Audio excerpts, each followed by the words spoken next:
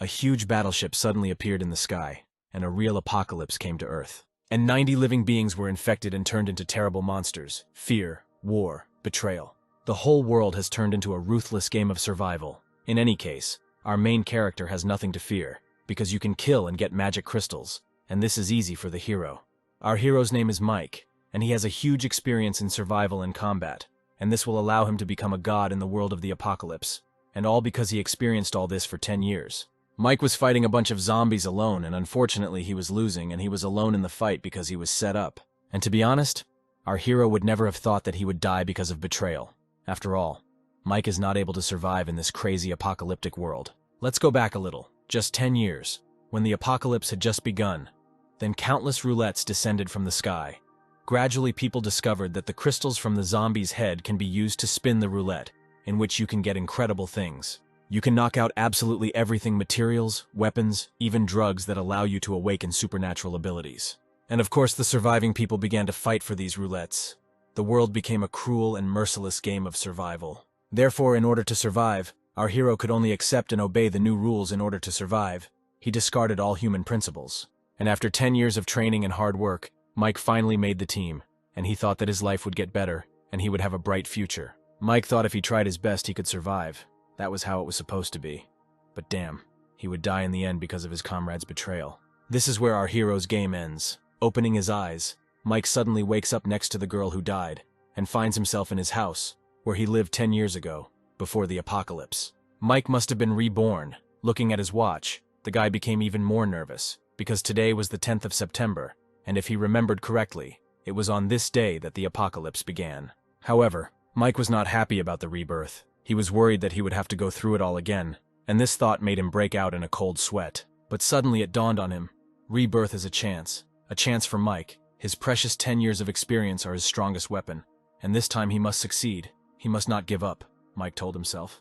Then Mike got up and got dressed. The girl also woke up and asked where he was going, but Mike ignored her. He went to the box and opened it. Map. Why did he rise? This is an inheritance from his parents. In his past life he did not dare to spend this money. But now he must do it, because after the apocalypse the money will become useless. The girl got angry that the guy ignored her, and then she shouted. She asks him where he is going. Mike turned, looking gloomily at the girl, and said that he knows perfectly well that she and June are together, and she is dating him only out of pity. Hearing all this, the girl covered her mouth in surprise and broke out in sweat. In her past life, after the apocalypse began, Mike did everything to protect her. But in the end, the girl decided to go to June and dump the guy. So Mike decided to put an end to it right now. The girl started screaming, who gave him the right to slander her and June, and said that Mike was just jealous of his beauty, money, and power, and called him a clown. Mike replied that since they had met before, he would give her advice. Don't mess with June anymore. He's not the kind of person you can rely on. Mike had a point when he said that, because he traded her for 3 cans of food back then. Even though Mike warned her, she would hardly listen to him. But that's all he could do for her. There was no more time to waste on her, because there were more important things to do. The guy got dressed and was already leaving, while the girl was screaming that she was breaking up with him. She was the first to break up with him. But the guy didn't listen to her. He wanted to prepare medicines, food, and equipment for the beginning of the apocalypse. Mike went into a taxi and handed him large bills, asking to take him to the nearest hospital, and as quickly as possible. First of all, the most important thing is of course the medicines. Mike just burst into the hospital warehouse and started to get all the necessary pills. Then a nurse came in. Seeing Mike, she was surprised and asked who he was. Mike took the bag with the medicines and ran away. The nurse screamed that he stole the medicines and called the security to stop Mike. Mike told her that he put the money on the table. Medicines are a very rare and valuable resource during the apocalypse. There is also another unexpected use. Then our hero went for equipment. While the guy was paying for the clothes, he noticed the machete he used in his past life, which was pretty good, so Mike bought that too. Then he returned to the taxi and told the driver that if he got to the area with villas in 5 minutes, he would pay another $300. The taxi driver of course started to speed, no worse than the racers from Fast and Furious. The equipment is collected, only the tape measure remains. This apocalypse tape measure is also called a trading tape measure, since it is the only source of resources for survival. Water, food, equipment, even special abilities. All this can be obtained from the roulette, and Mike decided to get to it first, so he came to this area, because somewhere here the first roulettes first appeared. The security guard stopped the car, saying that the taxi could not go any further. Mike told the taxi driver to continue driving anyway, he would take responsibility. The taxi driver's greed was of great help to our hero at this moment. The taxi driver drove ahead and broke the barrier. The guard started shouting that a taxi had entered the headquarters. Then he asked for reinforcements. Mike told the taxi driver to stop and go back along a route where there were fewer people. Mike managed to arrive before the aliens arrived. Of course, the guards came running to Mike and shouted at him to stop the taxi that had broken the fence. Then he scolded Mike not to pretend to be a fool and not to think about running. But Mike just pointed up and told the guard to look there. The guard looked up with distrust. A huge alien ship was already in the sky, frightening everyone with its terrifying power. The apocalypse is starting, just like 10 years ago. Mike got nervous and wondered why they brought roulettes to this world and made people fight each other. If history repeats itself and a game of survival begins, then Mike will not miss the chance given to him and will become the strongest. The guards were shocked. One of them even started filming the ship.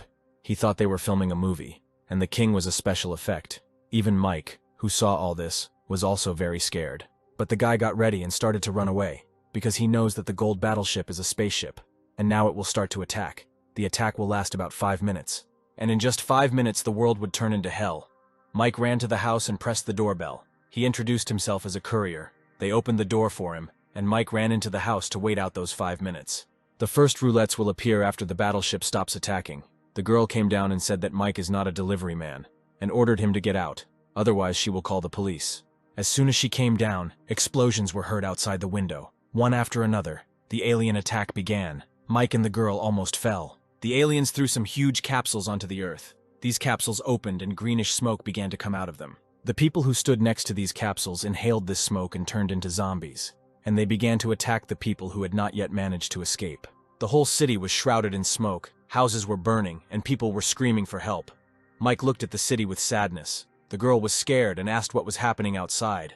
There was so much screaming. The girl again ordered Mike to get out. She even started calling the security guard.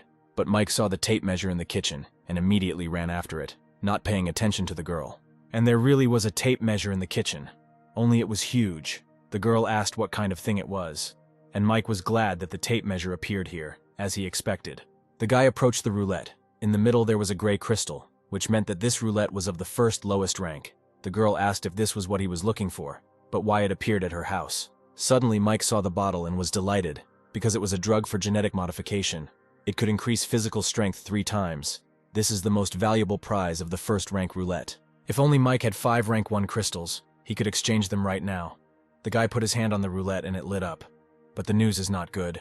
To spin this roulette you need 7 rank 1 crystals, 2 more than usual. There must be something more valuable in it. Mike began to examine the roulette. He was clearly worried. The girl asked what was wrong with him, why he was not answering. The girl was already completely confused and grabbed Mike by the shoulder, asked what he was talking about. What kind of roulette was this? Mike looked at the girl and said that this card could give her some advantages. This girl didn't turn into a zombie, which means she has some resistance to poison. Maybe she will be a good support. The card can enhance the 5 senses or just give a pet. This did not convince the girl. She asked Mike if he had played too many games, to stop joking. What other pet? Who would even believe this? Then Mike told her to listen. The screams outside stopped. The girl listened and agreed with him. The screams of people really did die down. The girl asked what happened there, and ran to the door. Mike thought, what a stupid woman, she wants to go out and die. The girl just said that this area has the worst security, which allows anyone to come in, when suddenly a zombie appeared right at her door. The guard turned into a zombie and opened the door and tried to kill the girl. She tried to resist and screamed for help. But fortunately for the girl, Mike was in her house, who took out his machete and easily killed the monster and saved the girl. Then of course he pulled the crystal out of the zombie's forehead. The girl watched him and wondered if he wanted to collect the crystal from the zombie's head. This crystal looked like the one from the roulette, the girl noticed. 2 more zombies burst into the house, and Mike stood in front of the girl, ready to kill them too. Mike managed to kill them just as easily as the first one. The girl looked at him and then asked who he was to kill so easily. Then Mike introduced himself and helped the girl up. He asked her name. The girl said that her name was Margot. Suddenly Mike's confident expression changed to shock. The guy immediately regretted that he initially thought that she was not the type who could survive in this world, because in the past, she was a 9-star mercenary who was rumored 10 years ago. The girl asked what was going on here. Mike replied that someone had invaded the Earth, and as she could see, they had turned most of the people into zombies. Mike lifted the zombie's head and pulled out another crystal, and said that some of the poison didn't work on them, and they remained human, like him and her. Margot asked what they should do. Would the government or the military come to save them? The government and military collapsed in just a few minutes. Now people live in a zombie world. Mike thought again how a seemingly ordinary woman could become such a cool mercenary. If she was one, she must have something special, especially since he needed an assistant. He asked her to come with him so that he could tell her what she needed to know about the zombie world. Mike pointed to the roulette and said that most of the resources and equipment in the new world were obtained from it. And if she wants to get some item from the roulette, first she needs to fill all these notches. Margot went to the roulette and asked, "This shape is the same as the crystals that Mike tore from the zombie's head." Mike inserted the crystals into the holes and said that they were gray crystals. After she filled all the recesses with them, she would be able to spin the roulette once. Margot asked if she needed to kill 7 zombies for one spin. The more valuable the reward she can get, the more crystals she needs. Margot asked if that meant there were other roulettes like this, and each one had different rewards. Mike replied that it was, but it was only a first-rank roulette. Mike realized that Margot was very smart, and suddenly she stood up and asked how Mike knew all this. Mike did not want to tell her about reincarnation, because it was difficult to explain. "So the guy decided to cheat a little," Mike asked. "She probably wants to try spinning the roulette." The girl nodded her head. Mike managed to distract her attention. Then he told her that he would go zombie hunting, and that she should close the door and not open it no matter what happened. The guy went outside and started killing zombies one by one. Even with a regular machete, Mike easily destroyed the monsters, and immediately pulled out the crystals. Suddenly another girl ran up to him. "Why in this world are all the girls in short dresses and barefoot?" She asked Mike to help her. Mike grabbed the first zombie and cut off the arms of the other one. Mike has already killed several zombies, so he can already go back. Suddenly, the girl who had previously run to Mike for help also turned into a vile zombie and attacked the guy from behind. But Mike calmly hit her in the face, then killed her too. Then Mike returned back to the girl's house. The guy managed to collect as many as 11 crystals. Margot was happy, and said that if they add 3 more to the ones they had already obtained, they would be able to spin the roulette twice. Mike offered to show her how everything works. The girl agreed. The guys went to the roulette and inserted all 7 crystals into it. The crystals disappeared and the roulette wheel started spinning. The guys were waiting impatiently to see what would come up. Mike was hoping for that very drug. But to Mike's great disappointment, canned fruit fell out. The girl said that it really appeared during the apocalypse. Canned food is a very valuable resource. Margot approached her cold one and said that they didn't really need them, because when he went hunting, she moved all the food from the house, and it would last them a long time. Mike was completely disappointed. Sad Mike handed Margot the rest of the crystals and said that now she could try too. The guy admitted that his luck, as usual, was complete crap. The girl put the crystals and turned on the roulette. It began to spin, and Mike thought that during the apocalypse, every spin is very valuable. It can instantly increase combat power. Margot got the elimination card. Mike said hesitantly that he never thought that she would get it. The girl asked what kind of card it was. Was it good or bad? Mike replied that of course it was good, although the card wasn't that useful now. It would be needed in the future when weapons or the ability to increase the chances of other items dropping were needed. Margot said that she didn't expect her luck to work on the apocalypse roulette either. Mike asked if she was always this lucky. Margot replied that when she took water, she often won an extra bottle. When she took the prize egg, she always got the biggest prize. She chose the organic edition prize box the first time, and once she won a live cow in a supermarket lottery. Margot said, "Even in survival, luck is important." Mike was shocked, because he is one of those who never got an extra bottle, never won even a medium prize, and always got one phrase, "Thank you for participating." Since Margot had incredible luck, Mike decided that he should take advantage of this luck to the maximum. The morning of the second day, Mike got dressed and was about to go out. Margot came up to him and asked where he was going. Mike replied that he was going to collect crystals. Margot was surprised that he was going to leave so early. Mike replied that his goal for today was 100 crystals. Margot thought that this guy was pretty reliable. Then Margot decided that she too couldn't just sit at home and do nothing. Margot was going to cook a meal worth hundreds of crystals. Mike came back from hunting and he didn't look happy. Margot ran up to him and said that he was quick. Mike asked if he had 2 pieces of news, good and bad, which one to start with. Then Margot hesitantly asked for the good news. Mike started saying that the good news was that the area was full of zombies, and he killed them all. Margot didn't understand what the bad news was then. Mike said that he killed all the zombies in the area, but only got these crystals. Margot tried to cheer him up by saying that they would also be enough for several spins. Mike went around absolutely everything in the area and collected only this. Then Mike said that he was hungry and asked if there was anything to eat. Margot became noticeably nervous. And all because Margot was not at all confident in her cooking. She apologized and explained that she cooks very rarely, so he doesn't have to force himself. If Mike can't eat it, there's still other food in the fridge. But Mike calmly started eating it and said it didn't taste that bad, even though it looked bad. Margot even had a few cuts after this cooking. But Mike seemed to like her food. Mike thought how good it was to have food. considering that in the past, he had to eat human flesh to avoid starving to death. Now after Mike had eaten his fill, they decided to get down to the main thing. But this time he immediately entrusted the roulette spins to Margot. He hoped for Margot's luck. Luckily, Margot's luck worked this time too, and they got weapons, 2 useful weapons at once. There was one more time left, and Margot suggested that Mike should try too. Mike replied that it was not worth it, because he had very bad luck. Then Margot took Mike's hands and said that she would share her luck with him. The guy became embarrassed and blushed. Then he nevertheless approached the roulette. The items that they came across in the roulette will no longer appear again. Now there are only 6 awards left. Mike was unsure, since the chances of getting the drug for genetic modification were very small. Margot came up and suggested that maybe they could use the elimination card to remove the cookie package. But she accidentally pressed the roulette wheel, and the card immediately burned. Mike was horrified at the loss of the card. Margot began to apologize, and said that she did not want to use it at all. It happened by accident. Mike replied that it was okay, but eventually the box disappeared, so now the chance of getting the drug was 1 in 5. Mike pressed the button, and they both began to pray for the drug to fall out. And this time, luck really smiled on them. They got the very drug they were praying for, a regular strengthening drug that improves physical abilities and thus increases combat power at least 3 times. In the first battles, this is the most important thing, Margot asked. After Mike drinks the drug, his body will immediately become stronger. Mike asked her not to hurry. First, he would show her something interesting. Mike did not think that the heparin that he took from the hospital would have to be used right now. Mike poured the drug and heparin into the bowl. Margot asked if this would allow them to get 2 bottles instead of 1. Mike answered that it was true, and added that this roulette was not the only one. There were many more like it, and each one had different rewards. Mike said they could use the bottle they received to trade with other people for other drugs or fortune cards. Margot asked how Mike knew so much.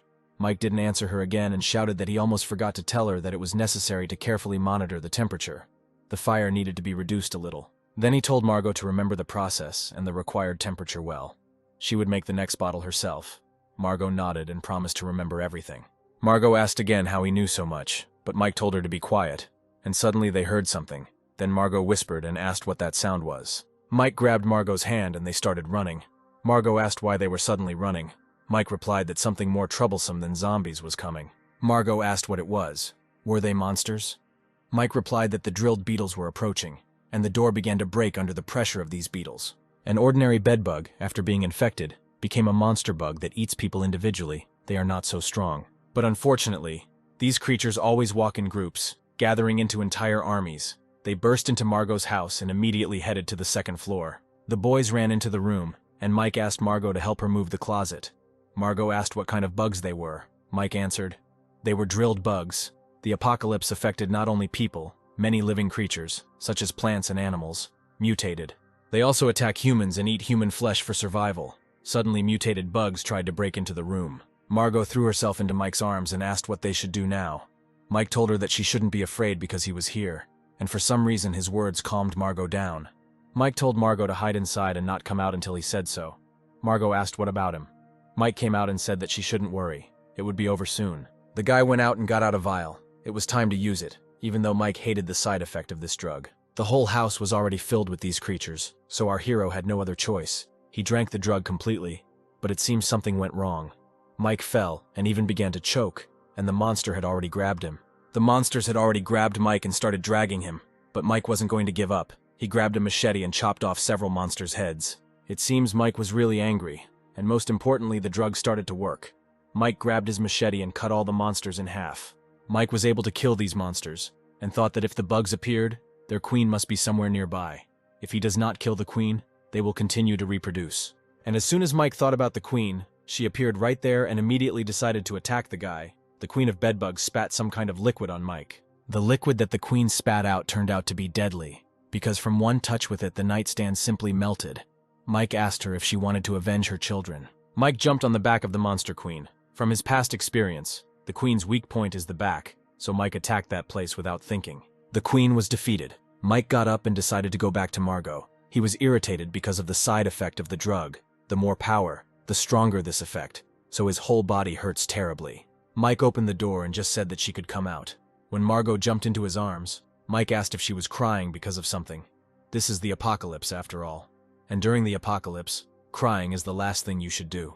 Then Margot quickly wiped away her tears and said that she wasn't crying. It was because of the stench, Mike teased her. But Margot turned away and suggested that they close the topic. The boys went out into the living room and Margot asked if there were so many bug corpses here. What to do with them? Mike replied that it was good that there were so many of them. Margot asked why that was good. Now they can still find food in houses and supermarkets. But a year later, food will become very rare and valuable, Margot asked. Because of the mutations, they will not be able to grow food or livestock. Margot was right. There would be 3 food sources in the future: the remaining canned food, the roulette reward, and these bugs, their dried meat. You can tell from Margot's face that she is not happy about this. Mike told her it was better to eat these bugs than a person. Margot made a couple of bugs, but these creatures continued to move even in this state. Mike said that she was pretty good at cutting up meat. Margot asked why he was saying that. He knew how disgusting it was, and seeing that the guy had put on his backpack, she asked if he was going to go out again. Mike replied that this time he needed to go further. They needed to collect more crystals and information. Margot wasn't happy about it. She was even sad. But she said that then she would start drying meat and continue making this elixir. The guy tried to calm Margot down. Mike asked her to believe him and promised that he would definitely come back. Margot was still sad to say goodbye, but nothing could be done. Mike was running down the street. Suddenly he heard a girl screaming loudly. He turned the corner and saw a girl asking for help. Then Mike covered her mouth and told her to shut up. He didn't want to die because of her. He said this because the screams might cause zombies to come running here. And that's exactly what happened. The zombies started running towards the guys and grabbed the girl by the jacket, but Mike grabbed her too and dragged her to him. Mike took out his machete and started chopping up the zombies. Then he pushed the girl away and told her to run because there were too many of them. The girl stood up and ran into one of the buildings, opening the door. She shouted to Mike to go in there faster. Mike quickly ran to this building, and the zombies continued to run after him. The guys failed to close the door behind them, so the zombies also entered the building. Mike and the girl began to run up the stairs, but the zombies did not lag behind. One of the zombies grabbed the girl by the leg, but Mike immediately noticed it, and lifting the girl, cut off the monster's head. But suddenly everyone froze because the whole sky darkened, and then a bright red light filled the sky. Mike thought it was the key to the dungeon, and it really appeared. The dungeon key is one of the rarest items in the apocalypse world, and it is the only way to enter the dungeon, a mysterious land filled with hope for salvation. Mike was happy. In his past life, even high-ranking veterans wanted to get this key. Mike hoped that in this life this key would belong to him. But the monsters weren't going to stop. They continued to attack the guys. The girl shouted at Mike to turn around. Mike punched one zombie, then cut his throat with a machete. The narrow stairs are perfect for protection in the shape of the crystals. There are about 10 zombies left. It's time to finish them off, Mike decided. The girl began to feel sorry for herself, because just a couple of days ago she had everything she wanted: fans, popularity, money, education. She was God's favorite, but then everything changed dramatically. Her dad turned into one of the zombies, so the girl lost everything. The girl started crying and thought she was going to die there. But suddenly Mike shouted at her to stop being stupid and just sitting there and ordered her to run upstairs. Mike managed to kill all the zombies. The girl was amazed that the guy killed so many zombies alone. Mike stood up and said if she didn't want to die, she shouldn't sit still. The girl thought that she would die today, and Mike was already thinking about how to get this key. The girl realized that Mike was very strong. Mike said that this roof was connected to the building across the street. Maybe they could get out through it. Mike thought that if he went down the street, in just 2 blocks, he would be near where the key fell. But the guys were in for a big trouble. The entire passage was filled with these vines, and they were still moving. The vines grabbed the girl, but our James Bond of this time cut these vines and freed the girl, then grabbed her in his arms. The girl cried and blushed, thinking that the guy risked his life to save her. Maybe such a strong man was fascinated by her. But Mike quickly dropped his hands and the girl fell to the floor. Then Mike came to the door and shouted irritably that he hated mutated plants, because they were so annoying, and cut the vines. The girl was surprised that the guy was cutting the vines like ordinary weeds. It took longer than Mike thought. When he finally cut the vines, he tried to open the door. The girl asked what was wrong. Mike replied that the door was closed from the other side. The girl asked what to do then. Mike replied that he would just knock down the door, which he did. It turned out there were several people on the roof who were already armed. The man shouted who they were and why they had come up here. Mike replied that it was unsafe down there. That was why they had come up here. Then asked why they were hiding here. Then the man started to swear that why the hell he broke the door, that if zombies come up here. Mike replied that they don't have to worry about it. Mike said there were no more zombies there. He killed them all before he went in. But the man kept shouting that even if we assume there really aren't any there, who knows when a zombie might suddenly come up here. 2 men lifted the iron door and brought it to the exit. One of them said that it couldn't be fixed. They could only prop it up with a shovel. The man pointed the bat at Mike, and he said that it was all Mike's fault. If the zombies got through here, they would all die. Another man came up to him and asked him to cool it. He didn't know they were here. The girl pointed to the side and said that there were people there too. The guys were told that those people, like them, had come up here to hide from the zombies. The blonde said that there must have been a misunderstanding, but asked what they were going to do now. Mike replied that he needed to get to high school. The man laughed and asked if any of his family was still there, but the street was full of zombies. How did he plan to get there? Mike replied that the safest route could be seen from here. He had seen something bright fall from the sky in that direction. The man replied that something had indeed fallen there, and added that Mike was not a timid person, since he wanted to go to such a dangerous place for this. Mike asked if there were other ways to get off the roof. The man replied that on that side the roofs of the buildings were quite close to each other, but you still had to jump, and that was very dangerous. The opposite building is 1 floor lower, and the distance between them is about 5 meters. The man advised Mike to forget about it, because he could easily break his legs. Mike wasn't stopped by this. He said that he would jump from here, but as soon as he was about to jump, the girl grabbed him by the sweatshirt and said that she would go with him, and asked him not to leave her. Then Mike said that she would have to carry the bag. The girl agreed. The blonde asked, "The guy is already going to jump with her, and he also wants to take the bag. They will crash. Hey you. Yes, you. The very best person who is watching this video now. Know that you are the most beautiful, the strongest, the luckiest, and the most wonderful viewer of the SSS rank. Enjoy watching. Don't forget to leave a comment and subscribe. I am very sad that 85% of the viewers of my channel watch the video without subscribing, which means I am a blogger of the FFF rank." The blonde offered to take the bag and said that she didn't get it all wrong. He was just supporting her, and when she jumped, he would throw the bag to the girl. But the girl held the bag tightly in her hands. Mike asked her to put her bag on. The girl put it on. Mike tied them together, and the girl grabbed Mike really tight. But the blonde stopped them. He asked if they had climbing equipment in their bag, didn't they? He ordered them to leave the bag, otherwise he would break Mike's arm. Mike just laughed and called the man an idiot, then just jumped. The guys managed to jump to another building. Mike took the rope off them and asked if she was okay. The girl was shaking and crying, and in a trembling voice said that she was okay. The nasty bastard from the other building looked at the girl and said that he found interesting prey. What with the apocalypse, some men are more dangerous than monsters. The men were arguing over a pack of cigarettes, but the other man immediately replied that there wasn't even any wine in that garbage dump, and that he had found those cigarettes on that dead man, so he wouldn't give the cigarettes to anyone. Another asked if it wasn't normal to find wine in the school cafeteria. If you really wanted to drink, you could look in the principal's office. The Muscle Mountain walked up to these men and asked what the bastards were talking about. The bald one said there was a crowd of zombies outside and they wouldn't be able to get out. He asked if they were really going to stay here. In just one night everything changed. Zombies and demons filled the world. This is the apocalypse, said one of the men. But the muscular monster did not agree with him. He laughed and said, "Does he see that they do what they want and play with whoever they want? Now in this world the strong write the rules. Whoever is stronger is right. And do they think that this is the apocalypse? No, it is not like that at all. It is a real paradise for people like them." The boys were running down the street at this time. Mike was looking around before letting the girl come out from around the corner. The girl cried and asked him not to run so fast, because she couldn't keep up. Mike irritably said that he was stupid for saving her, and was angry at his carelessness, which caused him so many problems. Mike said in a disgruntled tone that he had slowed down and ordered the girl to catch up with him, which she tried to do. They ran up and the girl was glad that there were so few zombies in this place. But Mike replied that this couldn't be. The school was a crowded place. The girl said that she does not hear or see any zombies. Mike replied that this is all because the monsters are gathered somewhere in one place. Mike was right. A few kids were trying to hold the doors back from the zombie horde. The guy said it was useless. Even if the zombies didn't kill them, they would still die of hunger. The girl was standing by the window and noticed the guys. She started waving at them to get their attention. And it worked. The girl said that there really were people here. Mike said that the girl couldn't even defend herself and advised her to mind her own business. The teenagers continued to scream and ask for help. The girl continued to look at the teenagers, but Mike told her to hurry up. Their screams would only attract zombies. It would be dangerous if a large crowd of zombies came running here. Then the girl sadly lowered her gaze and followed the guy. However, the girl was still tormented by her conscience. She asked if they really couldn't save those guys.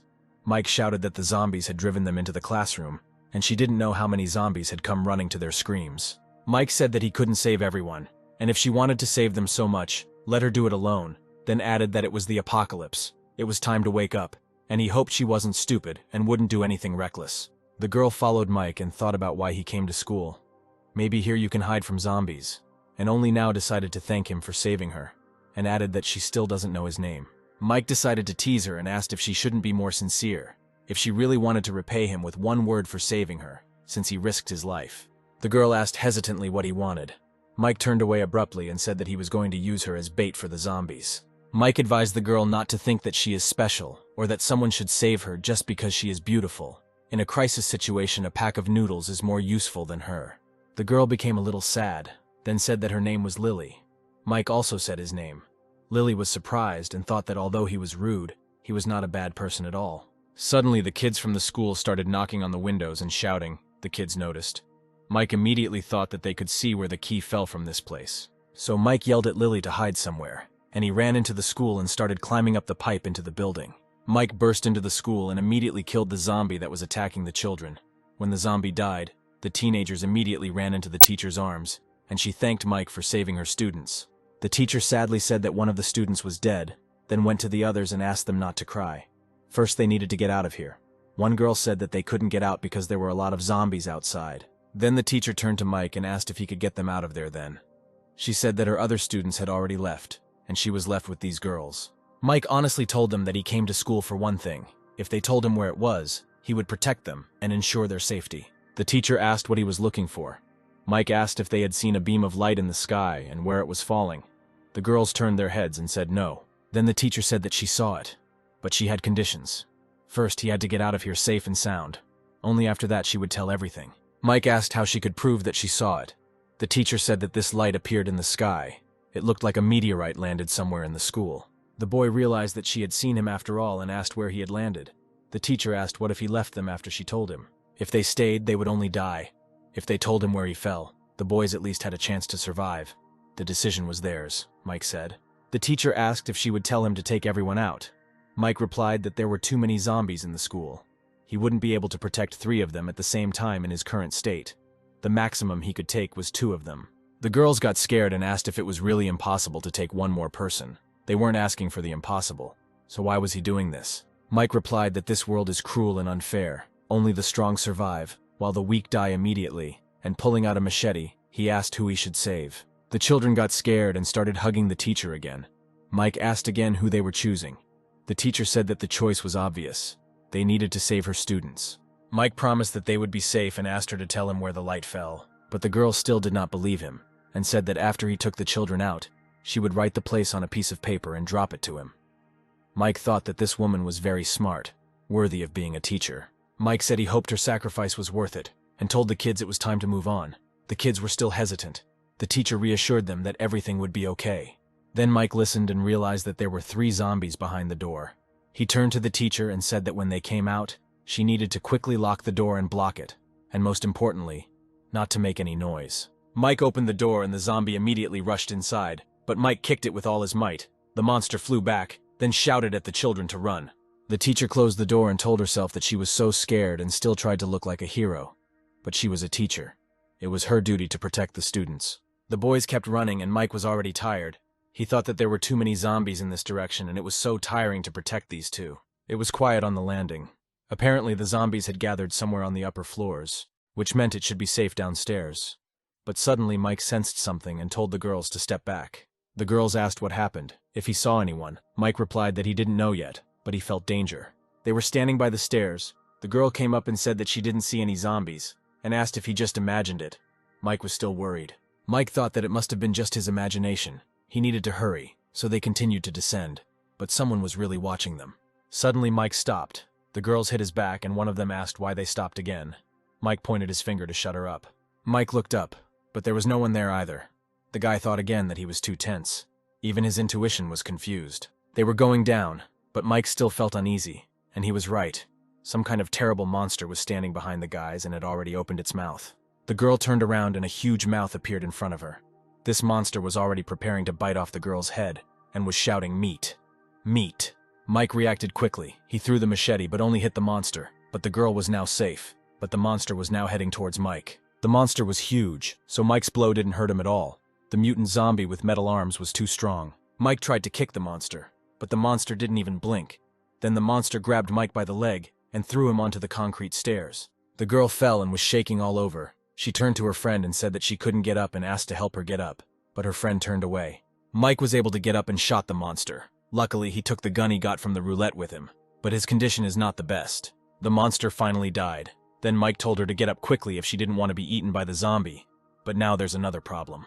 The sound of the gunshot attracted the zombie. But it wasn't zombies that appeared on the stairs. It was Lily. Apparently, she was looking for Mike. Lily ran to Mike and hugged him. The girls exhaled that it was a person, but the long-haired one asked what if she was bitten. Mike asked what she was doing here. The girl started crying and said that Mike had been gone for so long, and she thought she was going to die. Mike said irritably that the building was crawling with zombies and asked if she was tired of living. Then Lily replied that a bright light had just come on in the window of the building, and all the zombies went there. Since the light attracted the zombies, she decided to take a risk and go look for Mike. Mike asked. She said that the light attracted the zombies. Lily replied that she saw the zombies walking towards him. She was really scared to be alone down there, so she went up. Then Mike stood up and took his machete. He said that she was lucky not to run into a zombie. Mike thought that he knew only one thing whose light could attract zombies. This apocalypse roulette. Mike took Lily's hand and said it was time to go down. The girls followed them down. Lily looked at the girls and decided that Mike, out of the kindness of his heart, saved these guys. The girl told Sana that she had just been very scared, so she hadn't helped her, and asked if she hated her. Sana replied that she should forget about it. She hadn't done it on purpose. The boys finally came out and Sana screamed when she saw Teacher Penny. The girl Lena told her to be quiet or she would attract zombies. The teacher smiled that the children were saved. She thought if she didn't drop him a note, Mike might come and save her. But then she shook her head.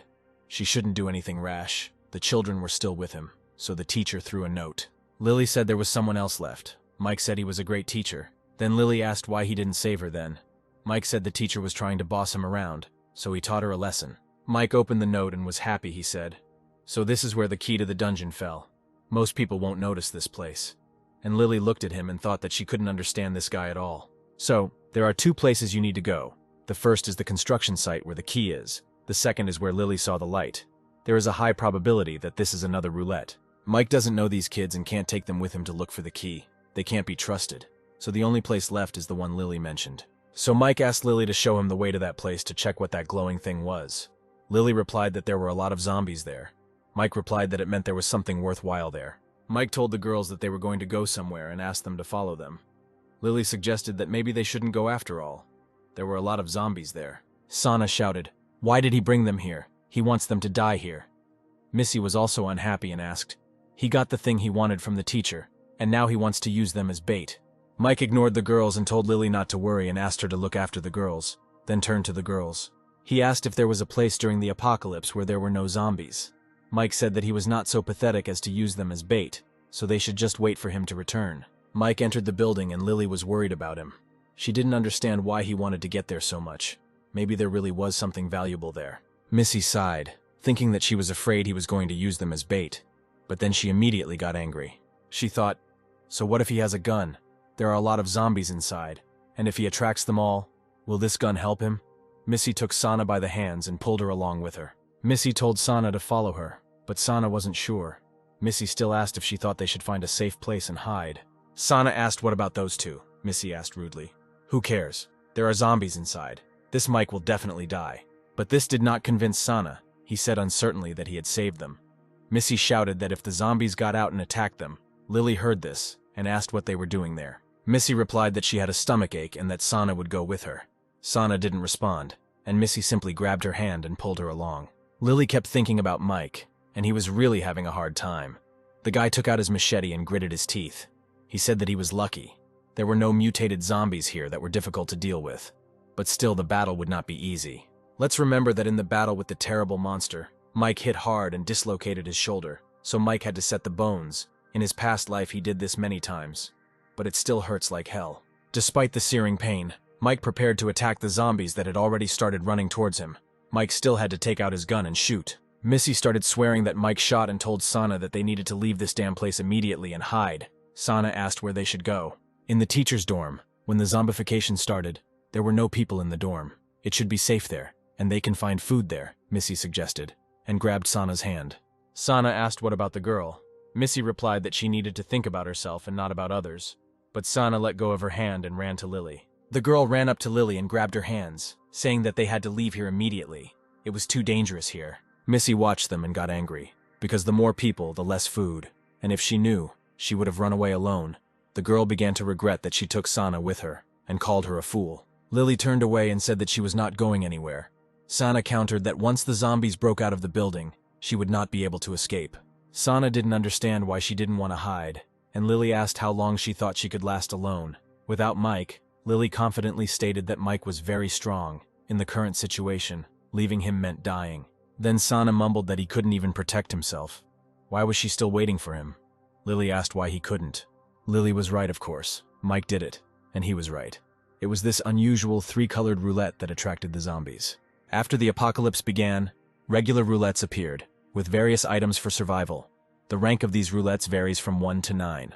The higher the rank, the better the items. But there are also special roulettes, for example, 3-color. Because it has 3 colors, of course. There are 5, 7, and 9-color roulettes. They are called colored. Unlike regular roulettes, you can get professional skills in them, for example, combat skills, such as sword or bow skills, killing techniques. There are also auxiliary skills of a doctor, alchemist, cook, and the like. Only after acquiring these skills, people will be able to fully utilize the items from the roulette. For example, if a warrior gets a sword, he will be able to easily kill others, just like in the movies. But only 1 in 5 roulettes is colored, so they are very valuable and difficult to find. Mike did not expect to find a 3-color roulette here. However, this roulette has one unpleasant feature when the black color comes up. It simply explodes, and our hero's luck is not the best. Although he might still get lucky, since Margot seemed to have shared her luck with him. But is it worth the risk? Meanwhile, the girls continued to argue. Sana told Lily that the building was filled with zombies. Mike would not survive there, and Lily should go with them. But Lily continued to say that she believed in him, and if they wanted to, then let them run. But she reminded them that they shouldn't make loud noises if they didn't want to attract zombies. Then Missy came up to them, grabbed Sana by the hand, and told Lily that Mike had gathered all the zombies inside. There were practically none outside. Then she told Sana that there was no point in wasting time on her, and that they needed to hurry. Missy kept saying that she shouldn't act like Lily, because Mike wasn't some kind of invincible savior of the world. Let that idiot wait for Mike's corpse to come out to her. Lily got angry and hit Missy in the face and told her to shut up and reminded her that it was Mike who saved them. Lily couldn't take it anymore and hit Lily back. The muscular monster continued to watch the girls and ordered his dogs to grab Lily and bring her to him. The guy told him that there was no point in making so much noise, because there was still a crowd of zombies down below. The muscular monster replied that all the zombies had gone into that media center. It was safe down below, and again ordered him to go down right now and bring her. Sana continued to doubt and asked Missy if they were really going to just leave. Missy replied with displeasure that she still dared to object. If it weren't for her, she wouldn't have been hit at all. Lily continued to be angry. She said with displeasure that if it weren't for Mike, they would still be sitting in that class, and she didn't think they were so ungrateful. Suddenly, Lily heard screams and turned around.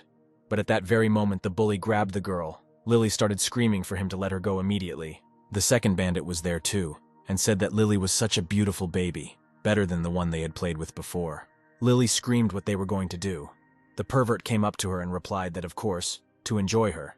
Lily continued screaming for them to let her go immediately. Then she threatened that if they don't let her go, she will call for help. The guy will come and deal with them. The pervert said that this guy is already dead, and asked if she still relies on him and called her stupid. At this time, Mike was collecting crystals one by one. Mike said with displeasure that it was so tiring. Collecting crystals so slowly, he complained that it would be possible to do everything like in the game, so that all the crystals were collected automatically. The schoolgirls were running away from the zombies. Sana was screaming and asking for help. Missy screamed back at her that no one would save them, and she needed to shut up and just run. Missy tripped and Sana quickly helped her up, but suddenly Missy pushed Sana right towards the zombie. Betrayal could already be expected from this girl, but not so rude. The schoolgirl ran back, justifying herself that she wanted to live. She had to survive, and saw 2 thugs dragging Lily away. Lily tried to resist, but these freaks didn't give her a chance. The first idiot said that when they came back, he would be the first to play with her. The second nasty guy noticed Missy and shouted that he would grab her. The second one shouted back at him to hurry up. Lily took advantage of the moment and bit the bastard, so she broke free and ran away from the idiot. But unfortunately, Lily didn't have time to run far. The idiot jumped on her and she fell to the ground. The freak grabbed her, and Lily continued to scream for help. However, our hero appeared in time. He stuck a machete into the bastard's hand and snatched Lily. She was glad that Mike was alive and well and hugged him. The bastard stood up and started screaming. Does Mike know who they are and how dare he touch him? The freak started threatening Mike with his own machete. Of course, Mike showed this bastard who was boss here with just one blow. The pervert even started foaming at the mouth. Mike asked where the schoolgirls were. Lily pointed to the side. Mike immediately found Missy and examined Sana's body. She was mauled by a zombie. Missy was sitting on the ground and crying, apologizing to Sana. Only Lily looked disapprovingly at the schoolgirl. Lily told the schoolgirl that she had been saved for the second time, but she did not listen to her. Missy cried and apologized to her, and promised that she would never disobey again. Then Lily asked what Mike would do with these freaks. Mike looked at the bastards with disdain and replied that the zombies would take care of them. Mike told the girls to go to the media center, which he had already cleared out, where it would be temporarily safe, Mike added. The girl immediately perked up when she heard that all the zombies inside were dead. She realized that Mike was really strong. It's no wonder why this girl is sticking to him. And then Missy decided that if she follows him, she can survive. Apparently, remorse did not bother her at all. Mike told the girls to go there and wait for him, and he needed to bring someone here. This surprised the girls. The teacher, as Mike had told her, locked the door and blocked it with several chairs. But suddenly, someone started breaking into the office. The girl took the shard and said that the zombies came for her. They killed many students. Now it was her turn. The teacher cried and asked herself if there was life in this world. The teacher thought it would be better if she killed herself than be eaten by zombies.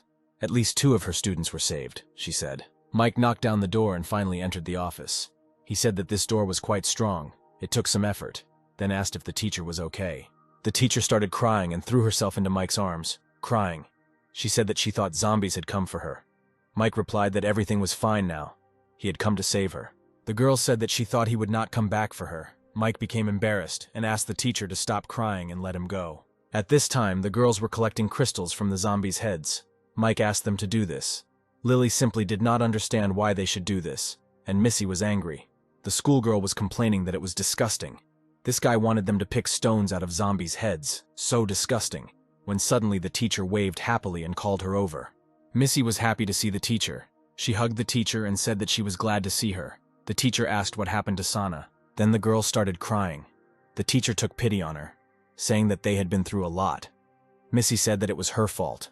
She couldn't help her friend. Apparently she wasn't going to tell that she herself threw Sana into the hands of the zombies. The teacher felt sorry for her and said that she must have been so scared. Lily was still angry. She said that if they had believed Mike and not run away, they would not have run into the zombies, and Sana would not have died. Missy replied that if Mike had taken the teacher with them, then none of this would have happened. He would have been able to protect everyone. But he forced them to choose. The schoolgirl called Mike a villain. The teacher tried to calm the student down, but Lily started screaming that they should be grateful that he saved them at all. And how dare she say such a thing? The girl didn't stand aside. She shouted that Lily didn't have to try to look like good people. Mike didn't save everyone, and because of that Sana died. Why should they be grateful? Lily replied that she told them not to go anywhere, but Missy didn't listen and took Sana with her. Lily blamed Missy for Sana's death. The schoolgirl replied that these were all excuses, and it happened because Lily was to blame, because she wanted them dead. Mike couldn't stand Missy's nonsense and slapped her across the face. He told her to think before she spoke. Of course he saved her, but that doesn't mean he can't bring her back. The whole world is teeming with zombies. The more people there are, the higher the risk of running into them or attracting them. Mike told her to remember one thing, that she can ask for help, but no one is obliged to save her. The teacher patted the girl on the head and said that Mr. Mike was their savior, and they should be grateful to him. Lily thought that this teacher understood what was what. Lily asked why they were collecting crystals. Mike asked everyone to follow him. He would tell them everything along the way, and the guys came to the roulette. The girls handed Mike the crystals. He scattered them and put them in the roulette. It is important to say that for the spin of the colored roulettes, it is not the exact number of crystals that is counted, but the amount of their energy. Mike wasn't sure that 26 pure crystals would be enough for at least one spin, but the roulette wheel still started spinning, which meant that Mike's efforts weren't in vain. The roulette stopped on red. Red is supposed to be a symbol of an incredible fighting profession. Apparently Mike is hoping for Margot's luck. But luck ran past Mike. The guy opened the box and it was written there. The profession level is 0 out of 100. The auxiliary profession is a great craftsman. There are abilities, collection and processing, improvement, forging, magical enchantment, and so on. From the roulette you can get professions, which are usually divided into main and auxiliary. The main ones include, for example, a shooter. Such professions are very important in battle.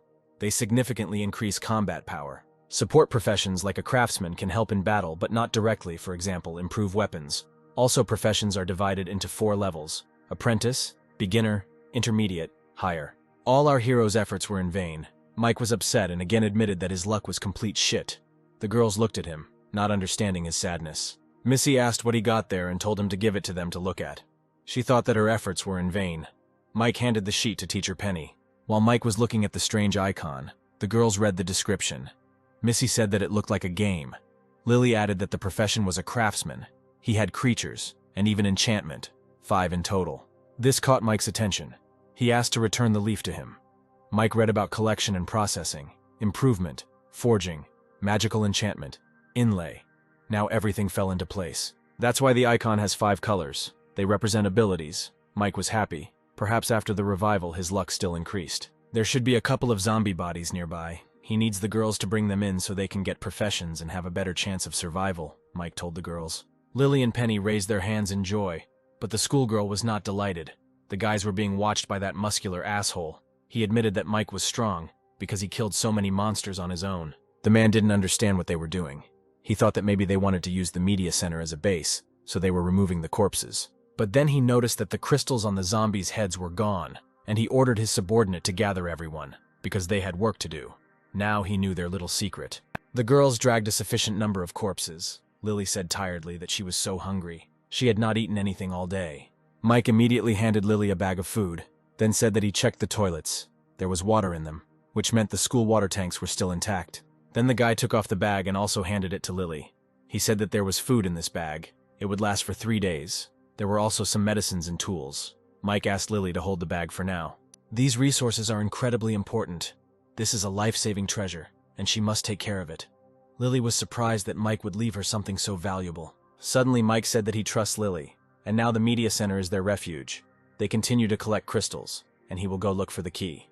Lily asked if he was going to go alone again. The schoolgirl and Teacher Penny also came up. Missy asked if the guy was leaving them. Mike was making something and replied that they would only be a burden. He would go look for resources and return quickly. Missy asked what if zombies attacked, who would protect them then?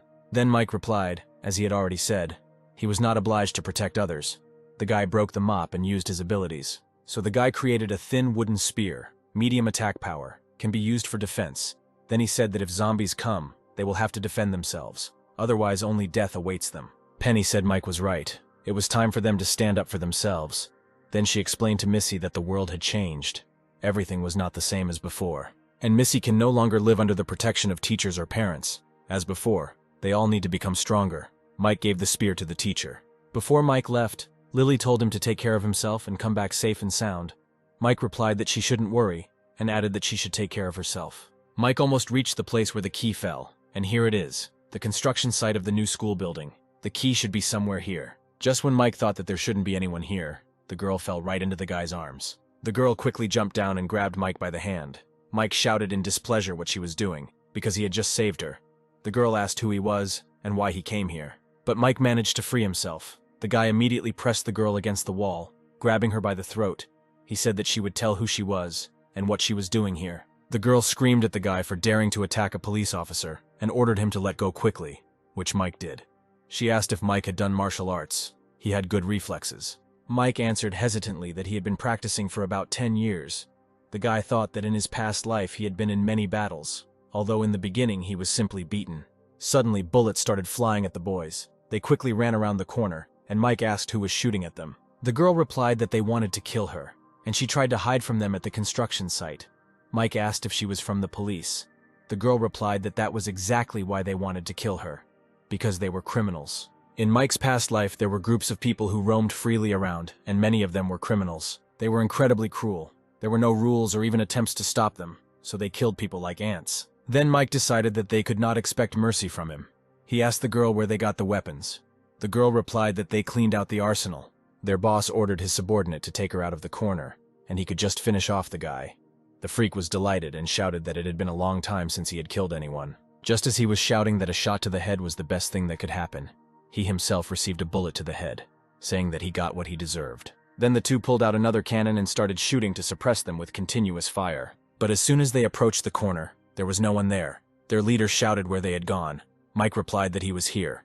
It turned out the guy was already upstairs. Mike immediately shot at this boar. Then the girl managed to run to the second one and hit him before he managed to shoot at her. The blow sent him falling to the ground and he began to bow to her, asking for forgiveness and mercy.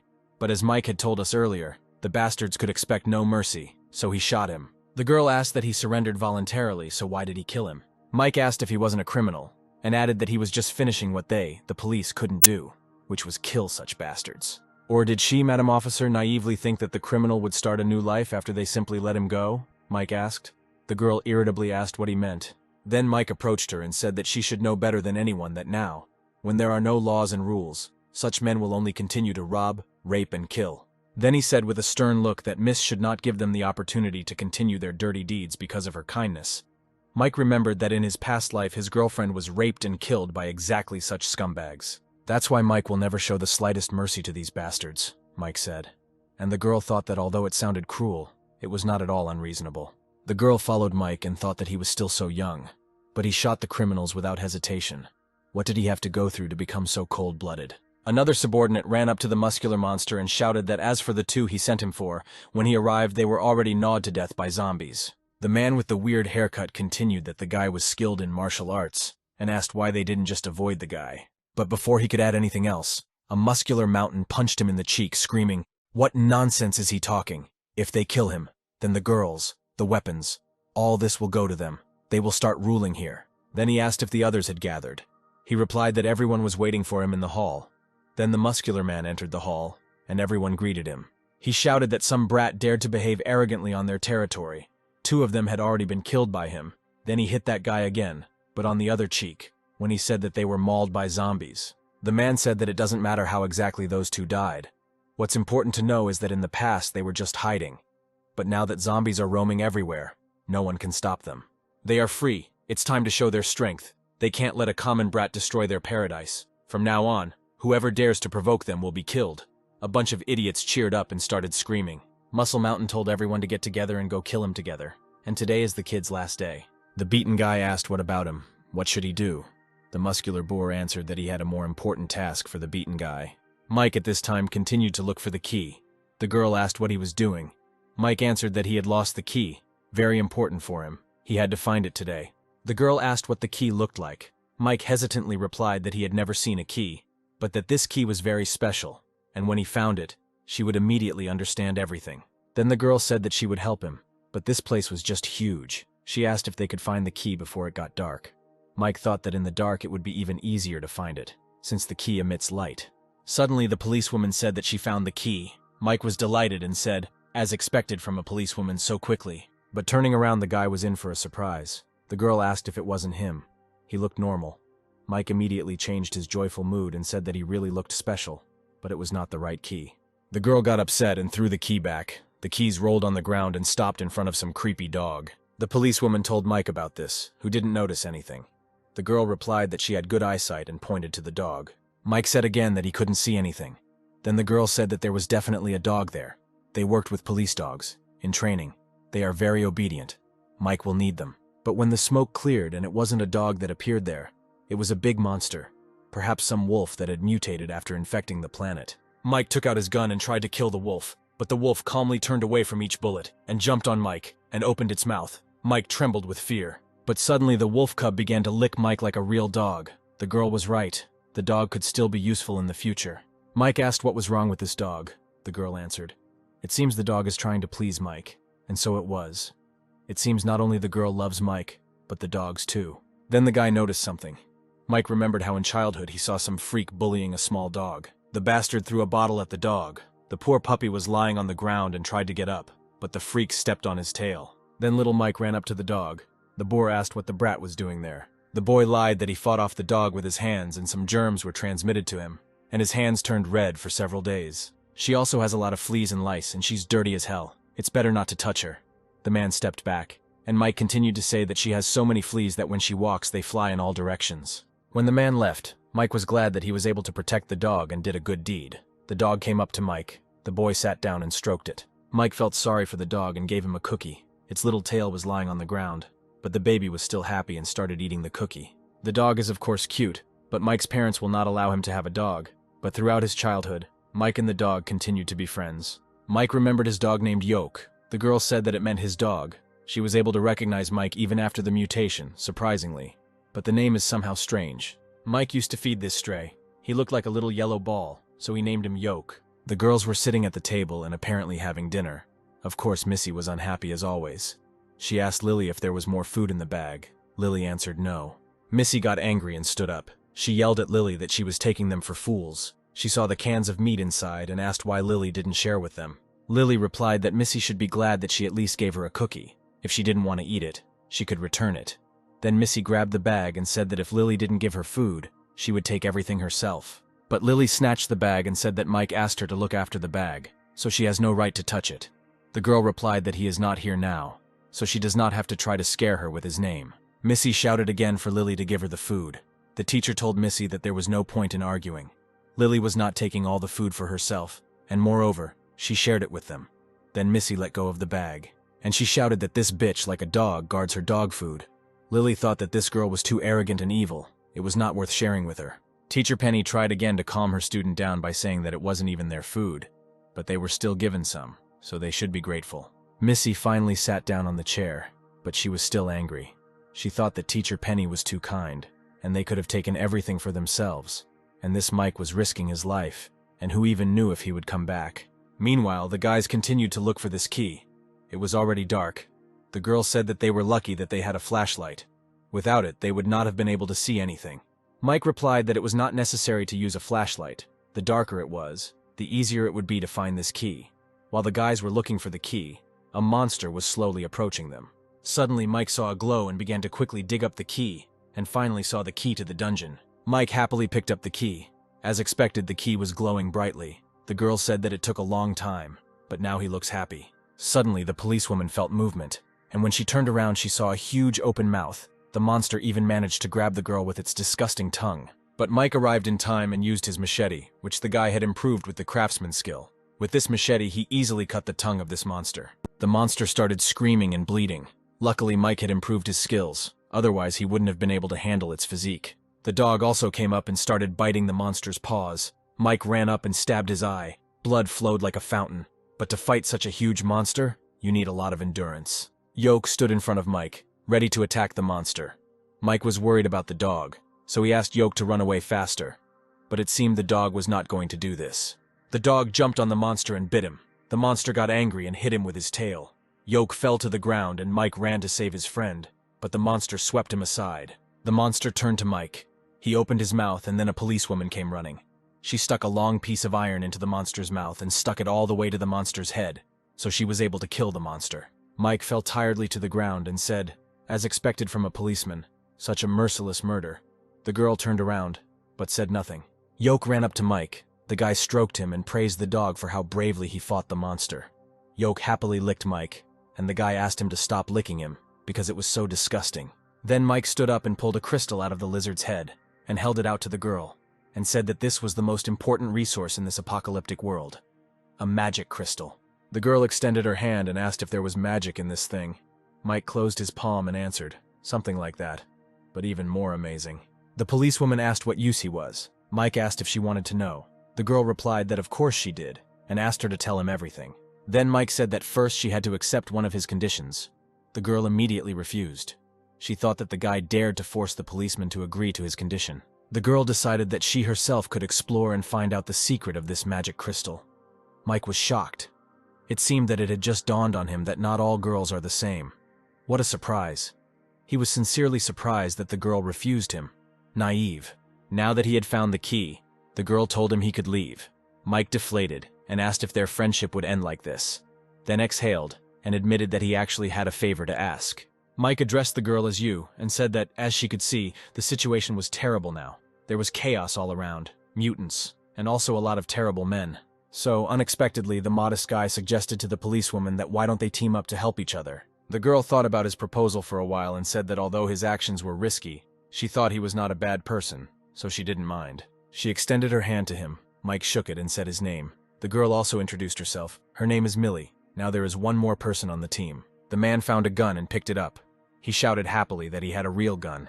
The other man covered his mouth and whispered to him to shut up or they would get caught. They crept up on Mike and Millie. The scarred man whispered to him not to make any sudden movements. The fool pointed a gun at them and shouted for them to stay put. The one with the scar said that if they wanted to live, they should raise their hands. The second one yelled at him and said that they were ordered to kill this bastard. Then the man with the scar said that today the bastard would pay for killing his brothers. Millie asked who they were. Mike said criminals. The man yelled die and fired, but nothing happened. He told his partner he couldn't shoot. The man with the scar said the idiot didn't take the safety off. The man asked what the safety was, and said he was a security guard, and had never seen a real gun before. His partner asked if he had ever watched action movies, and said the safety was to prevent the gun from firing and harming innocent people. Then he shouted that if he didn't know how to use a gun, why did he take it at all, and ordered them to give him the pistol. But then Geltok ran up to the criminals and bit off his hand. The man began to ask his partner for help, but he replied that he had been bitten by a zombie, and if a zombie bites a person, he is doomed. He did not even notice how the policewoman ran to him. Millie hit him in the jaw, then lifted him up and threw him on his head. The man lost consciousness from the blow. Mike became nervous when he saw the policewoman's skill. He thought what an amazing martial art she should not be provoked in the future, Mike decided. They were tied up.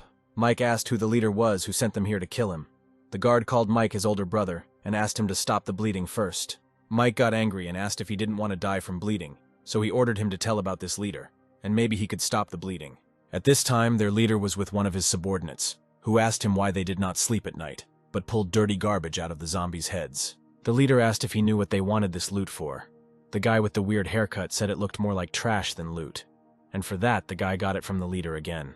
The guy went silent, and the main bandit thought that these things don't just grow on zombies' heads. Most heads don't have these things anymore, but they definitely have a use that he doesn't know about yet. The girls had already gone to bed at this time, but the schoolgirl could not fall asleep. She stared with a crazy look at the bag that Lily was clutching tightly. Missy stood up and picked up the shard of glass. She clutched it tightly, and was so immersed in her thoughts about how she had to get resources to survive that she didn't notice that she was already bleeding. The girl decided that Lily was using Mike's name to put pressure on her and was picking on her every time. She wanted to kill Lily. But suddenly Penny woke up and asked what Missy was doing. Missy replied that she was going to go to the toilet. The girl washed herself and swore that the teacher was too naive, and how could she trust others so easily? This is the end of the world. How can you give resources to other people? Besides, this Mike and Lily began to suspect her. In order to survive, she can rely on herself. She will not be as weak as Teacher Penny. Suddenly she heard some noise and ran out to the girls. She asked what the noise was. The teacher said that someone was trying to break down the door. Lily said that everything would be fine. Zombies couldn't get in here. But the door started to be knocked down even harder, and it didn't seem like zombies. The door was knocked down anyway, and a bunch of freaks lifted it up.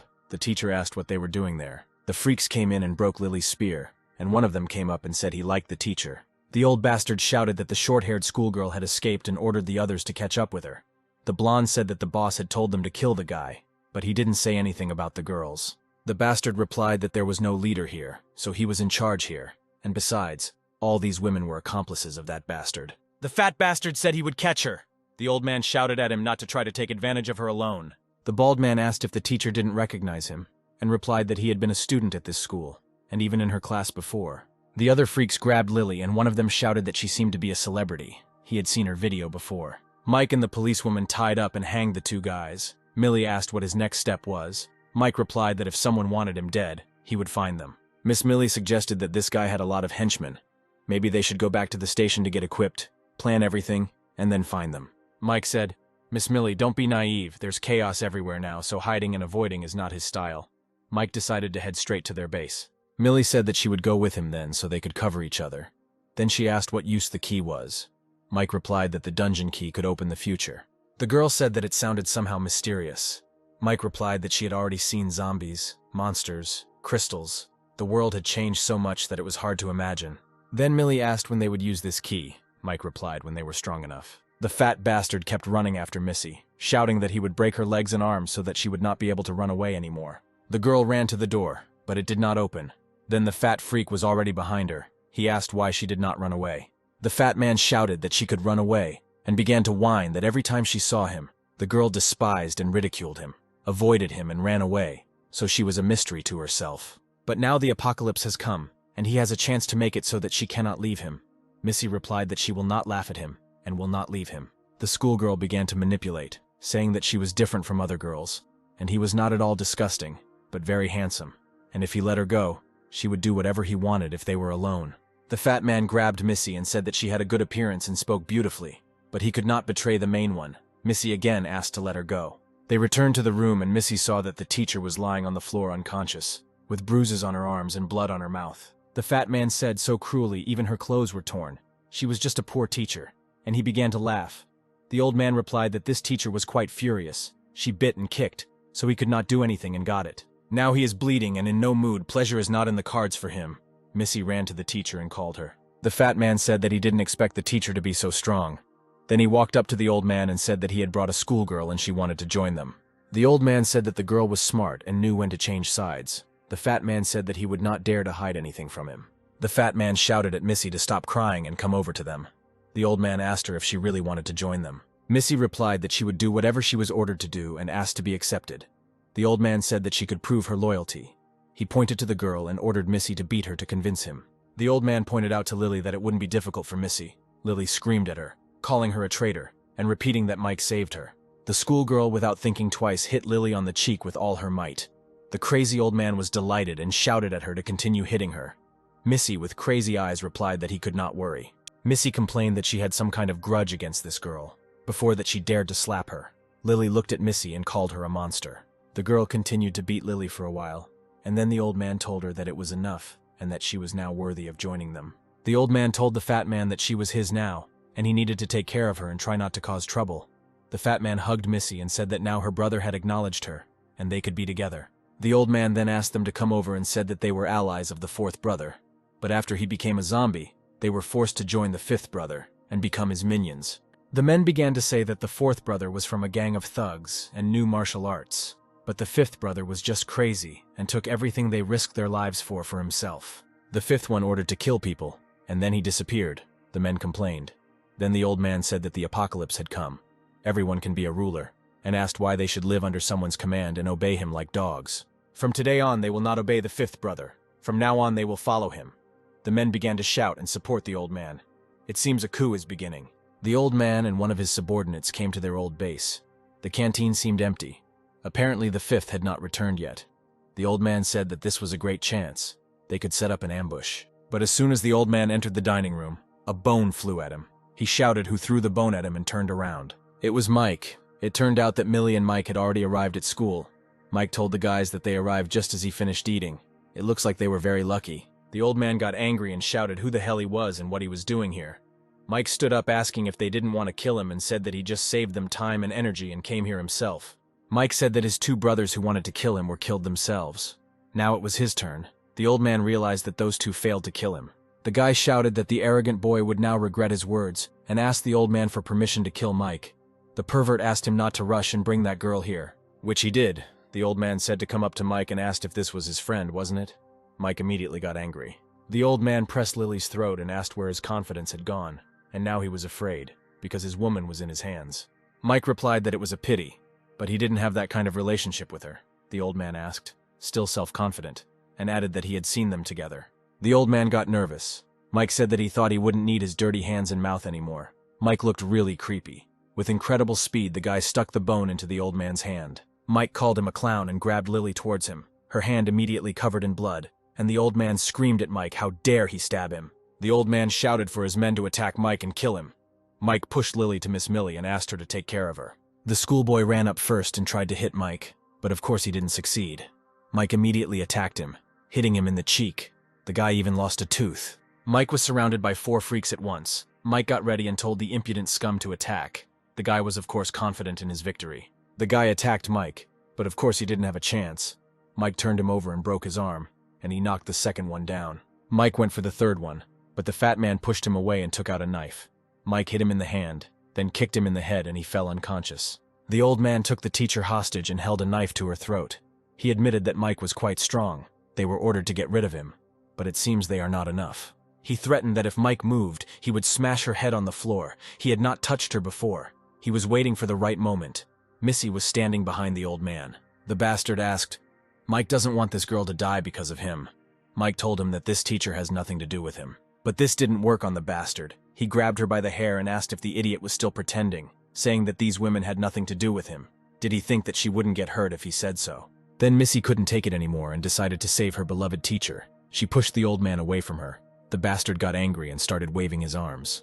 He swung his arms and cut Missy's throat. She stepped back and with tears in her eyes asked the teacher to help her, but it was too late. Mike attacked the old man, then tied up the rest of the bastards. The teacher asked why Mike didn't do it right away. She was her student. She also wanted to live. Then Mike replied that it had nothing to do with him, especially since if it weren't for him, they would all have died here. The teacher held Missy in her arms. Penny burst into tears and said, "The weak do not survive, and kindness is meaningless now. In this era, it is all useless." But she couldn't calm down and asked how Mike could be so callous. Didn't he feel anything? Lily came up to her and said that Penny was too kind. Such holiness wouldn't work in this world. Besides, she's still alive. And being alive, she can do much more, Lily added, and walked up to Mike. Millie thought that the girl understood the logic of the new world. Meanwhile, the leader of the bandits and his strange assistant were spinning the roulette wheel. He said that now it was clear how this guy became so strong.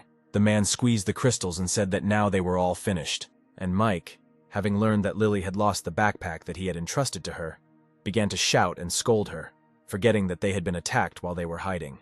Lily started crying and apologizing to Mike and explaining that when they were captured she lost him. Then she said she let him down and apologizing again and saying he would go and get the backpack back. Mike grabbed her hand and said that the school wasn't safe right now. With all the zombies and criminals, Mike was worried because the elixir was in his backpack. At the moment they are in the dining room, and important elixirs of strengthening and a 3-color roulette, allowing to get professions in the media center. The level of the elixir is not rare. He can still do. The problem is in that 3-color roulette. You can go there for the roulette, but it will be difficult with them, so you need to postpone it. Lily asked why he was silent. He was really angry. Then she apologized again. Mike sighed and said that they needed to get back to his temporary base first. Mike had a good reason to have a bad feeling, because the roulette was already spinning at full speed. And so the muscular mountain won the profession. He became a junior specialist in alchemy. But the man was not satisfied with this prize. He complained that after all this effort, he got the profession of an alchemist. As if they were in a video game, he hit his assistant and ordered to find out what else can be used here. The muscle mountain said that all 20 or so stones he had worked so hard for were gone. The man did not know that the number of crystals he had put in exceeded the number needed for the draw, and that the excess would not be spat out by the roulette. For the next draw, you just need to make up the number of stones needed for the next draw. Here is a strange guy, our backpack Mike. The man said it was a child's backpack, but took it anyway and found that inside there was a bundle of rope, several packets of cookies, several cans of food, and a first aid kit. And then he found a potion of vivacity. It quickly increases the body's energy, a significant increase in strength and speed. But there are also side effects. A person experiences severe muscle pain. A small number of people will not withstand this and die. The man immediately understood what kind of potion it was. The guy asked how he knew what it was. It turns out the man can see information about potions because he received the profession of an alchemist. He said that the kid drank that potion to kill a bunch of zombies by himself. So he opened the vial and drank the whole potion. After drinking the potion, the man immediately began to experience terrible pain. His eyes were covered with a purple film. The man screamed in pain. His whole body was paralyzed. The guy shouted that he would run to call for help. But as soon as he opened the door, a huge monster appeared in the corridor, the same mass of muscles as the man. The monster was about to hit that guy with his huge fist, but then the 5th leader came running and stopped his blow with one hand. He confidently said that he was now in better shape. Now he had the strength of a 1-star, and decided that he needed to test his strength. Mike came with the girls to his temporary base and told the girls that they would stay here and he would come to the owner of this house, who was also his accomplice. The guy went into Margot's house and started looking for her. He shouted to her that he was back, but she was nowhere to be found. Suddenly, Lily shouted that he should look at it. Mike quickly ran into the kitchen. It was destroyed. Mike asked what happened here. Suddenly, he noticed a sheet of paper attached to the refrigerator, and next to it was a bloody handprint, on which they wrote that the tape measure was in the supermarket. Muscular at this time continued to test his abilities. The guy next to him shouted that the boss had killed the mutant zombie. The guy said that the 5th brother was very strong, and now they would never have to be afraid of zombies again. The man put his hand on the boy's shoulder and replied that the zombie was now his prey, and shouted at him to go look for other zombies. They returned to school and the guy said that the guys had gone out somewhere, otherwise they would have come out to greet him. But when he opened the door, they saw his comrades tied up. The blonde woke up and was happy about the main thing, and he immediately said that it was the guy he was going to kill who did it. He also killed one of them and took the supplies. The muscular mountain ran to the closet. Opening the closet, he saw that there really was nothing there. Don, that was the name of the leader, got angry and said that he would personally kill the guy. Mike suddenly shuddered. Lily asked if Mike was okay, why he suddenly got scared. Mike answered that he just had a strange feeling. The policewoman suggested eating and resting, because there was still a lot to do ahead. Mike said that his assistant Margot must be in danger, and composed a roulette message. They should follow the trail and start with the roulette in the supermarket. Lily was a little upset and asked if this Margot was his girlfriend. Mike replied no, she was his good friend. Then Lily immediately became inspired and said that then she would gladly go with him on the search. She hoped that if she helped him with the search, perhaps he would like her. Mike wasn't too happy about the help and asked her to stay out of the way and be useful, the current temporary team. Lily is smart and loyal to Mike and can be taught anything, Miss Millie, a martial artist, calm and competent, a good choice for a teammate and a teacher. Penny said that she was also a medicine teacher. She could help out and also be in charge of supplies. Mike replied that she could go, but the main thing was not to be a burden. He didn't have time to protect her forever. Then he asked if Miss Millie would go with them. The girl replied, of course. The guys gathered, Mike thought. It is unknown how long it will take to find Margot and a new roulette, and these supplies will only last for a few days. But it won't be easy to carry all this with you. Millie asked what happened. Mike replied that first they needed to take these supplies, and the rest would have to be left here for now. Millie replied that it was not safe to leave all this here. She had a solution. They went outside, and Mike was speechless when he saw this giant. Millie said that this was a treasure from the police station. The commander did not have time to take it. It is the undisputed king of military trucks, with armor protection, all-wheel steering, can climb hills and rough terrain, with a maximum payload of 33 tons and a speed of 87 kilometers per hour. Millie said that unfortunately it wasn't equipped with rockets, which was a bit of a shame. Mike beamed with joy and said that this truck would definitely help them, and thanked Millie. On the other side of town, a boy asked the leader Don what they were going to do now. Don replied that they would find the boy who took him and skin him alive. The boy asked what about the other brothers. Don replied that he had learned from those losers that they wanted to rebel against him, let them survive on their own, and that guy who single-handedly killed zombies, he would personally kill. The boys started their journey, and Mike said that with this car it is much safer to collide with zombies.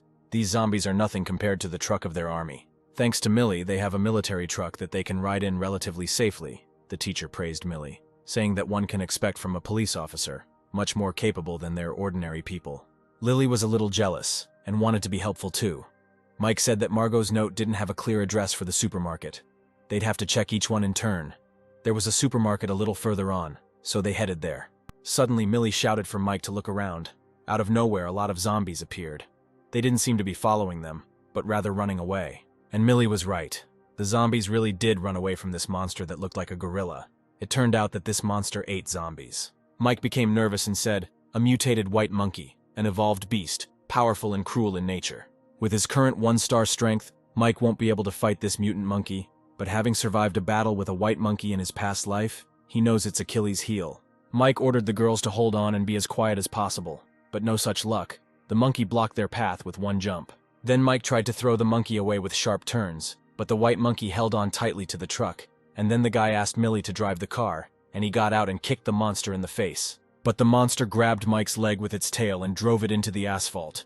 From such pain, Mike would not be able to get up for some time. The monster began to approach his body, screaming joyfully. Millie realized that Mike was in mortal danger, so she stopped the car and shot the monster several times.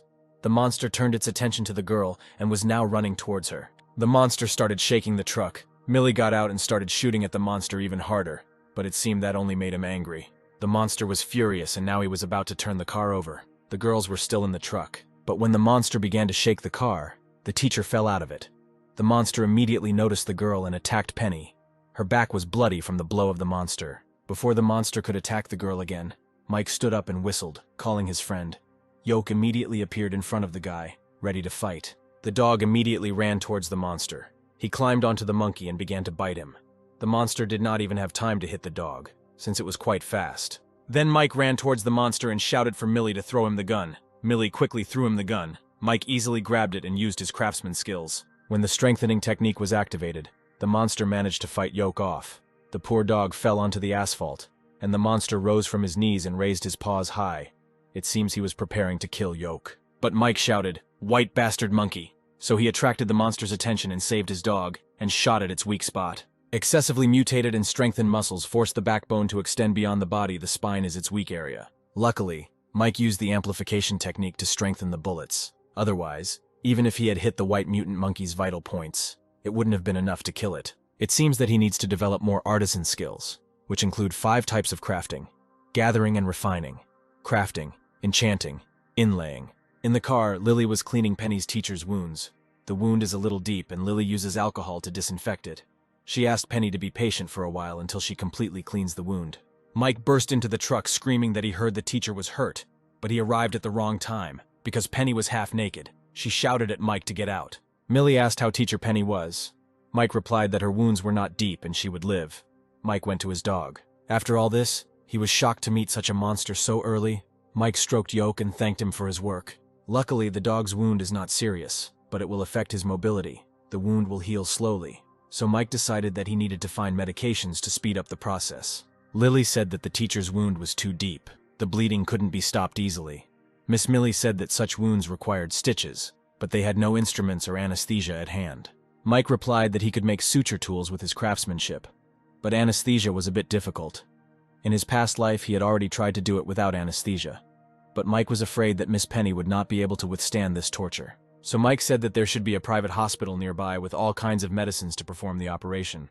They had better go and collect medical supplies. Lily asked what about his friend. Mike replied that she was smart and would definitely survive. Besides, she was a future 9-star assassin, Mike thought. Mike said he was sure she wouldn't die that easily. Millie said there was always a chance to find her, so they should split up. He would take Miss Penny to find the cure, and she would go to the nearest supermarket to do some reconnaissance. She would only do some reconnaissance, and she would not act rashly. Mike was against it, he said. It is unknown what else will appear. Miss Millie said that he shouldn't underestimate her. She was a police officer. He himself had seen her abilities. She had the skills to protect herself. Then Mike agreed, and told her to remember that the roulette has a natural attraction for zombies. They will unconsciously flock to the roulette within a certain range, so she must be extremely careful. And these two bandits were riding a bike, or rather that frail guy was pedaling, and Don was just sitting there. He told Ben to go faster. He wanted to be as fast as the wind. Ben asked where they were going. Don replied that his brother had a plan. That boy was probably looking for something right now, and he somehow knew where Mike was going. Tired, Ben asked where they were going. Don replied that in a few days they would eat up his supplies, and then they would go to the supermarkets to find new things. Supermarkets have all kinds of resources. It is necessary for survival. Ben happily shouted that Don is so smart. Don shouted that the biggest supermarket in the area is a little further. They arrived. Ben told Don that they should be careful. There could be zombies here too. But Don replied that he didn't care about them, and he would hunt them himself. Ben noticed that there was nothing there and said that the place looked like it had been ransacked. The shelves were empty. The guy went down to get some noodles and a zombie appeared on the top shelf. The zombie opened his mouth and started screaming. He jumped to the floor, but for some reason he didn't attack the guys. He just turned away and went somewhere. Don told his partner to follow him. Mike was right. The zombies were unconsciously heading towards the roulette. Several zombies were already standing next to the roulette. Ben got scared and said that they needed to run, but Don had a different opinion. He realized that they were very lucky. Miss Policewoman was running through the area. Fortunately, she knows this area. There is a supermarket ahead on the right, so she decided to check it first. Of course, there was nothing in the supermarket. All the shelves were empty. She searched the stores thoroughly, and none of them had tape measures. Mike told her that the roulette wheel attracts zombies. There are no goiters here, and it looks like there aren't any in this supermarket. It looks like there's only the biggest supermarket in this area, Millie said. She didn't know Don was there with his partner now. At this time, Mike and the girls were driving at high speed to the hospital. Lily said that the teacher had lost consciousness. Mike replied that they were almost there. As soon as they arrived, Mike ran out of the truck and ran to the hospital. Penny said that she was in pain. Lily pressed a rag to her wound and noticed that the bleeding had increased. Lily silently asked Mike to hurry because Miss Penny might not last. All the necessary items are in the injection room, but as soon as Mike entered, the monster blocked his passage with its huge tail. Mike wondered how they could even meet two mutant zombies so close. Unlike Yoke, the white monkey is a mutant creature. The turtle crocodile is even more bizarre and powerful.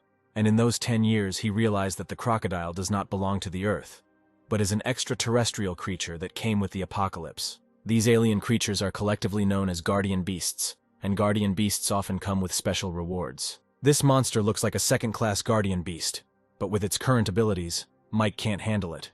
But he has skills. Mike ran out to the truck. Lily asked if he got everything he needed, but Mike didn't answer and took out a bow. Lily asked if there were zombies in there. Mike just asked to take care of Miss Penny. He ran back and got the tools. The guy said that it was good that everything was there, but he couldn't defeat the second-level guardian beast with what he had now. However, he could find a way to kill it with these items. First, he uses the enchanting technique and the craftsman skills to combine bows and arrows to enhance the penetrating ability. However, the amount of materials must be controlled in the process. All of his crafting skills are at the very basic level, so he needs to use the same basic materials and reasonable amounts of them to perform enchanting and crafting. The enhanced bullet he used to fight the monkey can bring double effect if both bullets are used together. This skill not only changes the shape of the material, but also magically increases its internal quality, a supernatural ability similar to some kind of magic. And now the bow improvements are complete. The next step is to create a large, strong metal mesh. In Mike's past life, he saw people using the inlay technique. An inlay is the combination of two completely different materials, while retaining the characteristics of each. Mike then uses a combination of iron wire and green eco-mesh to deal with the Guardian. The weight depending on whether the combination of the two materials can give full rein to his imagination. The preparations are complete. He is unlikely to win, but he must try to stun the monster, so Mike shoots 3 arrows at the monster at once. Thus, Mike was able to block the monster, but this will not hold this monster for long, so the guy immediately ran for the necessary medicines. Mike was lucky. He immediately found gauze, needles, antiseptics, and painkillers. With this, the operation should go smoothly, but the monster quickly managed to break the nets and free itself. Don at this time managed to kill all the zombies at once, in the supermarket, and all for the sake of the roulette that was there. Don was right. This is a new roulette. The man ordered his subordinate to collect stones from the zombie's head, and kicked him in addition. The man realized that this wheel was different from the previous 3-color one. This one also had a map and a necklace. Ben collected the stones and handed them to Don. Don got angry because after collecting all the stones from the zombies that were here, there would be only 9 of them, and for 1 scroll you need 10 stones. 1 stone is missing. Ben said that the roulette attracts walking zombies, and there will definitely be some who will come. Don hit the guy and yelled that he has the nerve to say that he can't help. While these two were arguing, or rather Don was beating the guy, Miss Millie ran to the supermarket. She thought it was strange that it was so quiet here. The crocodile monster broke free and growled loudly. Lily heard it. The girl became nervous and thought that Mike was in danger. Lily covered Penny with clothes and ran out of the truck to help Mike, not even thinking about how she could help him at all. The monster blocked Mike's passage. The second-rank guardian beast was really hard to deal with now that he had gone berserk. Lily thought she needed to find a way to attract the monster's attention to help Mike escape, and then she noticed 3 eggs in the corner. The net made by Mike broke. Well, what could you expect from the initial level of crafting? This guardian beast has such a strong desire to attack. Apparently it guards something important. And then Mike noticed Lily in the corner, and he couldn't say he was happy. The guy was wondering what she was doing there, why they came. The situation got even worse. Suddenly the monster smashed the wall with his tail. Lily ran towards the eggs that the monster was so desperately protecting, and shouted for the monster to pay attention to her. The huge, creepy monster that Mike couldn't handle immediately ran to the girl. Mike started shouting at Lily to run away from there immediately. The girl suddenly pushed the eggs away and they rolled in different directions. The monster, who was about to kill Lily, looked at his eggs in panic. Then the monster immediately abandoned Lily and ran in a hurry to his eggs, and cutely picked up each egg. These are the eggs of a female crocodile. Lily used them to distract the monster. Lily ran away from the monster. Mike grabbed her hand and carried her along. The boys came out and Lily exhaled and said that they seemed to have broken away. Mike replied that if they were far from the eggs, they would be safe. Then Mike grabbed Lily and started screaming that she wanted to die. And did she even understand how much danger she was in? Lily asked him to let her go because she was in pain, but Mike continued to squeeze her hands and scream at her if she realized that she was almost dead. Then Lily replied that she was just in a hurry to save him, and didn't think about anything else. Then she apologized. Mike told her that it was not necessary. He did not need her to save him. Lily apologized again, and Mike silently thanked Lily for running to save him. Millie went into the supermarket and saw a bunch of corpses. Suddenly Don came out from around the corner and said, "There is a girl in a police uniform. He would be interested in playing with her." Miss Millie stood her ground and said that he wouldn't be able to enjoy it. Only the potion was still working and Don was much stronger than an ordinary person. Having obtained all the necessary medications, Mike immediately began the mini-operation after the effect of the painkillers wears off. There will still be some pain. Penny sadly said that it must have left a very ugly scar. Mike replied that she should be glad that she survived and added that now she can rest. Then Penny thanked him. Mike got out of the truck and Lily ran up to him. She was clearly worried about Penny and asked how she was. Mike replied, "Nothing serious. She just needed to rest and everything would be fine." Suddenly Lily's stomach loudly announced its presence. Lily said sheepishly that her stomach was growling. Mike smiled and said that after they had a snack, they would go straight to Miss Millie's. And Millie was doing a good job of dodging Don's blows, who was now twice as strong. Don hit Millie in the arm. The girl fell, but immediately hit him back with her foot in the shoulder. Then Don admitted that the girl was a good fighter, and that he liked it. He started swinging his fists again, and Millie managed to dodge them for now. Millie used her fighting skills and finally hit Don in the face, but Don said it was like a mosquito bite and said to show everything she had. This guy didn't seem to be afraid to fight, Millie thought. And maybe he was mutated. Millie still got into a stance to fight him. She hit him, but Don grabbed her hand and told her she could continue. Millie rolled over and hit him in the hand, and Don screamed that the more she resisted, the stronger he was getting. Ben thought that this girl was fighting so well that the brother who drank the potion could not defeat her. They found a roulette. They were very lucky, and then she came and disturbed their peace. The guy wanted to help the fifth brother deal with the enemy, and he can spin the roulette and become mega strong. If he does this, he will no longer be afraid of anyone in this zombie world. So the boy ran up and hit Millie from behind like a rat, then Don took advantage of that and hit her in the stomach. Don proudly said that by drinking the potion he could defeat 10 of her kind, although he couldn't do it without that boy's help. The freak picked up Millie and laughed. The one who sent her was disappointed. The policewoman was the arbiter of justice, laughter and nothing more. Then he raised his fist, preparing to hit her. But Miss Millie smiled for some reason. And all because Mike appeared behind the freak, and he was furious, because this fool dared to hit his partner. Mike hit him and he walked away. Don looked at Mike and said that this was the guy he was looking for. The kid came to him himself. But Mike just walked past Don and asked how Millie was feeling. Millie was lying on the floor. She had a few bruises, and that's all she said. She was okay. Mike looked angrily at Don. Just as Don wanted to say something, Mike ran at him with his fists and shouted that he didn't care who he was. No one dared touch his people. Don dodged Mike's punch and tried to punch him too, but Mike grabbed his fist. Mike realized that his strength and speed were the same as his. So he drank the potion and also became a 1-star warrior. He was lucky, but all his movements were clumsy. Mike kicked him in the side. Don started bleeding from his mouth and jumped back. Mike started teasing him, asking him if he didn't think that after drinking the potion he would be able to fight him on equal terms, and added that all Don could do was talk. This angered the man, and he ran at Mike again with his fists, without thinking about any strategy, so Mike easily managed to dodge. Mike punched him in the kidney and asked if it wasn't very nice to have a broken kidney, was it? Don was furious and their dance of death began. He continued to attack the guy, and Mike managed to dodge every one of his attacks. Mike thought that although he was the same 1-star warrior, his physical strength and reaction were not much different from his. However, the real reason for the breakup was Mike's 10-year experience. The guy grabbed Don by the arm and punched him in the face. The man fell to the floor with a thud.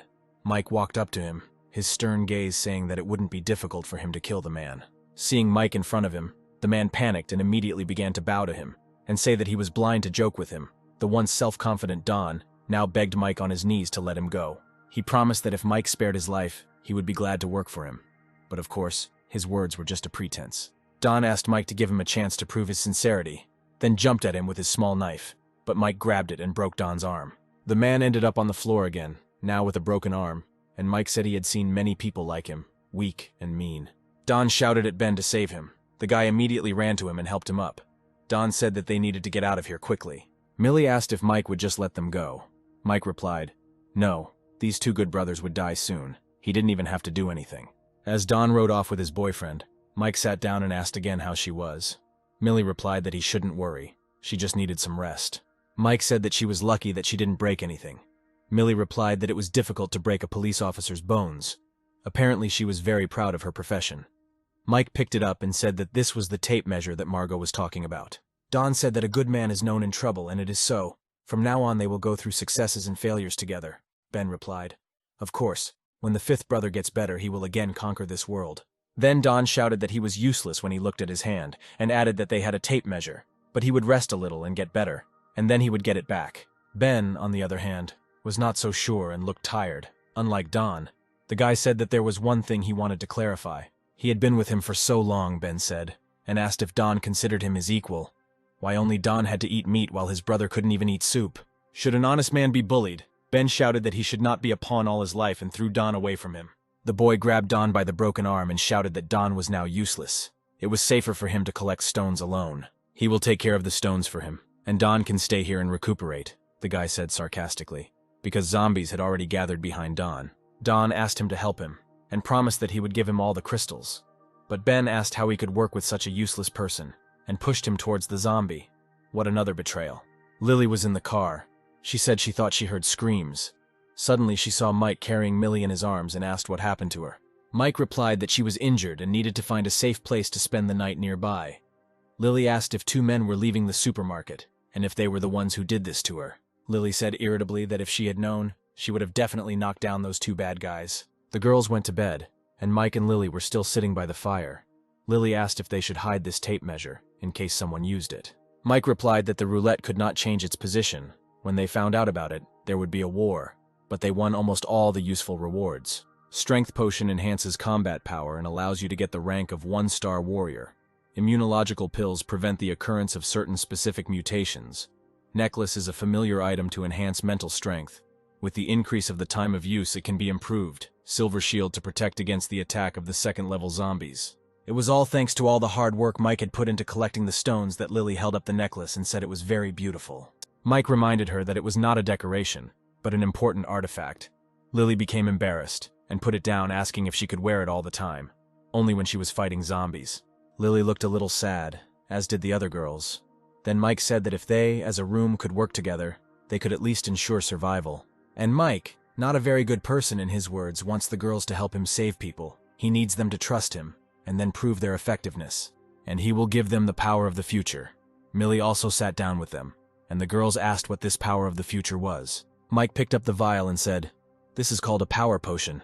As they know, it is one of the prizes taken from the roulette. The drug can significantly enhance a person's physical capabilities, such as muscle strength, speed, and even the body's immune and metabolic capabilities," Mike said. Lily asked if it was super strength. Mike replied that it was an exaggeration. Now it is the main drug for increasing strength with roulette. It can increase the body's efficiency by 20 to 30%, which is more than enough to deal with a normal zombie. Lily sadly said that she would not be able to improve her physique by 20%. The best thing about this potion is that it takes their existing body potential and increases it by 20%, so don't underestimate your capabilities, Mike reassured her. Miss Millie asked if Mike had become stronger because of this potion. Mike asked if his physique could be compared to that of a professional police officer.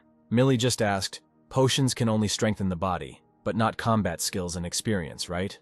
Now Millie also reached doubts, and she said that Mike knows a lot of post-apocalyptic information, and his combat abilities are even stronger than those of professional police officers. Lily thought that she had had the same strange feeling when she met him, because he seemed to have adapted well to the zombie world. Millie asked if Mike knew the reason for all this. Mike became nervous, and replied that he only knew what Margot told him, and they could find her if they wanted to know more. Mike was actually nervous. He thought he couldn't tell them he was reincarnated. Whether they would believe him or not, that was another story. But that was his ace in the hole. Lily said that meant Margot wasn't an ordinary person. Mike was surprised that they believed him so easily. Lily asked if the potion would really work, and if there were any side effects. Mike replied that the side effects are usually severe body pain, and in some people, bleeding to death due to rapid cell degeneration. This scared Lily, and she said that it could be dangerous. Mike replied that the risk could be weighed against the result. He would not force them.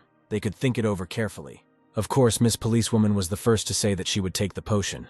Mike handed her the vial and said that the pain from it was too great for an ordinary person, and that it was better to be prepared. Lily thought that she couldn't continue to be a burden on the team, and she should try to become stronger and be useful to the team. So she told Mike that she would try too. Mike said they could drink the potion tomorrow and they should take an early rest today. Then he buttoned Lily's jacket and said she should watch her clothes. They were too baggy to move in. Where he saw baggy clothes is anyone's guess. Millie irritably shouted at the guys to speak more quietly, because she was going to sleep. Mike suggested that everyone rest. Tomorrow was an important day. Mike himself went to the truck to see his dog. The guy fed Yoke a cookie, and he was happily eating it, when suddenly Mike heard a rustle. The guy immediately took out a machete, but immediately stopped, because it was just Lily. Mike asked what she was doing here. Lily threw herself into Mike's arms and said she was a little scared. Mike asked if she regretted her choice. The girl replied that she did not regret it, but if she died from the potion tomorrow, she would never see him again. Lily even cried and admitted that she couldn't sleep when she thought about it. Mike hugged her back and stroked her head. He said that then he would ask her again. Lily raised her head and looked into Mike's eyes. If she succeeds, it's not luck, it's her determination. He asks her to join them to fight for his goals. He asked Lily if she agrees to be on his team. Then Lily wiped away her tears and said that she understood that he had saved her life, and if he gave her a chance, she would always be by his side and would no longer be afraid. Mike turned around and asked Millie what was going on. It seemed like Millie had seen all this romance. She asked Mike if he could tell her what he was going to do next. Then Mike replied that it was nothing special. Tomorrow he would go first to the hospital, and then to Pearl Lake in the south of the city. Suddenly Millie said that she might have to leave. This surprised both Mike and Lily. The guy was upset, because Millie is a good girl and an excellent fighter. Mike said he promised Millie that he would give her this power, and the promise still stands. Millie replied that he shouldn't worry. She would be back soon. She just had a few things to take care of. If all went well, then they would meet at Pearl Lake. Then Millie handed Mike some bullets, saying that he might need them. Mike took them, and said that in fact, even if she hadn't offered to give them to him, he would have asked her for them himself. A new day had arrived, and all three girls were getting ready to drink the potion. Lily and Penny were worried, and only Millie was not worried. The girls drank the potion. Lily and Penny fell to their knees and trembled. Mike said that he would go to the hospital and they could rest here. They could try hunting zombies nearby if they felt in good shape. But a little later, the girls nodded. Before leaving, Mike reminded them not to get involved with too many zombies. When they see a white magic stone or a mutant, it's better to just run away. As expected, he returned. The monster was lying quietly in the hospital. In his past life, Mike heard about this place. They said that 3 mutants were found in the hospital, who killed many strong teams. And after, the powerful 6-star warriors killed these 3 mutants, and received the scheme and eggs, according to rumors. It was the scheme for creating a sword. After that, a man with the practically strongest sword appeared in the team. This time, the scheme of the sword and the egg will be his. Mike killed the zombies in the district so that there would be no incidents. Now we need to make final preparations. Last time he prepared a net and a bow, but the bow was very weak. This gun is not bad, but it is gray rank, which is extremely weak, but Mike can try to improve it. He still has the claws that he got last time. This is how the magic bullets appeared, which are long range and very powerful. Mike told the dog to wait for him here and not let the zombies in. Mike went down into the corridor where the monster was lying. He took off his jacket and took it out. The monster noticed it and ran to him screaming. The monster slapped its paw on the jacket, but there was no one there. Then it began to look around in bewilderment as the jacket flew away to the side. Mike was hiding in the corner and had already prepared his gun. It turns out that the alligator quickly gets angry when he sees the red color. Mike ran out and shot him in the belly. The monster got angry and started waving its paws. Mike stood right in front of the monster and took out his machete. Mike jumped on his tail. The monster threw Mike, but the guy only took advantage of this. He thrust his machete forward. The monster opened its mouth. Then Mike put the machete vertically and immediately took out a gun and fired, so the guy killed this monster. After a successful battle, Mike went to the eggs of this crocodile. He immediately saw a piece of paper. In it were indeed written instructions on how to make a sword. The 3rd rank is purple. It is a very rare thing, has 1 passive and 1 active skill. It turns out 2 skills. When the apocalypse began, the first 5 years such artifacts were very expensive, but after a while they became cheaper, but were still expensive. Although the weapons and items that have skills are quite amazing, but the purple rank weapons with 2 more skills, it is one of the most expensive and best. However, it requires 1,000 5th tier magic stones to create it, so Mike won't be making it anytime soon. Then first of all, he will make a 1st rank sword, a sharp moon, then a 2nd rank sword, and then moonlight. All this can be solved. Mike was reborn. Is it really difficult for him with his knowledge? And these are excellent items. With their help, you can strengthen the body and psyche, and also make the pet evolve, so Mike loudly called his dog. Mike broke the eggs and cooked them on the fire. The evolutionary pills lived up to their name, and his strength and mental abilities returned very quickly. The guy clearly feels that the strength of his body has increased twice compared to what it was after taking the strength potion. Then Mike asked the dog to raise his head and show his abilities. Yoke raised his head.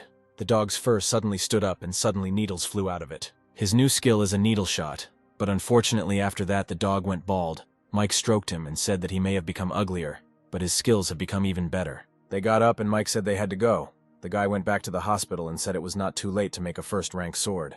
Crafting skills in action, monkey turtle claws and teeth, plus a 2nd class magic stone. And now Mike's sword is ready. He decided to test it right away, and the sword as expected is very sharp. There are also materials left to create weapons for the girls to increase their strength. Mike returned to the girls. He also brought the girls an omelet made from crocodile eggs. Mike asked if Millie had left and how the girls were feeling. Lily said that the magic stones are here. It wasn't hard to kill zombies. Now that they have evolved, they can kill zombies with a stick. Penny caught her by saying that Lily threw up when she killed a zombie. Lily replied that it was the first time. It happens to everyone. Mike praised the girls for their work. He thought that such a quantity of magic stones was nothing, but the ability to adapt so quickly to this post-apocalyptic world was worth the investment he made in them. Handing over an omelet, Mike told them to eat. Lily asked what it was. Mike replied it was food that would make them stronger. Mike thought that later, during the trip to the Pearl Lake, he should get one thing. There was one more egg left, so we had to be careful to save it. The girls were eating the omelet, and the dog was wagging his tail, asking to give him something to eat. Penny felt sorry for him and threw him some meat and said that it had only been a short time, so why had he become so ugly? and Lily continued to worry that she would gain weight after all the food they had been eating lately. The teacher said she felt that this diet had helped them a lot in improving their physical fitness. Mike asked Lily if she was finished eating and asked her to come to him when she was done. Lily came to him and Mike handed her the gun. A new weapon for Lily. Mike asked her to try it and see if it works well. If everything is okay, then she can take it for herself. Lily took the handle in her hands and began to swing it, leaving large holes in the ground from the whip. The girl said that when she holds the handle of the whip, it is as if she becomes one with it, as if it was made for her. Lily happily said that she used to do a little gymnastics, and with this, she is sure she will be able to help him. Mike asked Penny what kind of weapon she would like. Penny looked a little sad and replied that she didn't know yet. Then Mike said that there was no need to rush and suggested just thinking about it, the guy thought. It's not surprising, because in peacetime no one used any other weapon than a kitchen knife. Lily was tying her hair and asked if they were going to Pearl Lake. Mike replied that everything they were doing before was preparation for the next act. Not only will they have to face powerful monsters and a sea of zombies, but they may also have to endure attacks from humans. Mike asked if they were sure they wanted to come with him. Lily immediately raised her hand and shouted happily. Yes. Penny was unsure. She asked if she could help them. If they thought so, then she would go. But if Mike decided that she was a burden, she could stay. Then Mike suggested doing it together. He only mentioned the dangers they might face, not to mention what they would get if they succeeded. They got into the truck and drove off, Mike thought. In his past life, he had only had the courage to leave the house after he had exhausted all the food and drink in the house. As soon as he left the house, he was surrounded by a crowd of monsters. They all started running away somewhere. Mike was in a panic and didn't know where to go. These zombies were crazy. They just ignored him and ran towards the light and that sound, Mike thought, and decided to go home and just watch. The guy ran back to his place and started looking out the window. The zombies continued to run to the side. Suddenly, there was a huge explosion. Only after this did Mike gradually learn from the survivors what happened that day. In the waters of the Pearl Lake, there is a strange roulette. There is nothing but a gold bar to spin it. Only a magic crystal is needed. After activating this wheel, whoever spins it will receive a task notification and will be informed of the task reward. Evolution potions, silver tier weapons, skill scrolls, and mysterious recipes. No one can say what the outcome of this battle was. The people who took part in the war were either destroyed, disappeared, or became incredibly strong. The guys finally arrived at the lake. Mike came out and said that they would get a lot there, something very strong, and perhaps they would soon become the strongest in the city. 10 hours later, several men were surrounded. The old man with the scar asked. Mr. Lin thought about it for a long time. And what did he think? The man in the suit asked if he didn't say yes, would he and his brothers have to say goodbye to this world today? He was very angry, the man thought. Despite the fact that he already had 3 one-star men and 11 guns on his side, this old man had soldiers. If they weren't there, he would have more time, this young soldier, looking at his aura. The man is afraid that he is already a 2-star warrior. The old man said that if Mr. Lin were to ask him to answer the question he asked earlier, he could answer him clearly. Yes, if he did not join them, then they would not allow any surprises that could affect their plans. The man approached Lin and offered to fight them, but was refused. Moreover, their work will not be in vain, and they will receive the promised reward, the old man said. He pointed to the stars and said that even if they didn't believe in him, they should believe in the uniform he wore. The boy asked the old man, after this Mr. Lin would become as strong as him. Why not? Mr. Lin extended his hand and said that they would work with them. Then the guy came up and shook his hand. He said hello and said his name was Will. Then Mr. Lin asked if they would finally say what they were going to do, and the old man replied that they had received a tip. A special roulette appeared in the city's Pearl Lake, for which everyone will want to fight. It turns out they found the very roulette that Mike and the girls came to. The old man has eyes and ears in the area. The guy radioed the old man that it was time. They told him they would be there soon, and he ordered him to guard the roulette. Mike was sitting in his truck looking through his binoculars at the tape measure. He said everyone was getting ready. He jumped out and asked the girls if they were ready. He asked Lily to take the radio when the operation began. They should hide there. If they found a monster about a meter tall with a gold bag, let her tell him. Teacher Penny should stay here and keep him updated on what she sees on the battlefield, as well as keep an eye on that little monster. Mike will set up an ambush near this building. If Teacher Penny tells about moving with the monster, he and Lily will meet in that place. It's relatively safe for the teacher, but if she encounters a danger she can't handle, they may be the first to retreat. If she had the opportunity to continue looking for a high point to broadcast the battle and the location of the little monsters to them, Penny pointed to the high-rise building and asked if that place would be suitable. Mike replied that she could wait for them there. He also said that if she found the target, she should tell him. This little creature has little power, but it is cunning, and it can summon many mutant creatures, so you can't go alone. Suddenly a bright light flashed into the sky. Mike told the girls that the roulette had been activated and they needed to get going. Suddenly, the military men who were standing on the shore noticed a small monster sitting on the roulette wheel. It looks like this is the monster Mike was talking about. One of the subordinates ran up to the military man and greeted him. The old man ordered to report everything. The subordinate responded. Lin's detachment was spotted 2 hours from their departure point and arrived at the indicated position, the 2nd Battalion at 5 o'clock, the unit at 7 o'clock in position. In addition, Tim's team disappeared at 12 o'clock and all contact with them is currently lost. Unknown forces were seen at 9 o'clock, 4 o'clock, and immediately behind, their numbers ranging from a dozen to several hundred. A large number of mutated creatures were spotted at the intersection of the streets, in the direction of Will's Street and in the direction of the supermarket. And most importantly, they were now surrounded by zombies. After listening to his subordinate, the old man shouted to his soldiers.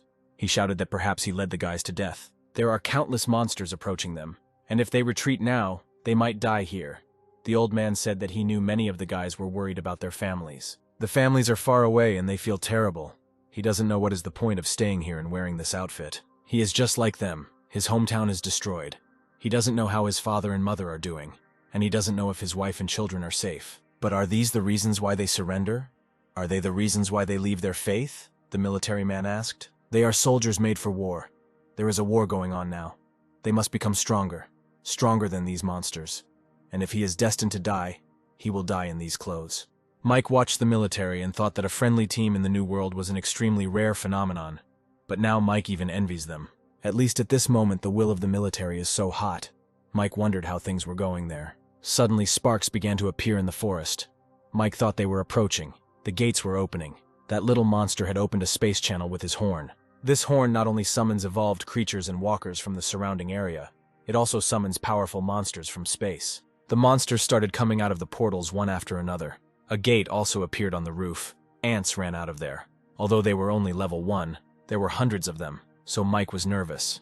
Mike wondered what level of monsters there could be from this gate opened by a small monster. How could so many terrible monsters appear here? Since the apocalypse began, not only have the wheels of fortune fallen to the ground, but also countless golden glows have been corrupting the surface. The crash sites are teeming with alien and dangerous monsters, and it can make anyone feel absolute despair. In such places, unknown plants, precious stones and resources are stored, and unknown treasures have been found there. A huge monster, a zombie monkey, came out of the gate, and this is very bad, because this monster is a 3rd rank. Mike thought it hadn't been that long since the apocalypse began, so why had a 3rd-tier zombie already shown up? In a past life, what was the fastest evolution of a person to 3 stars? It seems like about 3 weeks. Then what the hell is going on here now? This huge monster grabbed one of Mr. Lin's subordinates and squeezed him like a bug in his hand. Penny watched this from the roof of the building. Mike asked on the radio to report what was going on with her, where the little monster was now. Penny replied that he was now on the shore of the lake. Then he asked what about that Minotaur? Where is he now?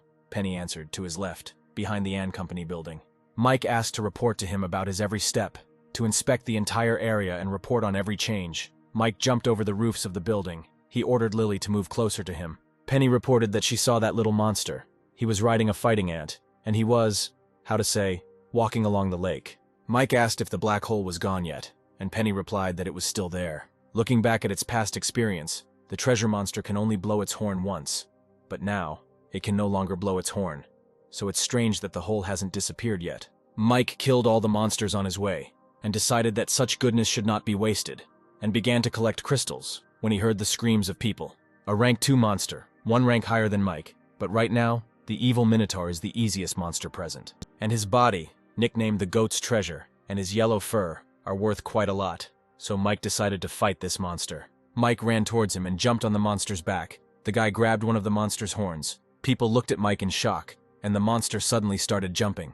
The monster decided to throw Mike off, but it was no use. Mike immediately stuck his machete into the monster's back to hold on. People were hiding and still in shock. They thought they couldn't even pierce this monster's skin, and this guy just stabbed him. The monster was very smart. He began to jump from side to side and hit the asphalt, but Mike still continued to hold on to the monster's horn. The monster looked at Mike, and the guy said that the monster wanted him to get off of him, and he fulfilled his wish. The guy wounded the monster again, and jumped to the ground. However, the monster did not wait long and attacked Mike again, but the guy pulled himself together and also attacked the monster. The monster continued to fight, but Mike confidently told him that he was finished. Suddenly, the monster began to step back, and then fell. And as Mike said, The monster's body fell lifelessly to the ground. He managed to kill this huge monster. Then the people came out of their hiding place. The guy asked if he really killed that devil. The man asked how he did it. Did he have some kind of plan? Mike looked at them sullenly and said that if they had fled the battlefield, then they should not come back. He was not going to play friends with them, so they could get lost. The guys didn't like this, and the guy said that they didn't deny that he was the one who killed this monster, but he shouldn't deny that they also contributed. The impudent guys demanded half of the reward. Mike grinned and asked if their share was a reward for their invaluable fear of the monster, or for that non-existent scratch they were able to leave on the monster. Then the impudent ones started shouting that Mike shouldn't act so arrogantly, and that he should learn some manners before opening his mouth, which is a very useful thing during the apocalypse. The guy was yelling that they were all trying to survive here, and he was sure he didn't want to make any personal enemies. Mike just yelled at them to back off. The most cowardly one, who was shaking the most with fear, shouted that there were more of them here, and at the same time the kid was acting so arrogantly, he ordered Mike to be a good boy and get the hell out of here and leave all his things here, otherwise they would kill him. The man said more calmly that Mike might not have noticed, but there were 3 of them, and suggested that he think about it and not do anything stupid for his own sake. He pointed to his hand and said that he couldn't even move his hand and asked if he could fight against the 3 of them. The guy pointed at the guy with the bat and said that he was a real psycho. Yesterday he had already killed a couple. The world had changed. Now power was in charge here. It was strange that he was talking about power, while they had run away from the monster, and Mike had calmly killed him. But then Penny radioed him to tell him that a horde of zombies was running towards them, and that little monster was still riding on an ant and had run into a candy store. And one team of survivors is heading there. Mike thought that their main target is this little monster. They just can't miss it. Mike must quickly get to the goat's treasure and run to them. The freak told him that if he leaves, then he should leave his gun, radio, and everything else. Then Mike turned around and said, "Guys, you typical greedy pieces of shit." The guy decided to attack first. He thought that with the onset of the apocalypse, everything had changed. The one who always did not let him sleep peacefully, humiliated and scolded him in response to his complaints, would never bother him again. His boss, who undermined his authority, got down on his knees and begged after he broke his daughter's legs. This man has no authority. He's a loser. The idiot confidently attacked Mike, but Mike, with one swing of the knife, cut the bastard's hand. Mike said that in the apocalypse world there is a saying, if you want to kill someone, don't forget that you can be killed too. The guy kicked the freak and he flew back and fell on his own. They also fell and started whining that it hurt. Mike started cutting the monster and said that they didn't have to remember his words. They wouldn't help them anyway. Millie was with other soldiers. She was defending the street. The chief said that she was not herself. Millie replied that she was fine. Then Millie asked her partner if everything was okay with her. The girl replied that she was fine, just a little worried about her husband. The man told the girl that she shouldn't worry. There weren't many zombies there, and besides, the armory was nearby. Then he asked Millie why she was going to leave them. Millie remembered Mike and tried to find the right words. But then one man said that everyone should pay attention to the task. That sound was made by that huge monster. The monster started running towards them, and all the soldiers started shooting at it at once, but the bullets did not harm this monster. The boss ordered Millie to help him, but suddenly some terrible rats ran in and the guys started shooting at them. Suddenly one zombie ran towards them. Millie pushed the main one away, but the zombie managed to wound Millie's hand before the main one killed him. The man started shouting why she did it at all. Millie replied that she wouldn't get infected from it, but the man shouted that saying it wouldn't change anything. Then Kate suggested that Millie cut off her hand. Then perhaps she could still survive. It was better to be crippled than dead. But Millie freed herself from the grip and shouted that her body had become stronger due to evolution. Everyone looked at her in surprise. Then she showed them her hand, which was completely healed. She said that she would be fine since she had evolved, then took the gun and ordered everyone to prepare for the monster's attack. Normal bullets don't hurt the monster, so Millie raised her gun and shot it straight into the monster's eye, which actually hurt the monster. The monster got angry and grabbed the car, throwing it into the building. Millie shouted to her people to lie down immediately. "Let's get back to our hero," Mike asked where Lily had disappeared to. She replied that a group of idiots had been chasing him and had stopped him. Mike asked if she could handle them. Lily replied no problem. It would take time though. Mike replied that she should think about her safety first. If things get tough, Mike suggested she go to the teacher. Mike looked up and thought, judging by the sounds of this zombie macaque, she went into berserker mode. It looks like she was injured. The guy didn't know that Millie had injured him. Mike complained that it looked like his hand wouldn't be healed in a short time. But if he had a pharmacist or a healer in his group, it would be great. During the apocalypse, people mostly died not during battles, but from lack of treatment after battles or from diseases. Medicines were a very expensive thing. They were more valuable than water and food. Having one healer in the team, You can safely move into battle." Mike came to the street and said that this street leads to the road that goes straight to the shore of the lake. At this time, Lily was blocked by a bunch of bastards. The fat one took out a gun and said that they would not let her go, not because they wanted to, but simply because it was very dangerous around, and it would be safer to stay with them. Fatso thought. Despite the fact that the commander gave him weapons, people, and a drug for evolution, he dared to take the card that he personally knocked out of the Wheel of Fortune. This card clearly has some special use that he doesn't know about. This commander wants to use him as cannon fodder. But this girl is kind of weird.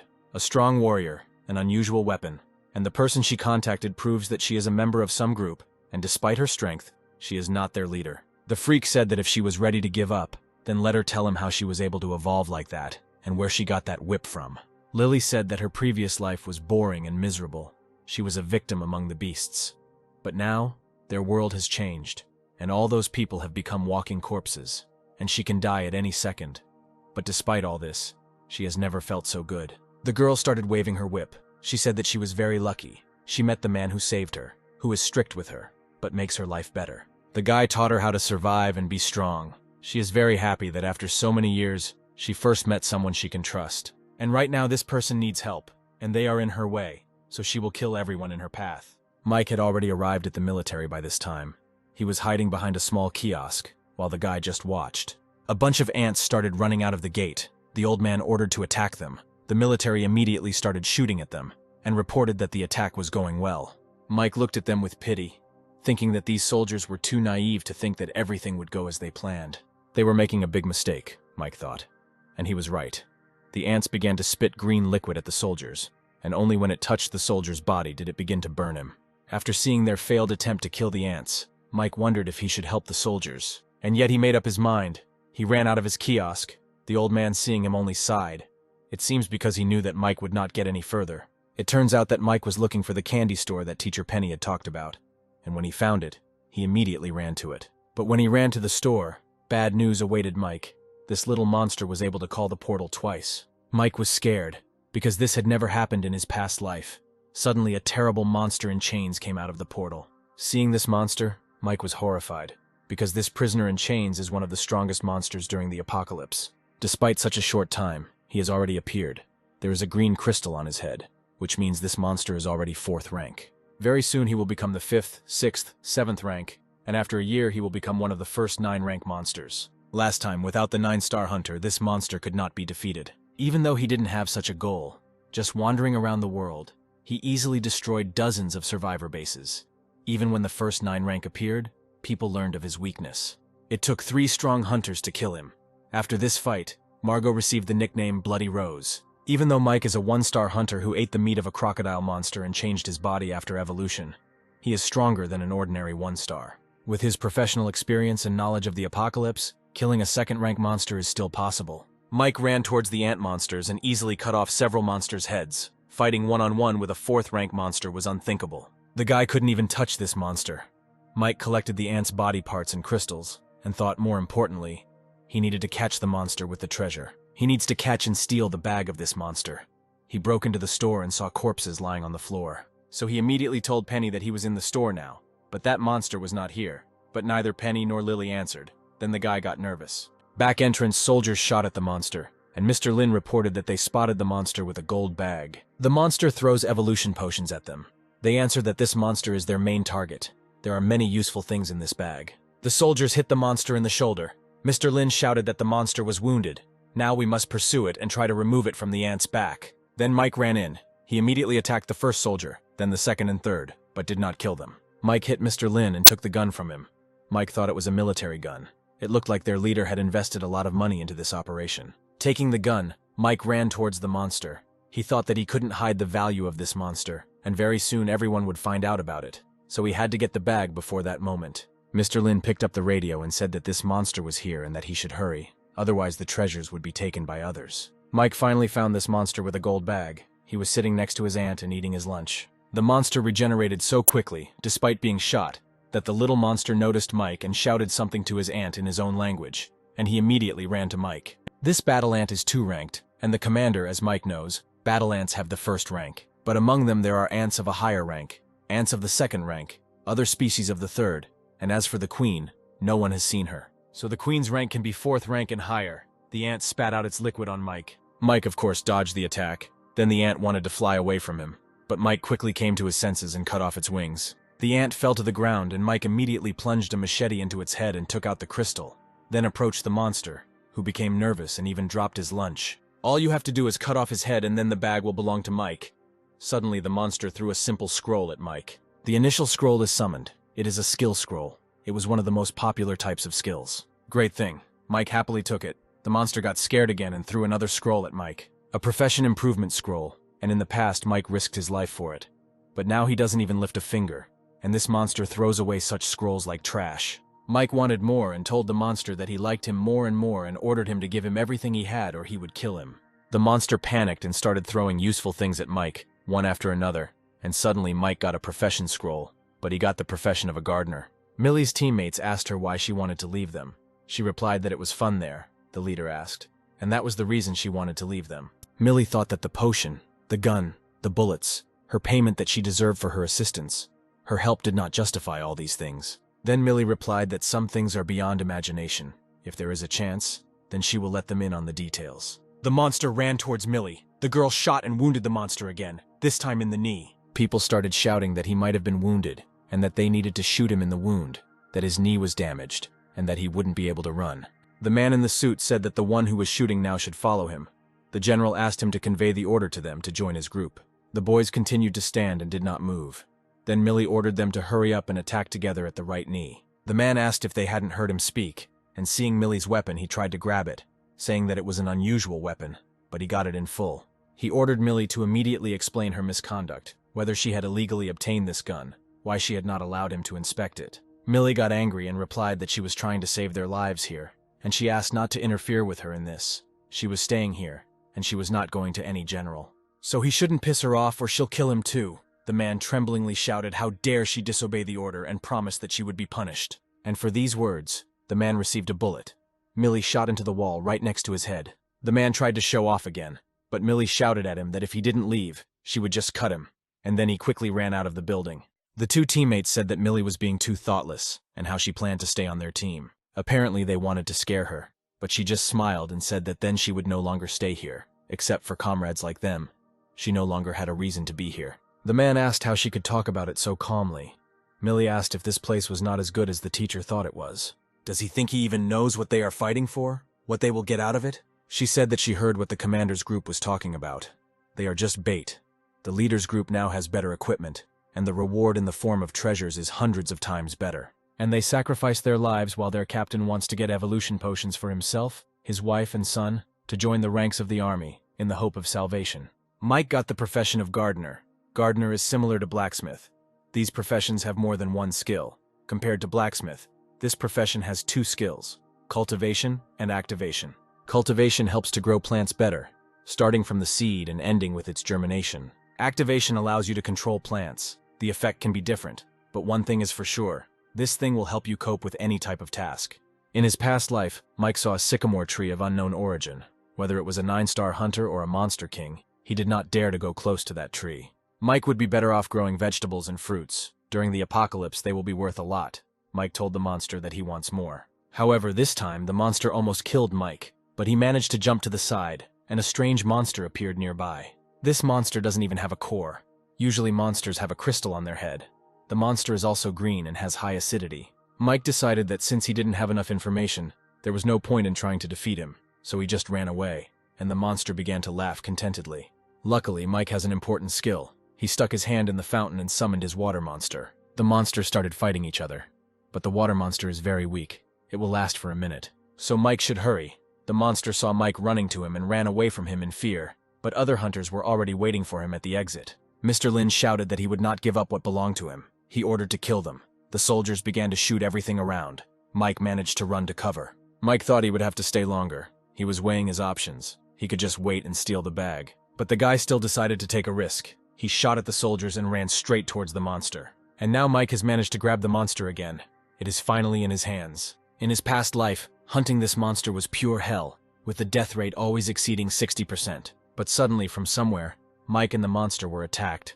What a pity, because Mike could have just won this race. Suddenly, 3 awakened ones appeared out of nowhere. They were so ruthless. Apparently they adapted easily. The girl ordered Mike to get out, then she would spare him. But Mike grabbed the monster tightly by his bag.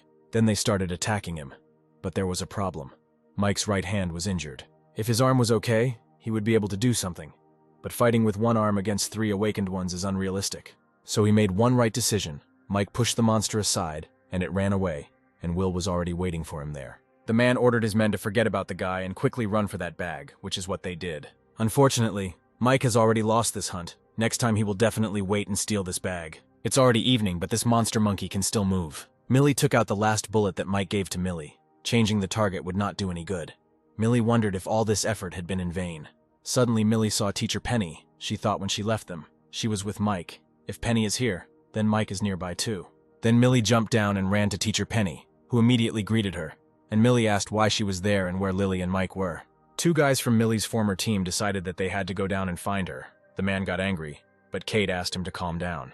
Suddenly that man burst into the room. He asked where Millie was. She tried to kill him and also disobeyed the order. She should be scolded and punished immediately. Kate asked him if he realized what time it was, and he started talking as if he didn't understand. The man shouted that they needed workers now. It was not the time to ask people to take responsibility for their actions. Then he jumped out and ran after Millie. Kate just smiled and thought that she even envied others, but she was different from them.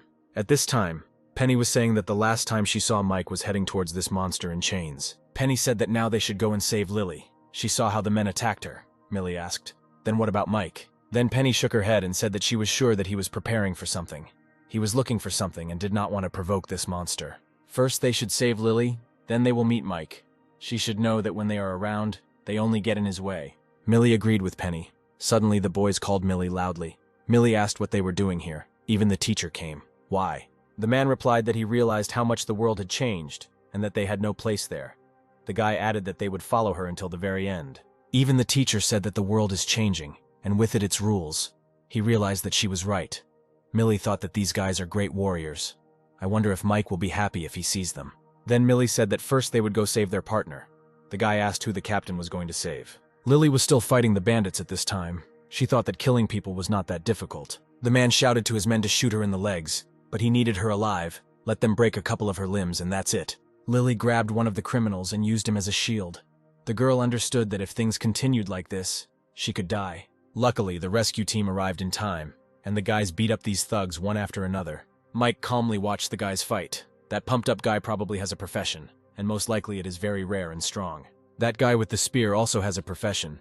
These 3 not only met 1 star wheels and evolved to the 1st star, and each of them also encountered a 3-color roulette and they knocked out a profession for themselves. But having a profession as a top star is not at all strange, because you can't know the exact number of these wheels, and you won't know when they will appear. And those who have seen wheels before will gain courage and intelligence, understand how to use them, and then they will instantly become much stronger. And this soldier who came out of nowhere, clearly a 2-star hunter, Mike again ran after the monster with the treasure. Despite his rebirth, he still has 1 star, and if he hadn't been lucky, he wouldn't even have a profession, Mike complained. Could they spin the 2nd rank wheel anyway? He knows where the 2nd rank wheel is, but will there be enough 2nd rank monsters there? If there are a lot of them, will Mike be able to kill them? The guy with the spear attacked Will, but Will didn't even bat an eye. He grabbed the spear and hit that strange guy. Will's blood glowed on the tip of the spear, and the boy said that the spear was now his, and they better not go near it. With these words, Will threw a spear at the girl. She did not have time to dodge and the spear hit her in the stomach, and Will said contentedly that this bag belonged only to him. But turning around, the guy saw that the bag was already with Mike. He finally managed to take this bag. Mike thanked the guy for helping him stop those guys and immediately ran away. The only question was where to run. The guy kept running after Mike, and even managed to hit him on the cheek once. But no matter how Mike ran and hid in the fog, Will found him. This guy is just a 1-star hunter, but he would have been in trouble if Mike hadn't been able to dodge his silver dagger. But then the guy suddenly tore his uniform. And then Mike saw the black skull tattoo, and now Mike realized that Will became a 2-star hunter because of the Dark Soul Eater. Meanwhile, the soldiers were getting worse. One of them told the captain that there were more and more of these zombies, and their brothers would not be able to hold them back for long. They lost contact with 2 of the 4 border commands. The general said they could no longer hold them back. They had to retreat immediately. The captain told them to tell everyone that they were moving to the left side, but there was that monster with chains. The old man thought that everything was fine. It was worth it. Will and the others would cope with their tasks. If he only met them, despite all the sacrifices, it would be justified.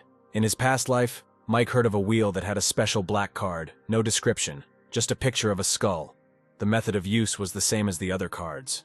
If this card was used, it was able to absorb souls of the same rank as the owner, without a time limit and adding 1 star. It is said that 1-star hunter will absorb another 1-star creature. It will evolve to 2 stars. Then the 2-star, having absorbed another, will be able to evolve to 3 stars. But absorption also has its limits. The owner can only evolve twice, and as they say, this card has one serious effect. The owner cannot live longer than 10 years. Mike was sad that in such a short time, a 2-star hunter appeared, and admitted that this made his pride sing. Will ordered Mike to immediately put this bag down, and he would let him go. Mike then told Will that he had come as a surprise and dared to ruin his plan. But that didn't mean he had given up. Will wondered. This guy still had some kind of ace up his sleeve no matter. Plans are nothing, before a force superior to you. Suddenly Mike told him to look back. Monsters and soldiers were approaching them, and on the other side was that same group of hunters, Mike said. Apparently all the survivors were now gathered in one place. Mike said he heard his name from a subordinate. His name is Will, someone Mike used to admire, but now he sincerely despises. The soldiers deserved their respect, and even in the apocalypse, they must defend their honor, and he is no exception, including his captain. Mike started shouting. He said that their hearts were consumed when the apocalypse came. Mike asked what they did until today. They were all stroked by greed. The captain arrived in a tank, and Mike continued to say, since the beginning of the disaster, they were the only force in the city. But what they did, saved innocent people, helped the victims, killed zombies. No, they did absolutely nothing. They just killed zombies for their own benefit, not to save people. Instead of saving people, they recruit them, and for this reason they were able to evolve. The guys who helped them were nothing more than cannon fodder that they didn't care about, Mike said. Suddenly Mike ran up the mountain and told Will and the greedy commander, whose souls were mired in sins, if they wanted to, let them come and take everything. Mike opened the bag he had worked so hard for, and poured out all the things. The girls overtook everyone else and grabbed their prizes. Millie tossed one prize to Penny's teacher as she was lagging behind. One of Millie's subordinates found one of the rewards, but Will ran and threw a stone at him with all his might. The poor guy flew back. But Will also failed to grab the reward. Millie's subordinates began shooting at him, but he managed to dodge the shots. Millie noticed another reward, but the old man ran forward and pointed a gun at her. Then she stopped. But the old man also failed to get this reward. A guy with a spear blocked his way, and the man grabbed the ball, joyfully shouting that now it belongs to them. The soldiers were sitting in ambush. A man in a suit ordered to shoot. Another asked who they should shoot at. The fat man hit him on the cheek and shouted, "Are there guys here?" and ordered him to shoot at everyone in a row. Kate was tormented by doubts. She thought that the captain was cruelty itself. He ordered to shoot even at former teammates. The guys were still there. Suddenly a terrifying monster appeared on the horizon. Mike shot at the chain of this monster. The old man realized that Mike was trying to attract the monster here and try to kill them with its help. With his current capabilities, he shouldn't even hope to kill a level 4 monster. Mike wouldn't even be able to injure him. But if you compare it to the treasure monster, he can get even more benefit from this one. Namely, the chains that he is wrapped in. They were nicknamed Ghost Gold.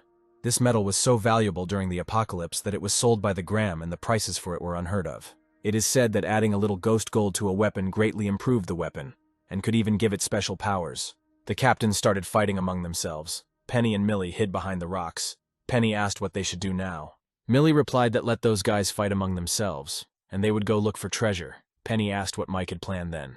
The huge monster tried to hit Mike with his club, but Mike jumped on it and grabbed one of the chains. It was very difficult, but he thought he had to bear any risk for the sake of this gold. All the suffering will be worth it, after he gets it. The chain gave a small crack.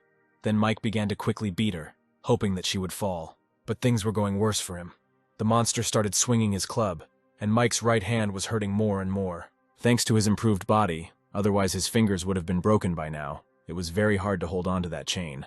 Mike doesn't even know how many more times he needs to cut her, but he's gone too far and can't go back. So Mike took out his sword and stabbed it into the monster's club. Then he activated his gardener skills. Suddenly a very insidious plant began to crawl out of it, which can only be obtained from wasteland monsters. They are very rare and valuable. Mike lowered his hand and then cut one of the chains with his machete.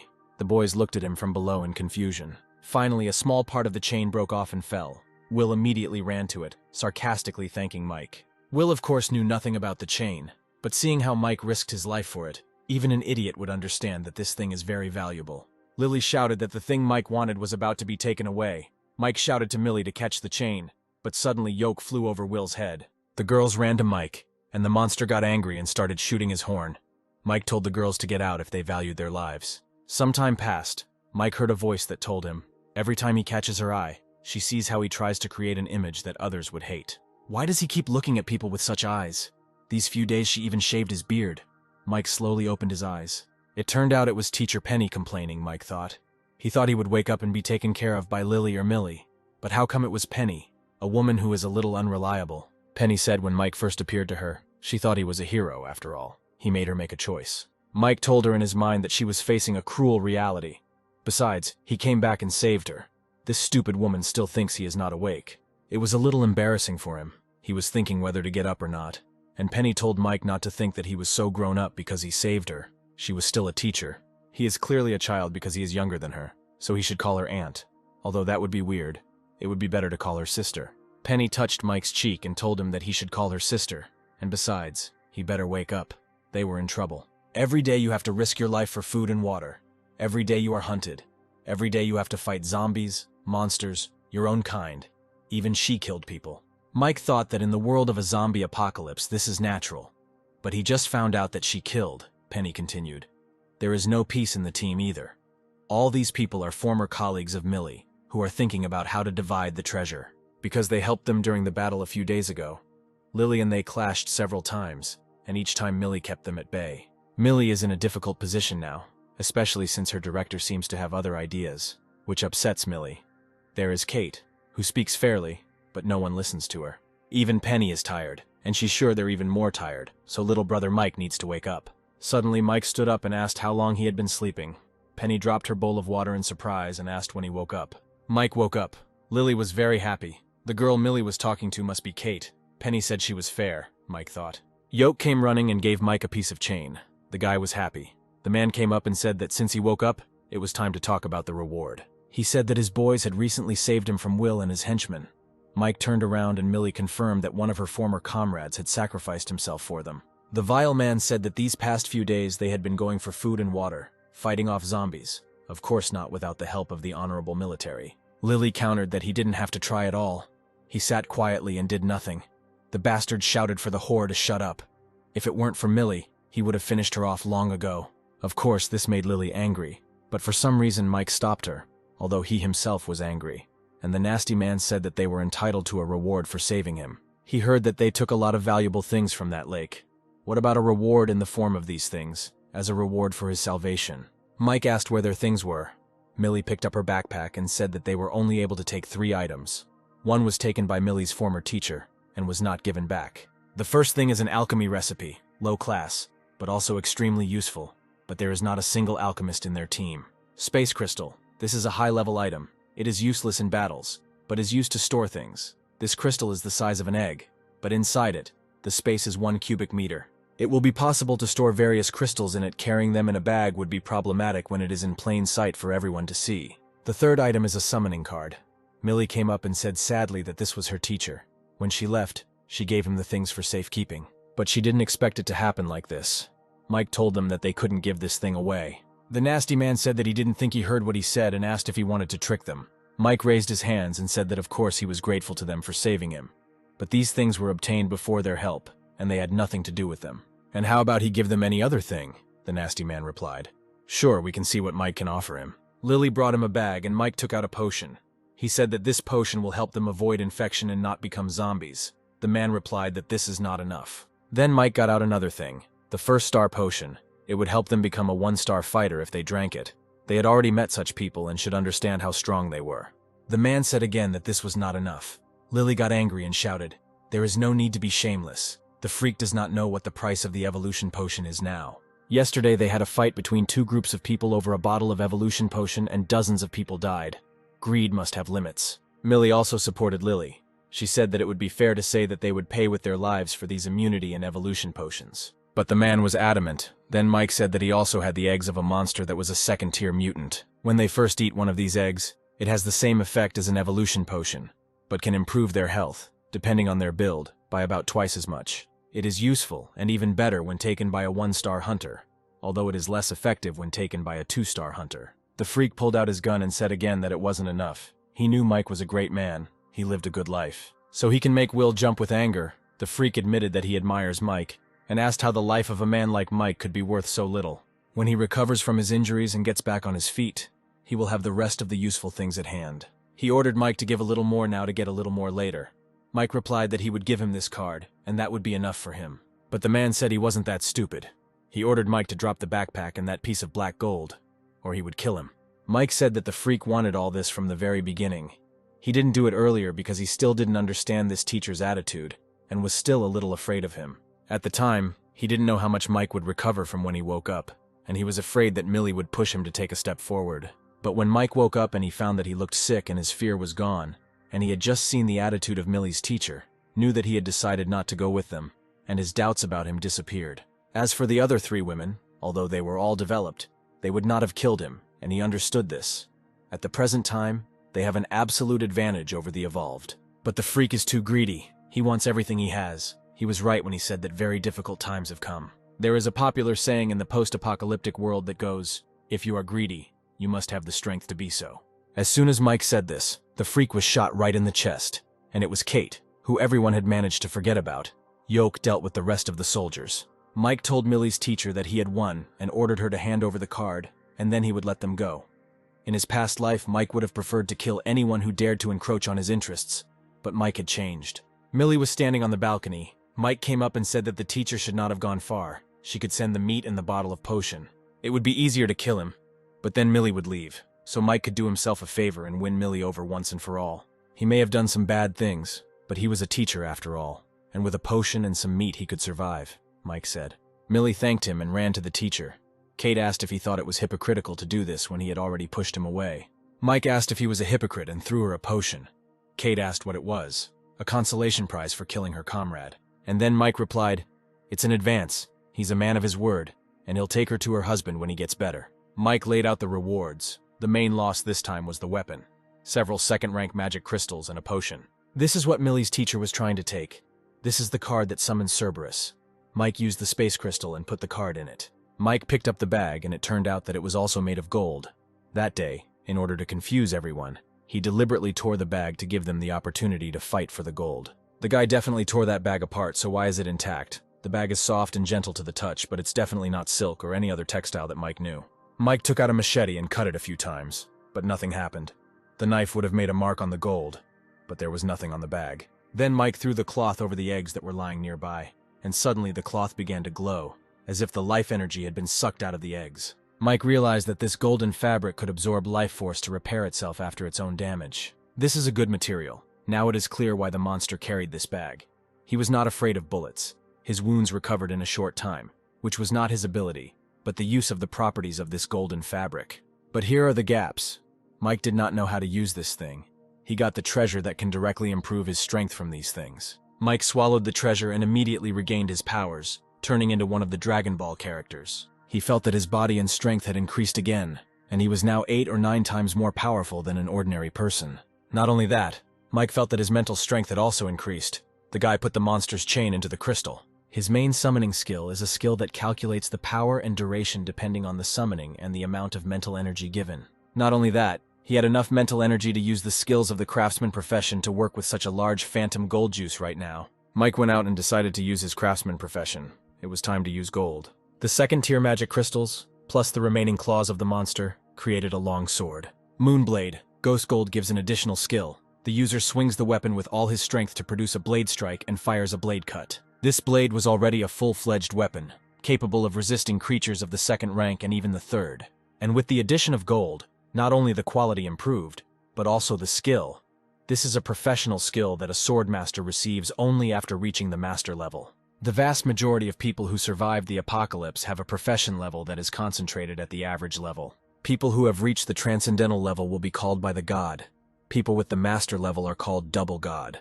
The blade's additional ability is a roar, with which Mike feels he can cut through the skin of a chained 4th-rank prisoner. But Mike is still a beginner craftsman, and he can't take full advantage of the ghost gold without better materials and plans, so he might as well stop.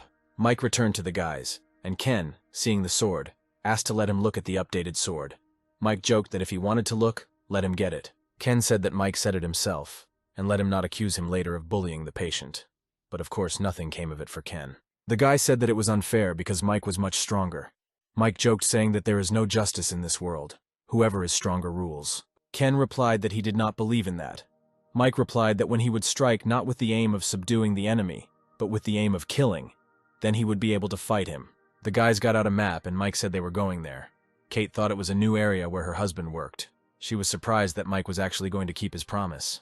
Much time has passed since the end of the world began, and the outside world is completely filled with zombies and monsters. A loud noise attracts zombies from several blocks, so they have to go on foot. Millie said she could look into other places, but the last place Mike mentioned was a medical facility. Mike replied that hospitals in a post-apocalyptic world are weird, and that's something they should know about. Mike couldn't tell the reason yet because he wasn't sure. Now that Mike had set a goal for himself, he decided to go this route. Kate said she understood that he wanted to avoid this densely populated old area. But what's the point of going the other way if they go this way? Even if everything goes smoothly, it will take them more than 15 hours. Mike replied that he had promised to send her to her husband, but that did not mean that he should risk his life and the lives of his companions. Then Mike said he couldn't guarantee safety. Millie asked if that meant they were leaving. Mike replied that they had a hard road ahead. The man was bandaging his partner's hand when a guy with a spear came into the room and said that he had received another 35 pieces. This time it should be enough for them. Others have over 300 stones, which should be enough. The man complained that the 200 stones they received in exchange for the stolen silver items were wasted. The guy asked who knew that it would take more stones to spin it once. The girl replied that there was no point in complaining about this wheel, because without it they would have died long ago. In fact, they have a lot of time to get a lot of stones that they can spend on themselves. And the color roulette that spins twice and turns into a profession roulette is just amazing, the guy said. Suddenly Mike opened the window and burst into the room. He held a knife to the girl, then Millie and her partner burst in.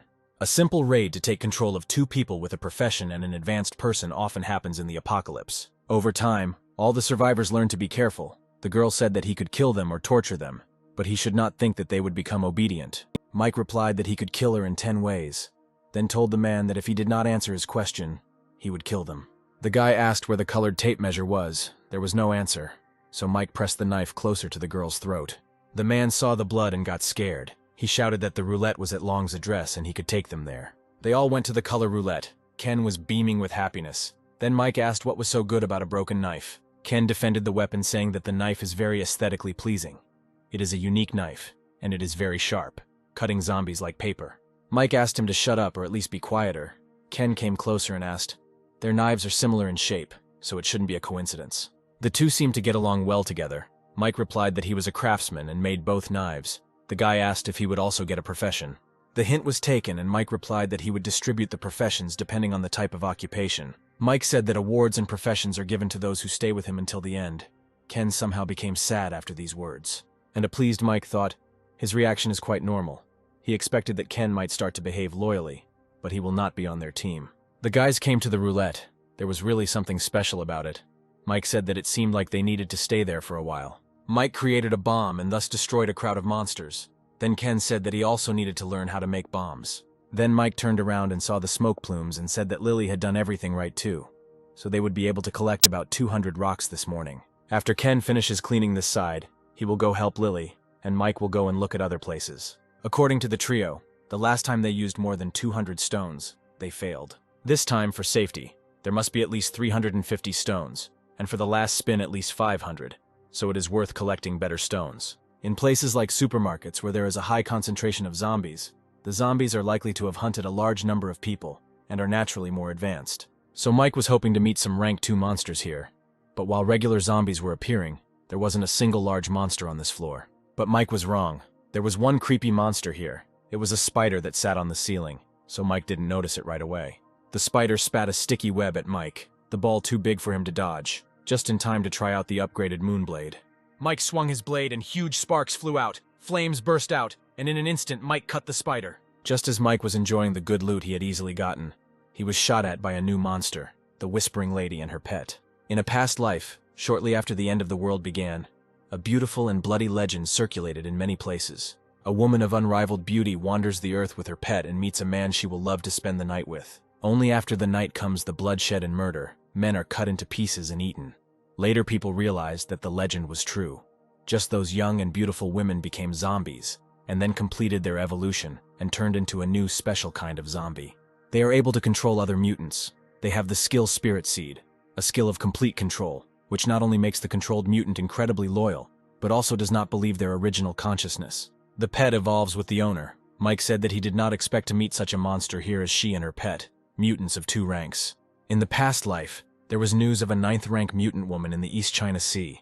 Some saw such a mutant riding a giant snow-white snake. Although many 9th-rank mutants can speak human, the only ones who can speak with an accent are the Whisperers, and such high-level mutants have become less bloodthirsty and sometimes trade with humans. There are even suspicions that some of these women regained their pre-mutation memories and personalities after evolving to rank 9. But this girl is much more bloodthirsty than all mutants up to the 9th rank. She doesn't even think about him. She considers him ready-made food. The cat girl ran and started eating the spider that Mike had just killed. They just weren't afraid of Mike.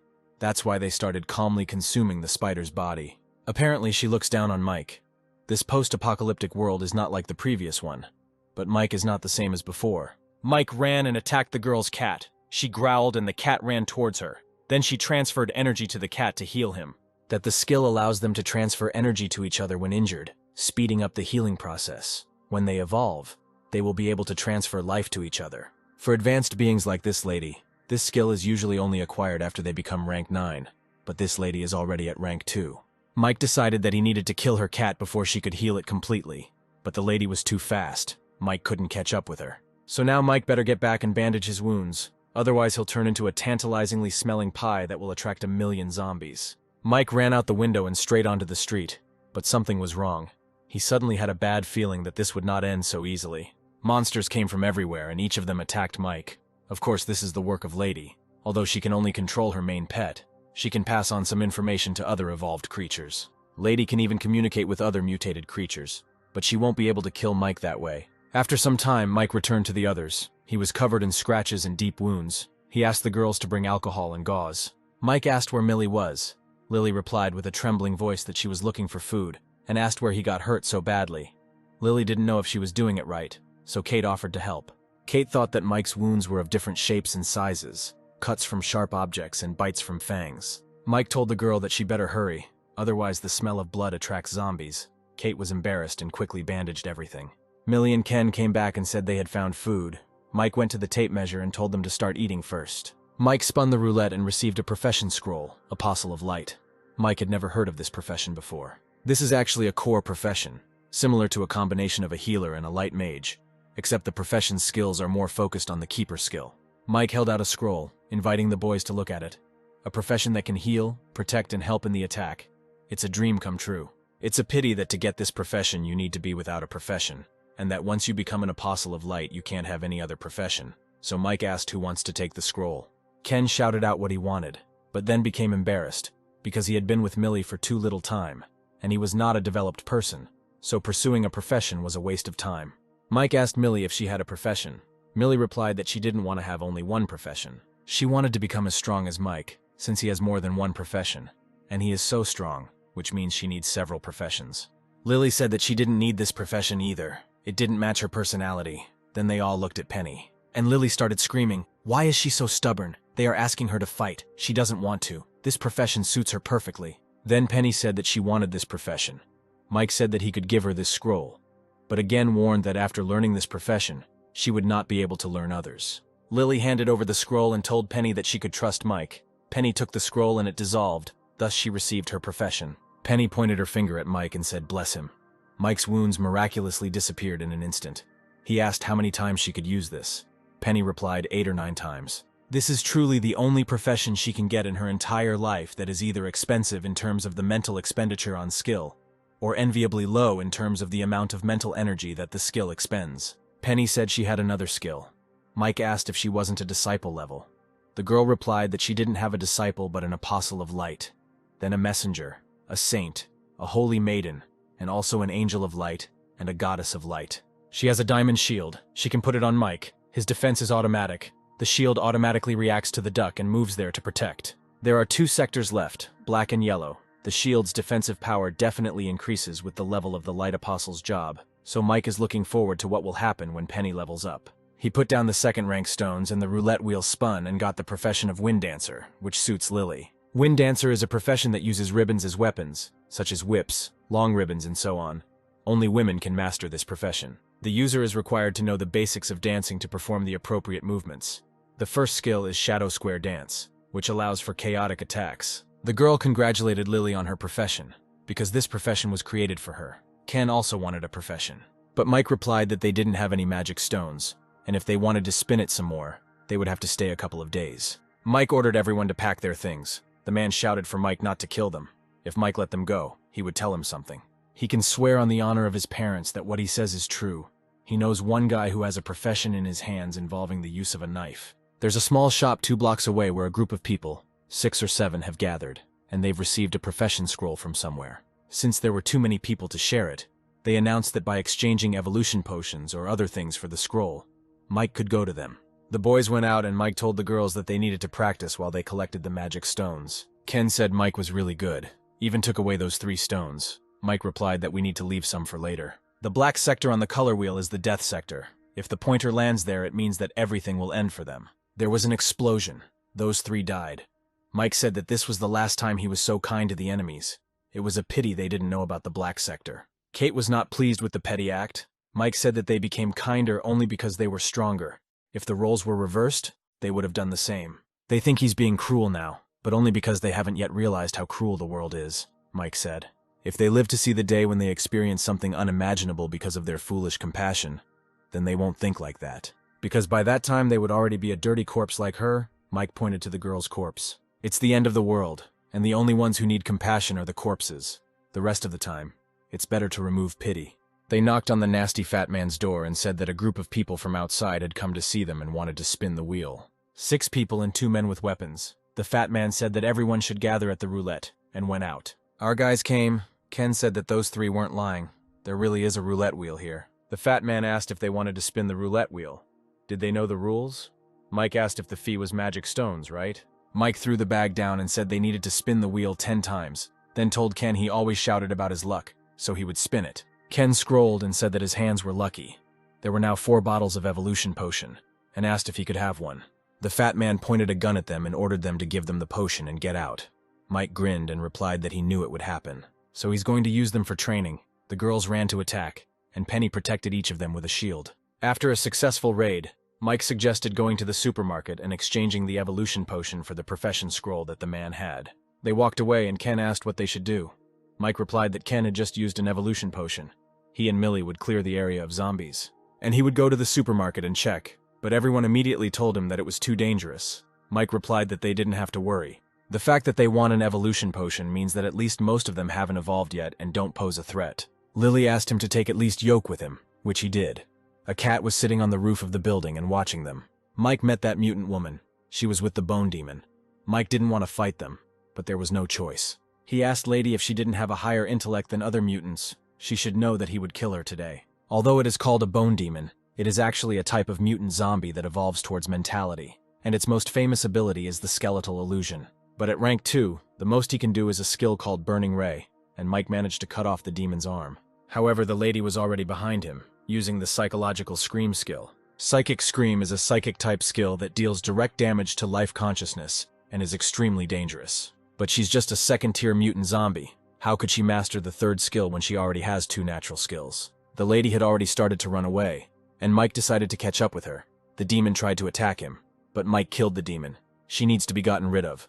Otherwise, she will constantly attack him. But suddenly, Mike heard people talking in the store, and he thought, the only goal now is to exchange, to get that scroll and increase his strength as soon as possible. Then Mike came up and knocked, saying that he was here to make a deal. He had evolution potions. Mike told Yoke to go back to the guys. He would return after the exchange. Suddenly, they asked him how he found out about him. It was a man, Mike answered. From the Trinity. He is alone and there are no zombies nearby. The man told Mike to enter slowly and with his hands raised. Mike showed them the potion and said he needed to go get their goods. The man nodded and the other showed him the envelope. Mike asked to look, but he was ordered not to move. The man demanded 6 bottles, but Mike replied that it was too expensive, so they began to bargain. At the beginning of the post-apocalyptic world, the value of evolution potions was very high, as each bottle cost 10 or even 100 stones. In this world, it is very important to be able to obtain evolution potions and become an evolved person. A profession scroll is good, but if you are not evolved, it is a waste. Mike put on his briefcase and said that they should know how hard it was to get evolution potions these days, and 3 bottles cost a lot of resources. The man said that 3 bottles was the highest price they had been offered in the last few days. Mike asked why they needed 4 bottles. The uncle replied that 2 members of his family were in very poor health and terminally ill, and if they did not become developed people, they would not live long. The evolution potion improves all aspects of the human body and has some healing properties. It does not affect incurable diseases. Then Mike took out an egg and said, "This is a second-rank mutant egg." He took one. It may have some effects of the evolution potion. Although it is not as powerful as a potion, it can be consumed multiple times and will have an effect each time, of course. It works best the first time.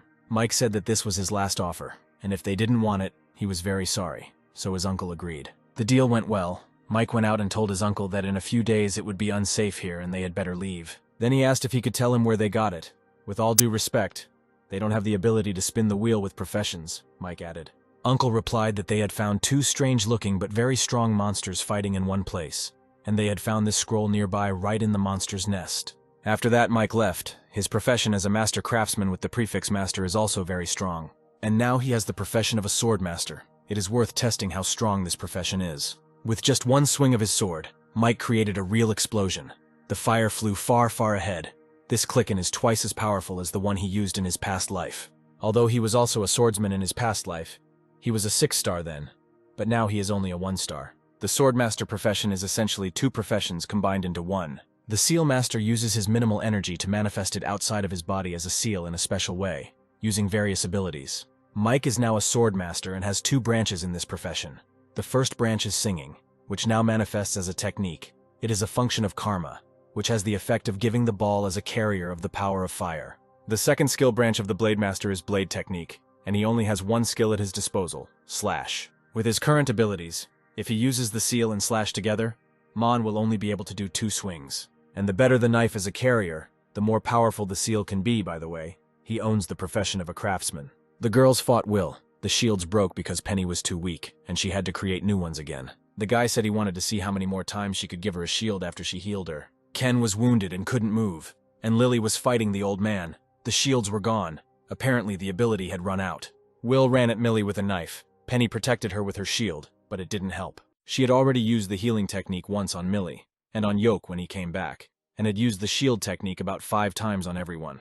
Will almost killed Millie, but luckily Mike got to the guys in time and used the flame blade seal. Mike cut off the bastard's hand and he ran away like a coward, just like the other soldiers and his old man. Then Mike said that they should run away too. Lily asked what was wrong with him. Mike replied that this technique consumes a lot of energy. The guys went up to the roof. Mike was already asleep, while the girls were cooking, and Ken and Millie were training. Mike woke up and said he was fine after a good night's sleep. Unfortunately, he used his fire sword twice last night and was too exhausted to kill this Will. They sat down to breakfast. Ken said that he could fight Millie and asked to be allowed to use the moonblade. Mike asked if it wasn't just a knife. Ken replied that Mike hadn't seen Will's face yesterday. Although their high level of evolution gave them an advantage, they didn't dare touch the blade of the moonblade. Then Mike agreed to make him a moonblade. He came up and melted the iron door and created a sword. Everyone was shocked. Mike proudly said that his second profession is a craftsman. Mike said that Ken should be grateful. It requires a 2nd-level magic crystal to make, not to mention other materials. The boys had strayed from their intended route, so Mike pointed to the street and suggested they follow that path. 2 bandits entered the room where several men were sitting. The main one asked how the old men were doing. The uncle didn't answer. Then he said that he was here to tell them that they were running out of food, and they should go and find it. Those who go will be given a full meal and a bottle of water, regardless of whether they find food or not, and if they do, they will receive a prize for 3 days. 2 guys volunteered, but the uncle was silent. Then the bandit said that he was still missing. The bandit called him a musician. Mike and Ken were in the room. Ken asked Mike if he was sure this was the place.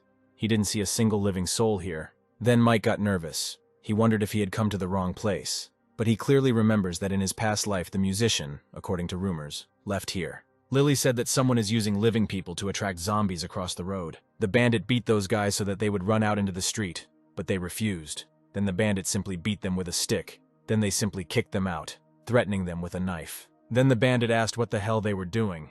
One of the guys said that there wasn't much food in this supermarket. Then the bandit hit the guy in the face and shouted that it wouldn't even last a day. That's all they got for wasting 2 baits. Another bandit said that most of the zombies outside were distracted, but there were still about 5 zombies.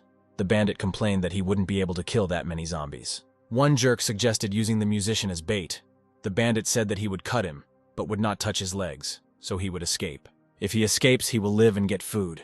If not, he will have a bad life.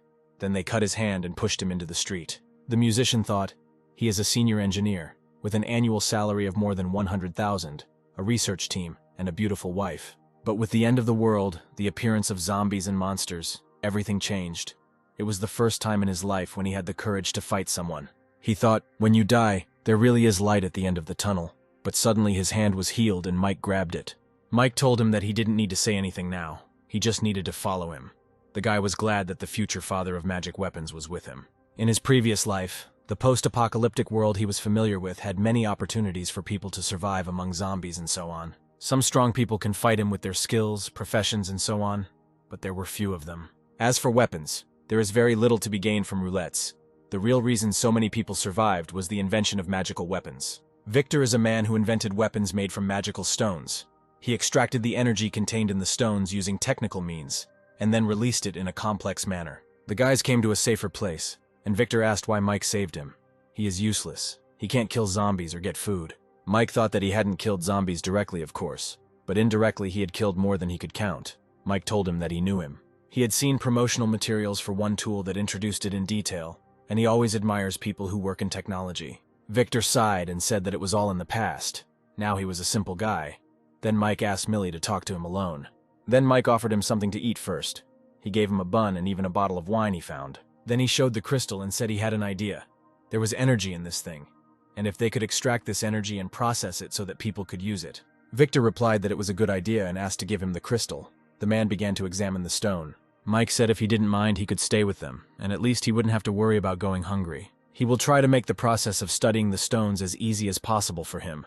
Victor asked to do one thing for him, and after that, his life will be in Mike's hands. The bandits thought that the group they met today was obviously very strong, so why would they save a loser? Before they could even start eating, Mike burst into their buildings. Mike asked if it was them. Victor replied, yes. Then Mike grabbed the guy who threw the musician out into the street and threw him on the ground, then said that the musician could do whatever he wanted with him. The musician picked up a brick and started hitting the guy with it. It wasn't a pretty picture.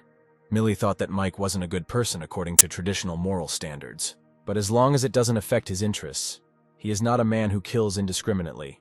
But what about this man? Kate couldn't stand it and grabbed his hand, saying that that was enough. But the musician didn't think so. He was rude to her. Ken burst in and said they had found people in the next room. They all came out and came to the door. Then Mike told the musician to go inside himself. There were things he had to decide for himself. Ken asked who this man was, what business he had with these guys. Mike replied that the world was in chaos, but the murder of parents and the debauchery of wives still remained an unholy offense. The musician came out and said that he couldn't do it, and let fate punish them. Then they left. Several people came running and asked if they could go with him. The musician said that he needed help with his research. Mike replied that he could only take 5 people, his choice. They had a lot of important things to do, and 5 people was the limit. The guys returned to the roof, and Mike pointed to the map and said that they were very close to that area, and this was their last target. Having cleared this place, they will go in search of her husband and the farm, an ecological farm for breeding wild pigs. Ken was delighted and said that he wanted to eat pork every day. Mike scolded him and explained that they would go for the second-tier magic stones. Lily said that Mike had already killed more than one second-tier evolving creature. If they worked together, they could kill a less powerful mutant. Mike smiled and honestly said that the farm needed at least 50 like them, which greatly surprised the guys. A man on a farm was drinking wine and complaining about its taste, and he was dragging a man along with him. Then he threw this man to the wild pigs. It turned out that they also evolved. They began to eat man. When they evolved to the second rank, they will help the man find the second-level roulette so that he can become a 2-star warrior. It was Glenn, a graduate of a prestigious university, who was supposed to have a successful career. When he was about 30, his career reached its peak, and then he married a crooked woman and started a family. However, he was set up by his colleagues and superiors, and accumulated huge debts, and his parents died of illness after they wanted to help him pay off his debts. With financial support from his university friends, Glenn decided to start a boar farm, and discovered that he had a talent for farming that others could not match. However, Glenn's farm was on the brink of collapse when the purchasing company defaulted on the contract, and the chain of capital was broken, leaving Glenn in despair once again. It was then that the apocalypse came. Glenn discovered that his boars had mutated, becoming strong and bloodthirsty. But the only thing that remained unchanged was that they listened to him as their master. Suddenly he felt that one of his babies was dead, and another one. He got up and ran to the window. There can be no mistake. This feeling of slight fluttering of the heart, which he feels only when one of the babies dies, cannot be an illusion. And one more. Maybe they met a zombie mutant of the second rank. Then he whistled and all the pigs ran to him. Ken was sitting in a tree and reported that the man had gone away and left 7 boars to guard the house. 3 boars of the second rank and 4 of the first. Millie said the wild boar he had taken, plus the surrounding free-ranging boars, and a few more, made a total of 74 boars. Penny asked Mike if they should reconsider.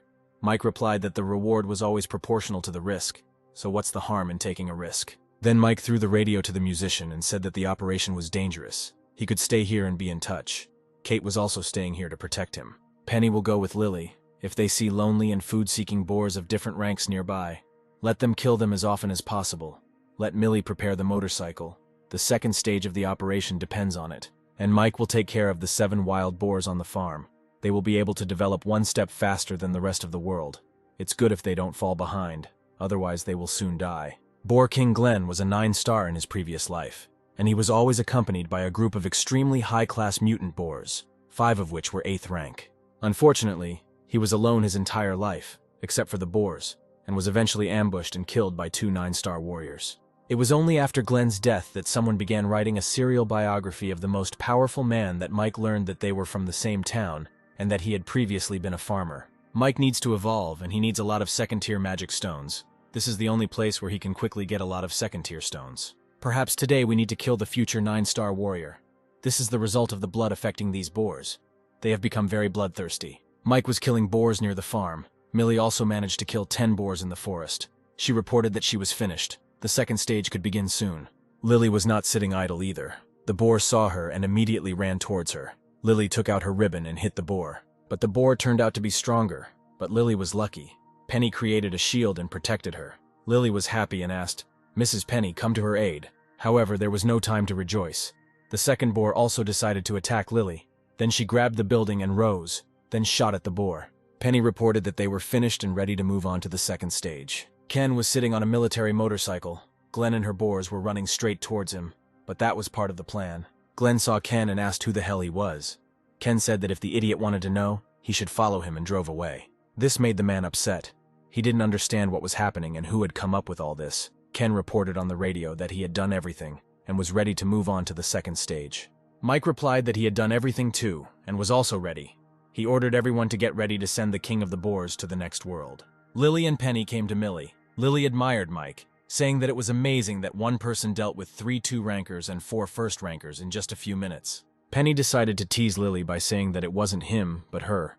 Lily asked if she didn't think about her brother Mike when they had missions. Then Penny blushed and said that she didn't mean it that way. She didn't mean the same thing as Lily anyway. She was hoping he would show up to save them. Millie was tired of their arguments and asked to get ready. Glenn was already approaching them. He thought that he had only 74 pets. Now a third of them were already dead. Glenn was furious, and didn't even notice Ken disappearing on his motorcycle. He promised that he would tear the guy apart when he found him. Suddenly, they started shooting at the boars. The boars died one after another. Glenn realized that he had been ambushed. Lily was on the roof, then came down. She said that if they all don't die today, then one day she will sleep with Mike. She was able to attack several boars at once, and Millie covered her from the building, then shouted for her to go up to them. Lily managed to climb up the windows and return to the girls. She said that she was running out of mental energy. Then Penny quickly began to heal Lily. Millie said that the armor-piercing bullets that Mike gave her were also used up. Regular bullets are useless against these boars. Glenn burst into the girls' room and shouted that they had nowhere to run, and none of them would be able to escape.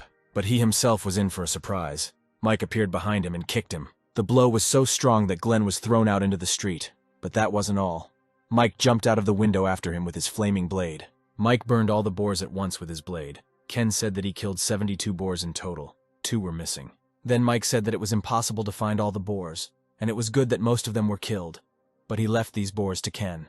Then he said that the tusks, bristles, and partially evolved body parts of the boar were all good material, which made Ken happy. Besides, didn't he want to eat pork? Ken lit up even more. Millie said that he would go first and pick up everyone else. They decided to go and find the others, and then work together to preserve all this pork. The boys brought the rest, and together they began to cut up the pigs, then canned the pieces and roasted them over a fire.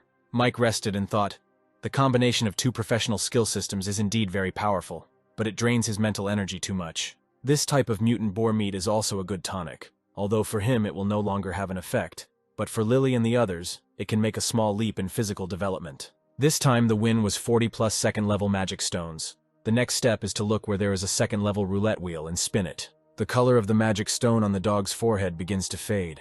It will evolve again when it wakes up and evolution occurs. Suddenly he heard Millie talking to someone and came out.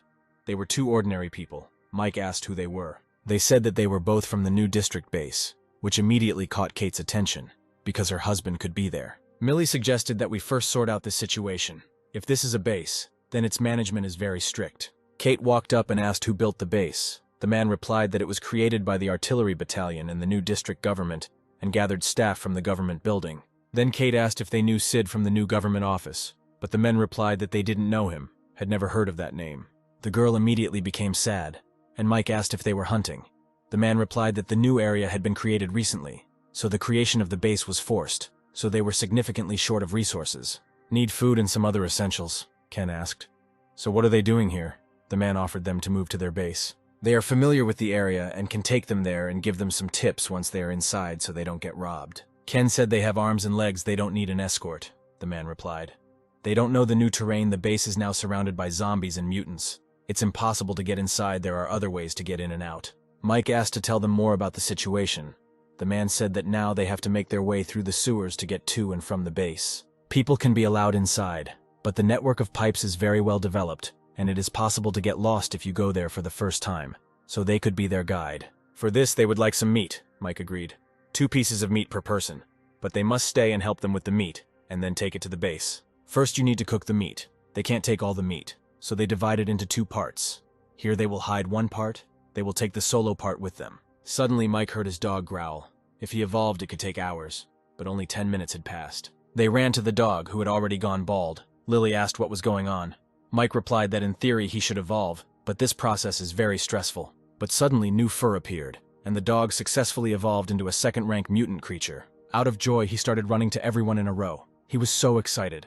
But the main thing is that he is healthy. Mike came out with the dog and asked him if he had any new skills, and the dog shot out his fur.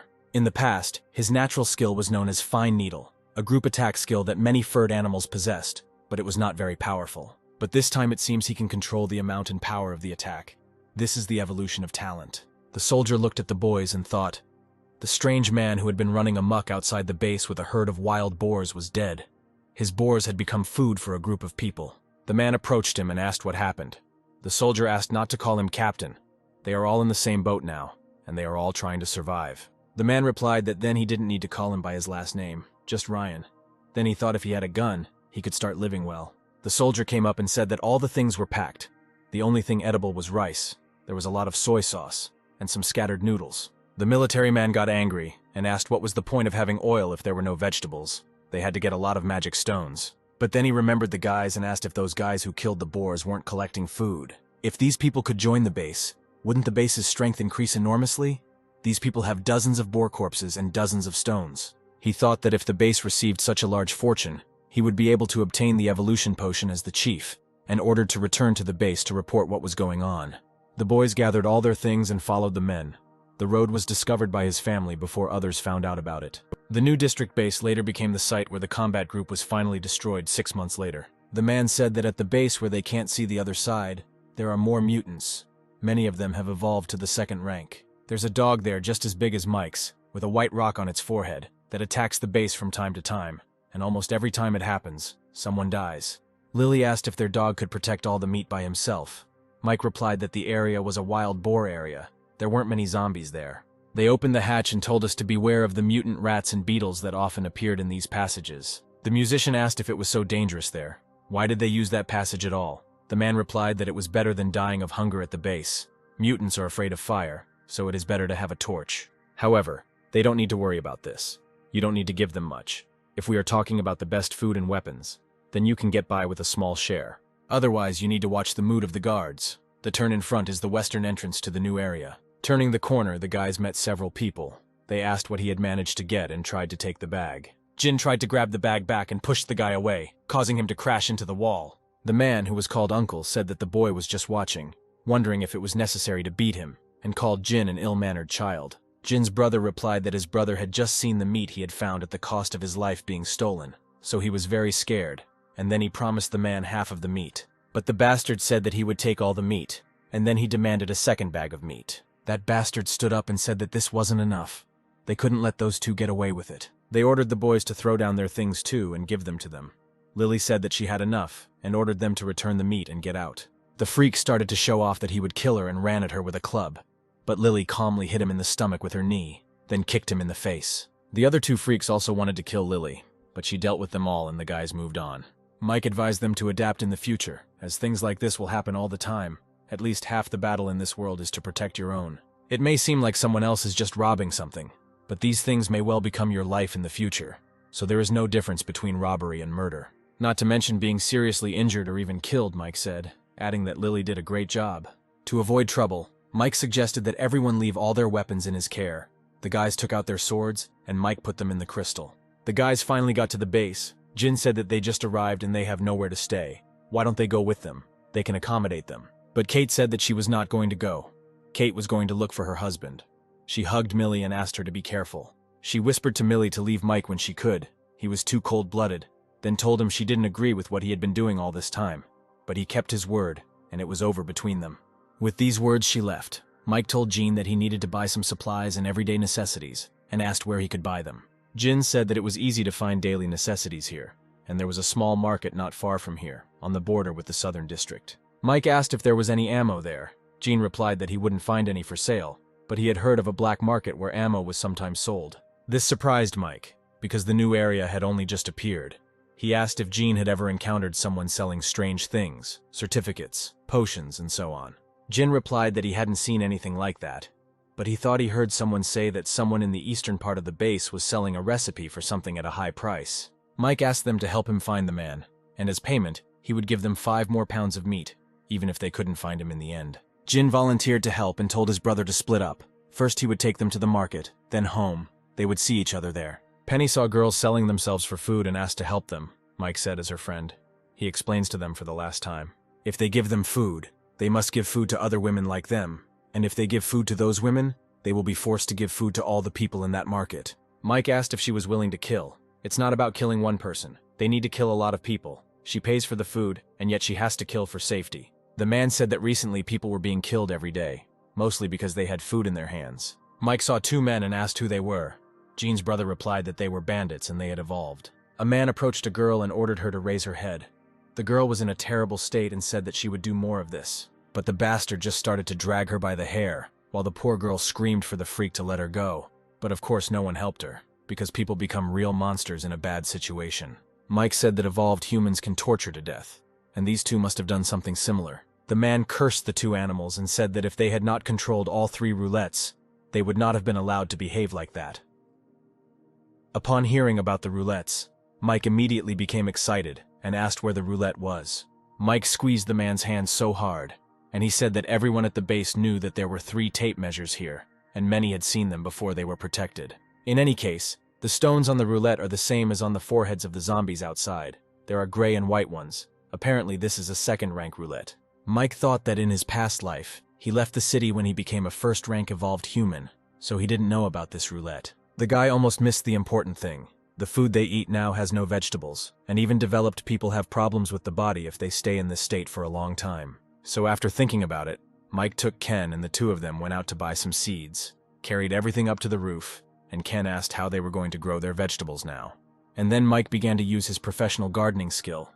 He thought that he needed to feel as if the spiritual energy had become a part of his body, rooted in the ground. Every time Mike touches a cabbage seed, it becomes a knot in his mind, and every time he touches it, he lights up.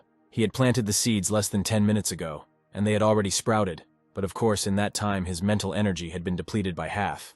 But it was worth it because it meant he would no longer have vitamin deficiencies and would never have to worry about food again. When the gardener profession rises to a high level, it means that Mike can feed a large number of people and have a power that others cannot.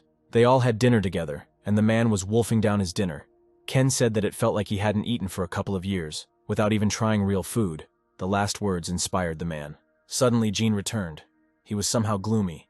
He told Mike that he knew where to look for the man with the scroll. He was in the eastern part of the base. We see Kate. She finally found her husband. He was eating dry noodles. Kate was worried and asked how he managed to suffer so much. The man replied that she should not worry about her husband's affairs.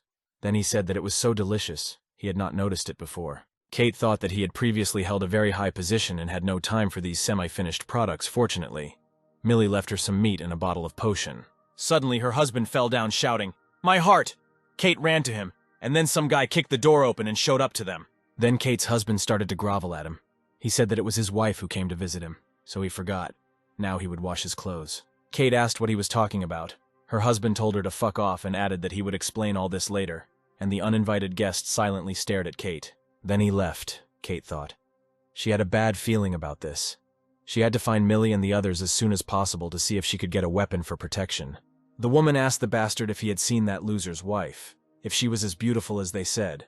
Today she saw her when she was looking for her husband, and realized that he might like her. The man said that she was very beautiful. He had heard about a beautiful wife before, but he never thought that she could be more beautiful than the rumors. Paul stood up and said he would not rush. He asked the second man what was the reason for everything they had now. He was a temporary worker, and he is a technician. Why can they now enjoy life here when two girls give them massages? Because they have evolved. They have more powers than others. They can kill zombies, mine stones, and spin the roulette. He doesn't know what situation the base is in now. It's surrounded by zombies on the outside. Who knows what day the zombies will break through? So what if they both evolved? Will they be able to handle thousands of zombies? So they need to continue to get stronger. Baldy asked what this had to do with the loser's beautiful wife. Paul replied, Director Vincent and Chief Jim are both developed to first star. So why can they run the base and they can't? It's because they have skills. They have people with weapons. They are very strong. They have the best chance of surviving in case of danger. Magic stones obtained from hunting are also under their control, and whenever the base finds something good, they are the first to get it. 5 kilometers from the base, on the mountain, a place guarded by zombies and monsters was discovered. The base is ready for a raid there. Chief Jim has an unusual love for women of a certain age. If they give him the loser's wife, he will be delighted. If they can capture that roulette, he will owe them a weapon if not skill scrolls. The bald man suggested stealing it right away, but Paul replied that it was too late. They would steal it tomorrow and send it straight to Chef Jim. Mike and Jeannie came to that man. Jeannie said that this man's name is Lei, and he is not an evolved human. But he used to be a national-level shooter, and he is very good at it. There are several people on his hands. They are also not developed, but with strong firepower, so he will most likely ask for a potion. There are many people who are interested in this scroll, such as the 2 base leaders. But the price was too high, so the negotiations failed. Lei's strength is not weak. More than 200 people and more than 100 guns. They are considered the strongest private unit in the base. So it would be impossible to capture the scroll. The guys finally came to the gates of Lei's base. There was a line of people at the gate. Jin said that Lei was probably the only leader of the forces at the new area base who was recruiting ordinary people. The guys entered the building and saw a man sitting on a chair. Next to him were 2 soldiers with machine guns. Lei immediately understood why they came and said that if they could afford it, the scroll was theirs. Mike asked to see the product and they showed it to him on the laptop. Mike's eyes lit up and he asked to name his price. Lei said that he had not seen Mike before and asked if he was a stranger here. The guy replied that he had recently arrived at the base. Lei stated his price, 5 bottles of the first star evolution potion, and his scroll. No wonder they haven't been able to sell it yet. It's overpriced, Mike said. The man replied that it was because his product was good. Then Mike for some reason decided to make fun of him and asked if the scroll was so good. Why didn't he use it himself? This of course angered Lei. Because the recipe is too complicated. He can't get all the ingredients himself, so he has to sell it, Mike said. Lei said if they couldn't afford it, they should leave. Mike offered 100 first-rank magic stones. Lei didn't appreciate it and ordered his men to escort them out of here. Then Mike said that he owned one of the roulettes at the base. The man asked with displeasure. So what? Mike threw a bag of stones to Lei and said that this amount of magic stones would be enough for him to spin the roulette wheel. Lei thought about it and asked Mike to follow him. They came to the roulette, a wheel that only requires 6 first-rank stones to spin, since the best prizes had already been won by them. There is nothing special about the roulette except for the 1-star evolution potion. The reason why Chef Jim and the director let Lei control the roulette is obvious. The whole point is that the scroll was received and the roulette is no different from any other first level. The wheel spun and Lei thought why this guy was so lucky and he wasn't. He couldn't even get the evolution potion. Lei knew that there was something dangerous about Mike. His position seemed random, but he accidentally hid next to his partner, blocking his view. Mike got 3 potions, and Lei was in a desperate situation, so he agreed to 3 potions. But Mike cheated. He said that he could only give them 1 potion and 1 good weapon. Lei got angry and asked if he was kidding. If the guy thought he didn't have a good gun, then Mike took a gun out of his backpack. Then Mike shot at the wall and a huge hole appeared there. Lei certainly didn't expect that, because it was, as he thought, a simple gun. Mike said again, the evolution potion, plus this weapon, if he thinks it's good, let him take it. If not, then the deal won't happen. Lei immediately replied that he agreed. The guys ate, and for the first time in a long time they ate greens. Mike took out the evolution potion and gave it to the musician. He thanked Mike with tears in his eyes. Then Mike got up and said that he was going to his room to rest, and let them eat. They wouldn't try anything like this for a long time. In the room, Mike took out a scroll. At this stage, under these conditions, it is not surprising that Lillet, neither the director nor the chef Chevelnu were interested in this recipe. The condition about the second-rank stones alone already scared them. But for Mike, this recipe is not difficult at all. You need to find a 2-rank roulette and there might be an evolution potion for the 2nd star. Kate Nick's husband came to Fat Jim. The chef said that he had heard about the former secretary. He had admired him for a long time. It was a pity the old man did not survive the apocalypse. He also heard that his wife came to the base today to look for him. A person could come from a city where there are a lot of zombies, to a new base. It's amazing how she could do it. He has long admired the military police, and the fat man asked Nick to introduce him to his wife. Nick was furious, and the fat man added that he liked his wife and would like to meet her. Nick tried to calm himself down, because he understood that he could not compare with an evolved man. The fat man said that he would either force himself to meet with her and see with his own eyes how he rapes her, and then they would both die, or he would persuade his wife to stay with him for a few days, and he would give him a potion. Nick thought, an evolution potion that gives great strength when used. A potion that is the key to survival in this world. Every day at the base, dozens of people die for the sake of the potion. How many developed people are at the base now? They have power. They have a life that they can enjoy. And if he convinces his wife, he will become one of these high people who have the right to vote on the base. He will get food, a woman, and much more. Also, he will ask her to stay with him for only a few nights, and if she really loves him, she will agree, so he can make amends when he uses the evolution potion. Mike came to the 2nd roulette, which is located on the roof of this building. As he expected, the 2nd-rank roulette is guarded worse than the 1st. After all, no one had ever been able to spin it, so it didn't matter whether it was guarded or not. Mike easily entered the building, but unfortunately, he didn't find the jackpot. No professions, no skills, 2-star evolution potion, immunity potion, but suddenly he saw the attribute stone. Attribute stones are a great item to socket into weapons and gear to increase their power. But this stone has another ability that is even more valuable. This thing is edible. In the past life, it was discovered that the weapon with the attribute stone was accidentally destroyed during the battle, and the attribute stone was also broken and thrown onto the battlefield. Later, the starving survivor was unable to find anything to eat, and while in a trance, he ate attribute stones that had been broken to the size of rice grains as food. He never expected that he would come back to life and become incredibly powerful after eating the attribute stone. Only after this news spread, people learned that eating the attribute stone could also give a person the power of the stone itself. The price, which had been stable, instantly became a hit, and prices skyrocketed. If everything goes as in the previous life, the stone will remain unknown for at least another 4 to 5 years, and its true value will be unknown. Mike will be able to stock up on this material while others do not know about it. To create a puppet, you need to leave 5 stones, 2nd rank. With his current supply of magic stones, Mike can spin the roulette wheel about 6 times, which has proven to be quite useful. The bastard complained that women were weak and died quickly, and they had to go out in the middle of the night and throw out their bodies. The 2nd freak said that nothing could be done about it. It was not cold yet, and the smell of blood could kill them, not to mention infectious diseases. Nick made excuses to Kate. He said that he was sorry for the situation that she saw. If the evolved ones, he would have nothing to eat, drink, and in the end, he would just die. Then the freak dared to tell his wife that she should sleep with someone so that they could survive in this world.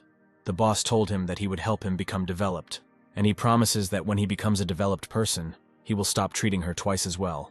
He will forget what will happen today. He will not despise her, and he will try to make her develop too. Kate, of course, couldn't stand this nonsense and asked how he dared to despise her. What she did wrong. Why on earth should he do this? Damn it! He makes her do something so disgusting and says he doesn't mind, Kate screamed. Kate said frankly that he was a bastard, a disgusting bastard, and she would rather go anywhere than stay with him, because he made her sick. Nick tried to stop her, but then the fat man came and said that it seemed that his persuasion was not very effective. In the end, he had to do it himself. Kate ran up and tried to kick him, but the bastard grabbed her and threw her onto the bed with one hand. The bastard husband grabbed her hands and shouted at the fat man that he would hold her, and that he should not forget about the evolution potion that he promised him. Kate didn't expect such betrayal. She hit the bastard and, jumping up, took 2 evolution potions out of her bag, asking if this was all he needed. He dared to sell his wife for this. Kate burst into tears and told her ex-husband to look at himself. What a worthless person he had become. The bastard asked why she didn't tell him that she had the potion. She doesn't want to give it to him, so why is she talking about it now? The freak dared to talk about honor when he himself was on the same level as shit.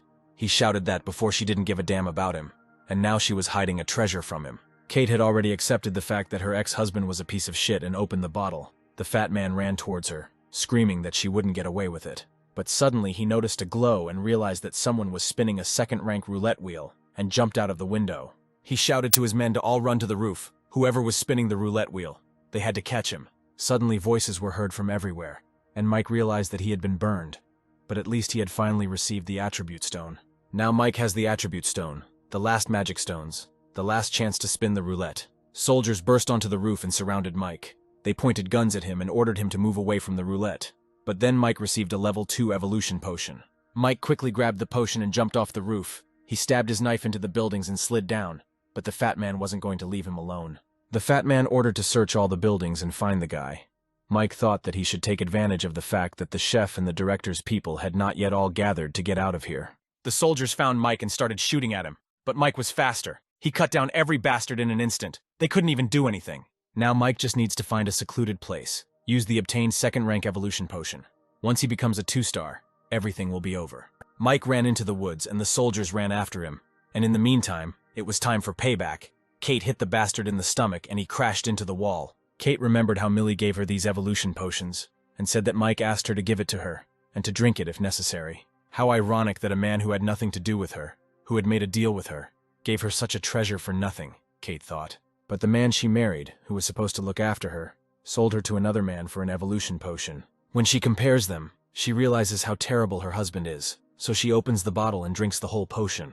The bastard decided to change tactics since she had already drunk the potion and approached her. Kate slapped him in the face and said that she would kill him if he dared to talk to her again. The freak asked what she was going to do.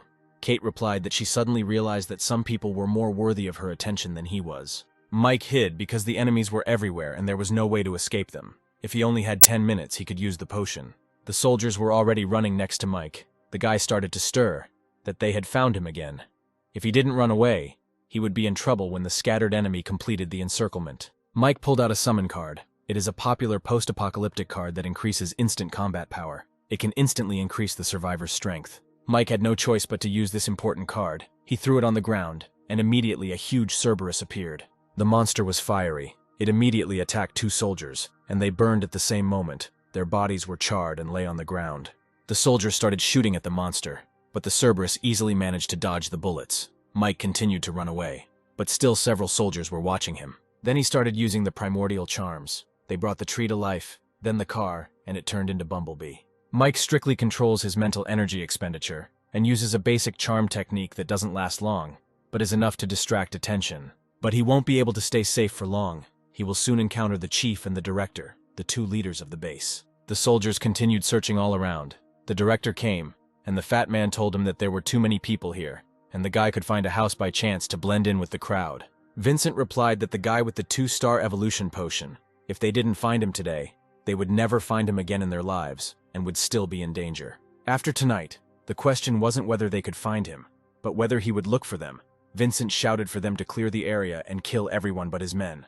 The bastards were happy and proud of their vile actions, but it was not to be. Mike appeared right behind them and took out his flaming blade. So he killed those bastards. Then Mike hid in a secluded place, and with the base leaders killed, there should be no more pursuers. Because of this little bottle, there were so many deaths. Mike drank this potion and immediately felt this pain. He fell to the floor, but the main thing is that his plan worked. Soon before the end of the world, he was able to become a 2-star hunter. Mike returned to the guys who were apparently fighting.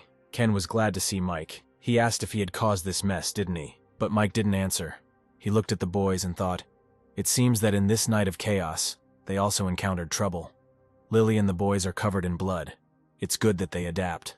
Then Mike asked the guys to come back and talk. Millie noticed that he had changed somehow. Mike asked her to call Gene, and then they would discuss everything.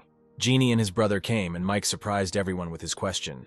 He said that he had something to discuss with him and asked if Jeannie would like to manage this base. Of course, Gene was shocked. He asked what Mike meant. Was it a joke? Then Mike said that 2 base leaders were going to kill him.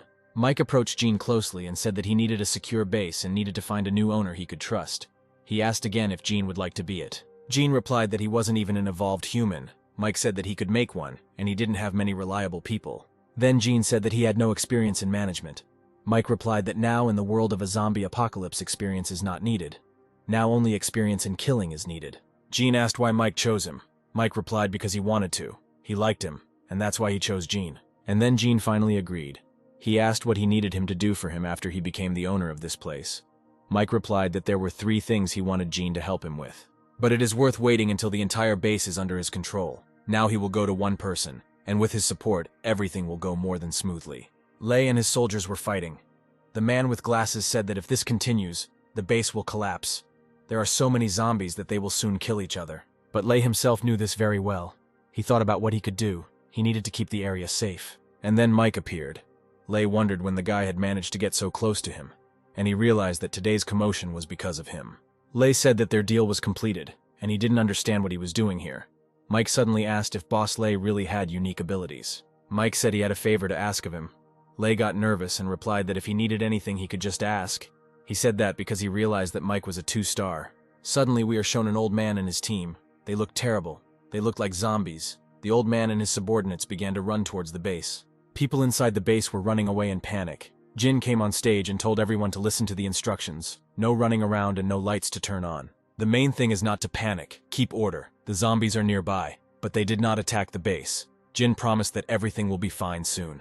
Jin called men up to 30. They will have to follow him and help. Ken said that the guy is great. He resolved the situation so quickly. Lily replied that this was not enough, because some animals did not understand words. It was almost dawn. The boss had to get ready too, Ken said. Lei reported that they had captured the food warehouse at the base as they had ordered. But there was not much food there. Jin replied that they needed more people then, with the temperature still high during the day, and the corpses at the base needed to be cleared out as soon as possible. Considering that food can be given as payment, he thinks that many people would be willing to do this work. This method of payment for work can be used in the future, for example, to strengthen bases, collect fruit drinks, or even plow the land. Mike was pleased with his choice. He watched and thought that this young man really knew how to be organized in everything he did. But suddenly Mike felt something. He lay down on the ground and told everyone to be quiet. Ken asked what happened. Mike got up and ordered everyone to be taken out of here immediately. The guys started shaking. Mike shouted that it was too late. He ordered Gene to organize people so that they would immediately go to the southern zone.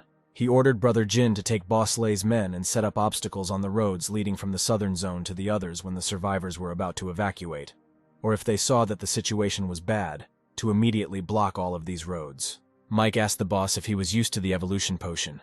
Lei replied that everything was fine. Then Mike ordered them to follow him. Mike said that a sandworm was approaching. It was up to them to save the base. The sandworm is a mutant that has a single ability, which is that they can quickly make holes in the ground, and the tremors are now destroying the foundation of the southern wall. The foundations of the buildings here are not strong enough to withstand the sandworm and probably won't last long. Ken asked if the walls came down and thousands of monsters came rushing in. They wouldn't be able to stop them when Mike became so kind. Mike replied that he needed this base now. Although the building will collapse, it will also turn into huge rubble that will serve to keep zombies from getting inside. They just need to kill all the sandworms. When the time comes, they can organize their workforce to strengthen these ruins. This base can still be held. But suddenly that same worm burst out from underground. Mike ordered to cut off the central leg first to limit the movement of this worm, and he himself began to run around the monster, cutting off its legs. Then you need to pierce the slightly lighter piece of armor on the back, 2 meters from the tail, and the heart underneath it. It is important to avoid its blood. It is a neurotoxin that can cause weakness in the body. It can take up to 2 days to recover. This is how Mike easily killed this monster. But there was no time to rejoice at this small victory, because several worms immediately appeared from under the ground. Mike said that he would deal with 2, and leave the rest to the guys. Lei was very nervous. He thought it was a second-rank sandworm, 5 1-stars, and he had recently evolved against them. But Millie, on the contrary, was confident and ready to fight. Millie asked Penny to cover her. Lei asked what they meant. Ken replied that Millie and Penny would hold off the 2 sandworms so they could focus on one. Then Millie said that she heard that the boss was a good shot and asked if he had a gun. Lei said that he did. Then Millie ordered everyone to move out. Lei was impressed that she was able to let him know what to do with just a few phrases, and without embarrassing him in front of everyone. He took out his gun and shouted that he would cover them.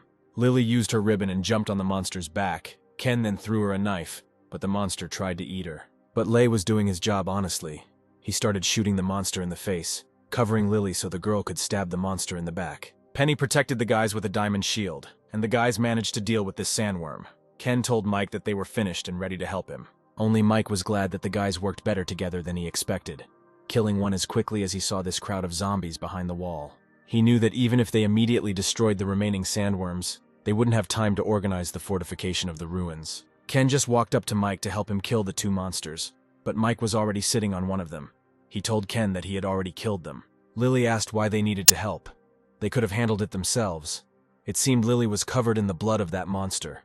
Mike replied that there was no more time. The boys climbed the wall and saw the crowd of zombies themselves. Millie asked how they appeared so quickly, as if everything was planned. Ken pointed to the side and said, "There were so many worms attacking the same place. The zombies had been gathering here for a long time. Otherwise, there wouldn't be so many of them." Mike himself began to doubt the idea of holding this base. Then Kate told them that she had an idea on how to hold off the zombies. Millie jumped off the wall towards her friend. Kate pointed at the buildings and said that if they were blown up so that they were thrown in one direction, it would block the entrance. The people at the base will have plenty of time to reorganize their defenses. As it happens, Kate found explosives. And if you give Kate a little time, she will be able to put her plan into action. Ken said that Kate is a good professional. She can compete with the most professional demolition specialists, and such targeted demolition is not a difficult task for her. Then Mike asked how much time she needs. Kate replied that she needed half an hour to set the explosives, but she also needed help. She couldn't do it alone. Mike replied that he would give her half an hour, and he hoped that she would not let him down. Mike himself understood that risk was nothing new in these times. The soldiers came to the wall and Mike ordered them to shoot at the zombies, which they did. Lei said that this was not an option. He was running out of ammunition. Then Mike ordered them to stop. He pulled out his knife and told the soldiers if they didn't want to stay and fight the zombies, they could leave. If anyone stays, he guarantees them an evolution potion if they survive. With these words, Mike jumped off the wall and killed zombies in his path. Lily, as always loyal to Mike, jumped off the wall and immediately began to fight. She waved her ribbon, killing each monster. The soldiers were shocked by how strong Lily was. They said that he was incredibly strong. And if this guy's comrades were so strong, then the potion thing might be true. Then they shouted that they should get the evolution potion and jumped after Lily. Taking out their knives, the soldiers began to chop up the monsters. The soldiers were shouting at them to stay close to their team, and it was important not to rush too much. If they got surrounded alone, they would be in danger.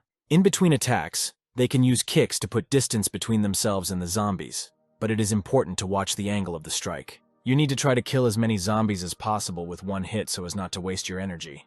Penny told Mike that there were 15 minutes left. One soldier started scolding Penny for hiding behind them from the beginning, so he was distracted. But Penny quickly created a diamond shield and protected him. Then he changed his mind and said that he misunderstood her and killed the zombie. Then she said that after the fight he would treat her to dinner, which did not impress Penny. Penny said that she eats mutant animal meat and he can't afford to buy her a better dinner than that, and at least he can survive this battle. Mike noticed the ghost monster. The soldier ran at him shouting how dare he kill his friend. Mike told him that he shouldn't be so hot-tempered. But the monster spat out pink liquid, and it enveloped the guy. He began to scream that it hurt so much, he was dying. Then he plunged the sword into himself. Then even more terrible mutants appeared, and one by one they began to take down the soldiers. Mike shouted to the others not to panic and to run to him. Penny shouted that there were still 10 minutes left. Then Mike asked Penny to cover him. He would hold off the mutants, and asked the soldiers not to be afraid and to follow him. Lei told Mike that something was wrong. He saw something scary behind that group of zombies. Mike asked if it was far away. Lei replied that it wasn't very far. Then Mike got scared. He thought that if Lei was right, then his guess was correct. The attack here was the work of that terrible creature. And Mike was right. The old man stared at Mike and said that he was so good, tasty, and appetizing. Apparently he had finally turned into a monster. Lily only attacked the zombies with her ribbon twice, but she can't do it anymore. She thought she should get stronger while she was falling, but Mike caught her. But then he just as easily threw Lily to teacher Penny, who was able to catch her. But Lily wasn't very happy. Mike shouted for everyone to retreat to the ruins. Penny asked what about him. Lily disappointedly replied that they were all exhausted, and it was hard for them to fight. They needed to listen to Mike. Penny asked if Mike could survive on his own. Millie replied that in the short term he should be fine. He had been limiting himself a bit so as not to hurt others. Now Mike uses high-range attacks in every move he knows, plus the simplest and most understandable lessons he learned while on the brink of death. The soldiers were of course shocked by Mike. They had never seen such power, Mike thought. There are only 5 minutes left. That's not much. Fortunately, Mike had already eaten this attribute stone before the 2-star evolution, and the attribute stone was a source of stamina. It doubles your stamina and recovery. Stamina may seem useless, but once it appears you will realize how powerful it is. It won't make you faster, but it will make you run longer. It won't make you jump higher, but it will make you jump many times. This power of Mike's made the old monster angry. The old man started to growl, And after that, the zombies started to aim specifically at Mike. The guys were horrified.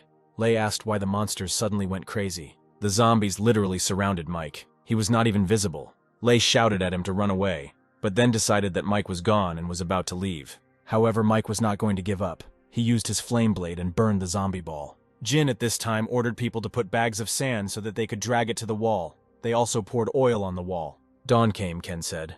They had finally retreated, and it was hard to say whether they would continue to fight. These monsters were being led by someone.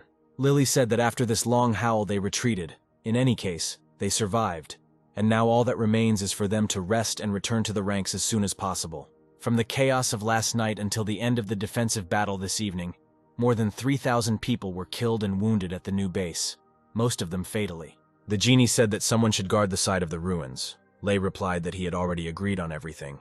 Then the guy raised his hand. Those who were wounded in today's defensive battle are all tied up in accordance with Boss Mike's orders, the guy said at his own risk. Jin replied that although these people were injured by zombies and they did not have enough immunity potions at the moment, they shed their blood for the base. Mike replied that they needed to kill for the safety of the base, in case someone mutated in the base. They don't need zombies inside the base. They are in chaos themselves, so they need to control the wounded.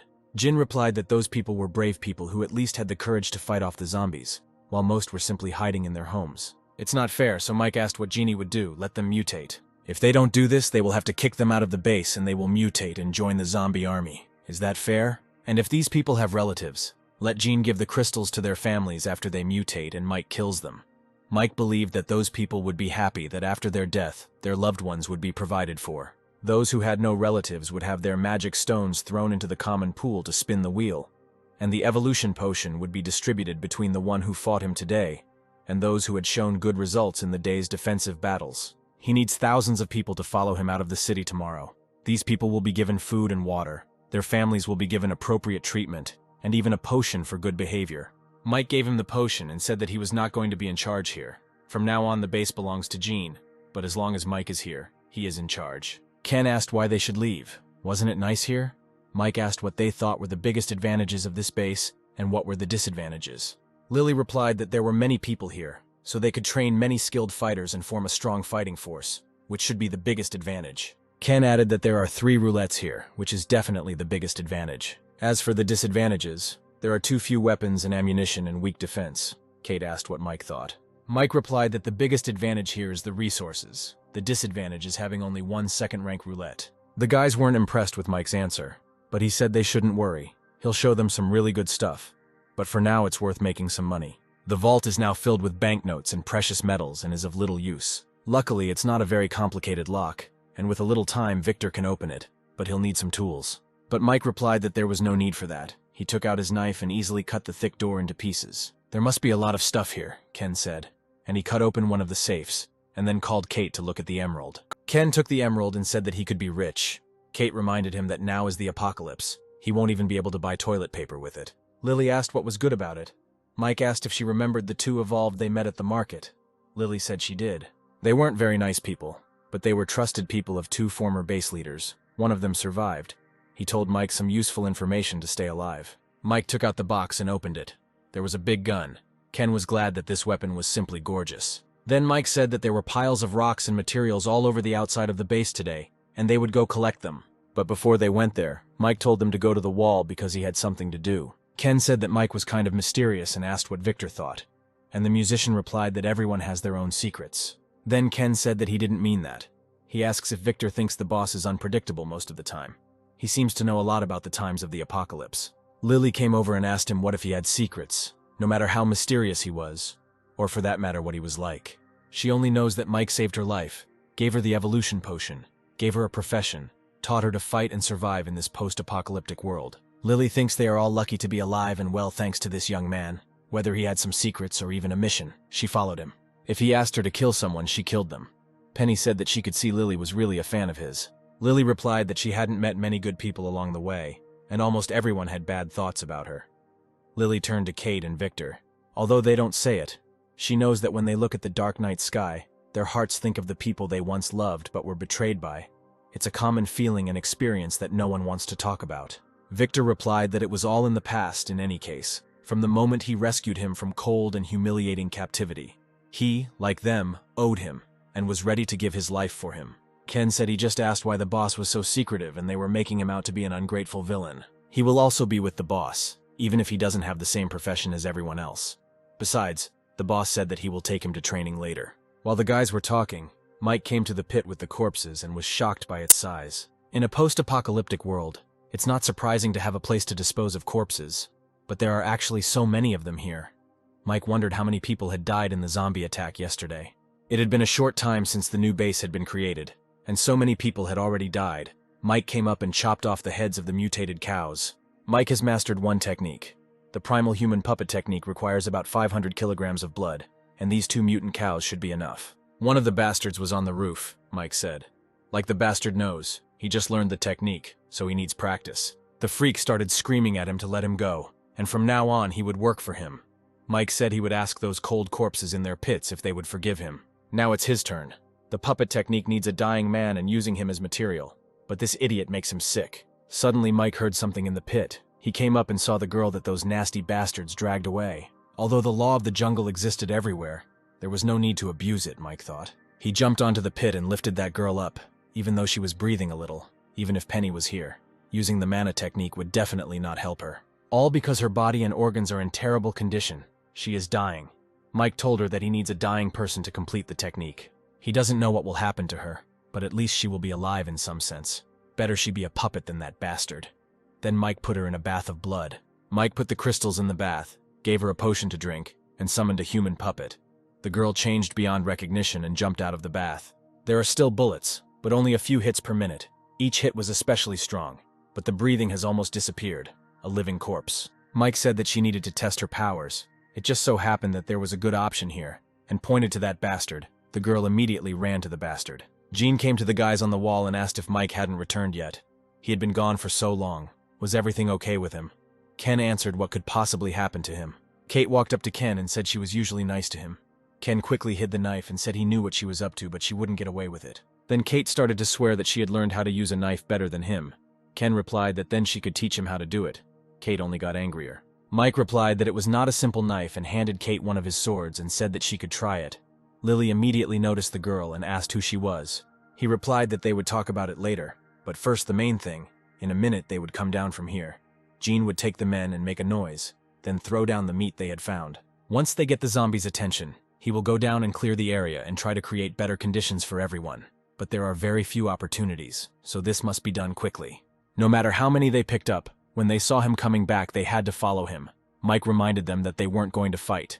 They were just collecting rocks. The puppet also came down and started killing every zombie. Victor said that it seemed like they were zombies, but she was on their side. Mike thought, this girl is a human weapon, with very sharp hands, and her strength is extremely terrible. The skin is also incredibly resistant, and a tier 2 creature will have a hard time dealing much damage to it. In other words, although she has no natural skills or other abilities and only relies on her body in battle, her combat power is still high. Even some 2-star people, without special skills and without a profession, will not be able to defeat her. Mike said that the zombies are getting bigger, and it is time to leave. The guys gathered at the table. Millie said that from the first-rank magic stones that they collected, they managed to knock out a box of evolution potions. They managed to collect a few second-tier magic stones, and after 3 spins, nothing good came out, so they didn't spin the wheel anymore. Jin entered the office. There were soldiers standing behind him. Jin said that he brought people. These are warriors who survived the defensive battle in the ruins. Mike said that they deserved the potion for their work. However, it was knocked out by the magical stones that his men collected near the ruins. So they can take the evolution potion, but tomorrow they will have to fight them outside the city. The second day came. Jin's brother said that they had prepared many things, including the shovels and hoes he had asked for, but there was still a shortage between them and the amount he had asked for. Lei said that besides, 1,000 young and strong people who will fight with him have already been gathered. But it seems there is a problem. Jin said that he would say everything himself. Everything was a bit confusing. Out of 13 newly evolved people, only 7 came. Mike asked. He didn't know what to do and said, from now on, Jin is in charge of the base, and he hasn't thought about how he will deal with people who don't listen. Jeannie was upset, and Mike said that Jeannie should remember that in this world there are only 3 ways to solve problems: law, advantage, power. In the last days there were no laws or reasons, so the first was of no importance, so that leaves the next 2. The advantages, they used them yesterday. They gave them the potion and got their promise, but now they broke it, so there is only one solution left. "This is power. Gene is the future master of this place, and he will show all its inhabitants what will happen to those who do not obey him," Mike said. Mike asked Ken and Kate to go with him. Mike told him to take them and go to those who broke their agreement. After some time, Gene came with the rest of the soldiers. He told Mike that one tried to resist, and so he killed him. As for the 4 of them, let them not think that this is the end. They must behave well today, and if they do not satisfy him, then he, as he gave them the opportunity, can also take her back. People began to strengthen the walls. Some were digging, some were building a wall, and some were carrying mixtures and bricks. Everyone was working. Mike was watching them from the roof. The fortifications were almost ready, faster than Mike expected. Millie asked if they weren't here to attract monsters. Why were they just sitting there? Mike replied that he was looking for someone. The girls asked what he meant. Mike said that they would see everything for themselves now. If Mike is right, there is only one being that can control the hordes of corpses and monsters that are attacking the city together at this point. In a past life, people called these creatures brainworms. They are not very strong individually. They are just fast, stealthy, and cunning.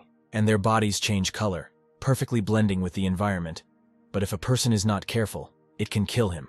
These worms do not kill a person immediately. Rather, he loses consciousness and is controlled by the living, turning into a walking corpse. Their main goal is to control creatures with magical stones.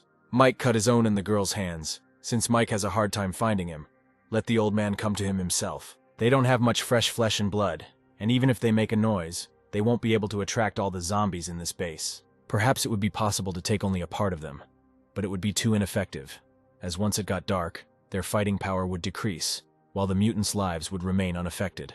It's better to let the brain worm come to him.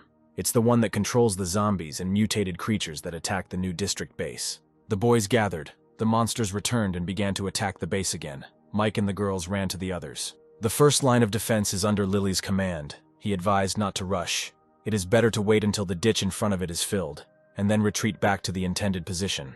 Having finished speaking, Mike left. Lily shouted to the men to show their courage. Let them kill these vile creatures on the head. There is no need to be weaklings. If they survive today, they may have a completely different life ahead of them.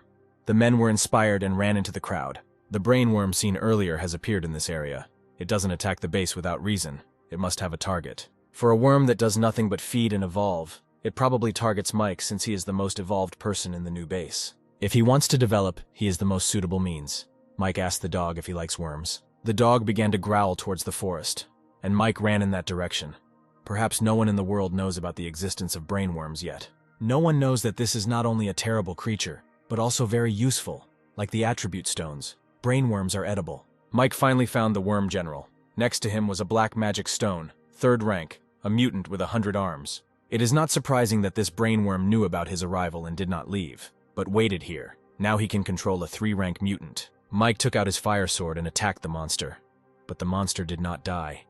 This is the first time that the professional skill of the moon cut hit the enemy, and did not kill him in a few seconds. It was expected, since he was a 3rd-rank monster. But Mike also understood that this would happen. The 3rd-rank 100-armed zombie is indeed very strong. If Mike met him in his normal state, he would not be able to defeat him. But now Mike knows there is one thing he must do. Mike orders the dog to attack the one behind. The monster, of course, tried to stop the dog, because he is essentially the guard of this worm, but the dog shot its spikes at the monster. Mike jumped on the 100-armed monster and tried to cut his eye, but suddenly a stone flew at him. He turned around and saw a zombie sitting on the back of a mutant bear. This is a powerful monster. Many people do not know how it evolved. A humanoid zombie known as a little devil, which is extremely strong and good at throwing. The demon's bear form has excellent melee combat qualities, and its claws are capable of tasting steel. The brainworms are actually intelligent creatures that can come up with a plan. There are still a bunch of mutants under his leadership deep in the forest. Mike told the dog to wrap it up, then jumped on the monster and pulled out his crystal. The guy used his primary spells and summoned a strange monster, which immediately attacked the 100-armed monster. The monster couldn't move, Mike asked.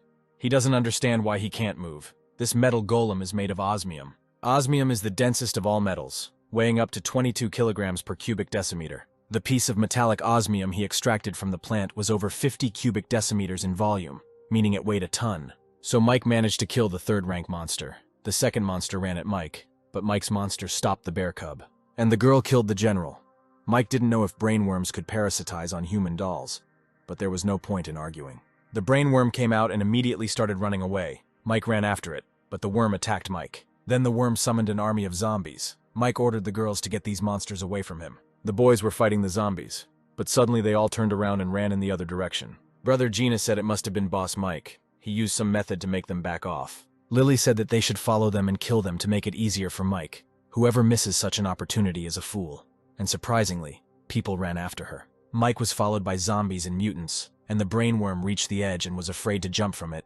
Mike took out a fire extinguisher. He used it on the monster and said that his manipulation abilities were indeed very strong, but his body was as weak as it could be. He is also afraid of substances such as sodium ammonium phosphate after infection. They not only become immobile, but also lose their ability to parasitize.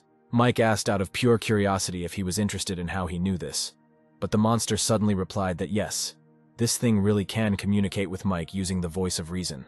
The monsters had already caught up with Mike, and he threatened the monster to order them to let go. Otherwise, he would kill him. The monster quickly obeyed him. All the gathered zombies stopped in front of Mike, listening to the worm's order, and Mike ordered his own to kill all the zombies. Suddenly, Mike saw a mutant girl swallow a crystal. Apparently, this is the path of evolution of an iron corpse. Mike ordered the monster to get into the box, and the dog and the Iron Lady killed all the zombies. Then Mike said that they could come back. The boys also achieved success. They collected the crystals and put them in a box, and it seems they didn't even count how many of these crystals they had. Kate said the people they brought out today were inexperienced and not brave enough, and then things got messy, and on average they killed a little. But considering the number of kills from traps and such, they should have more than 10,000 magic stones. Penny replied that she was very close and told everyone that there were over 15,000 stones here. Ken was impressed and asked how much potion they could get for it. Penny didn't know how many second-rank magic stones there were, because Mike had them, and the happy guy sat opposite and said that there were also a lot of second-rank stones. Mike ordered to leave 10,000 and take the rest on the roulette wheel. Ken convinced Mike that he had great luck. If he's lucky, Jin will be able to get about 100 evolution potions from these stones. 50 remain with him, and he will decide how to distribute them, Mike said. Even if Gene couldn't control all of the base's evolutionary power, he should control most of it, Mike advised Gene. Tonight he also has to organize a team and be ready to go out tomorrow to continue killing zombies. Jin reported that of the people they sent out today, there were about 300 dead. Most of the evolved ones were dead too. Mike replied that they needed one more day. He would give him part of what they had received and they were leaving. Gene asked if he was leaving already. Mike replied that he should gather his people so that they could rest. Early tomorrow morning the boys climbed the wall and Mike opened the box. He told the worm that he knew perfectly well that he could hear him, and ordered him to gather zombies for them. The zombies immediately appeared at the walls and then froze. Mike told the people to go kill them. The zombies won't touch them. The people left, and the worm said that he did everything Mike asked him to do, and asked to let him go. Mike replied that the worm didn't do one more thing. He took out his knife and stabbed the monster, saying that he heard the worm tasted like chicken. After that, the guys got ready and left. Jin's brother asked how Boss Lay was doing. Genie replied that he wanted to go with his brother Mike, but it seemed Mike refused, telling Lay to work with them to make this base better. Mike is obviously afraid that they are weak, and Boss Lay has good strength that will help them a lot. After all, they are solving the food problem. Brother Jin replied that he just doesn't understand why Mike and the others left. When Mike and the others are here, in a little while, they will have thousands of evolved people.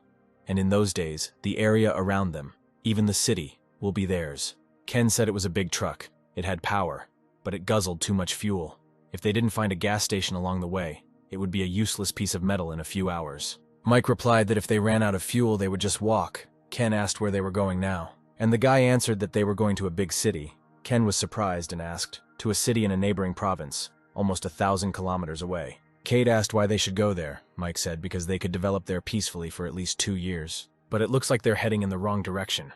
In this direction, they're heading to another city, Kate said. Mike replied that they would have to go there first to find someone. Then he said if the boys had the person they were looking for, let them say so. They might find him along the way. Millie said she didn't know where her parents were.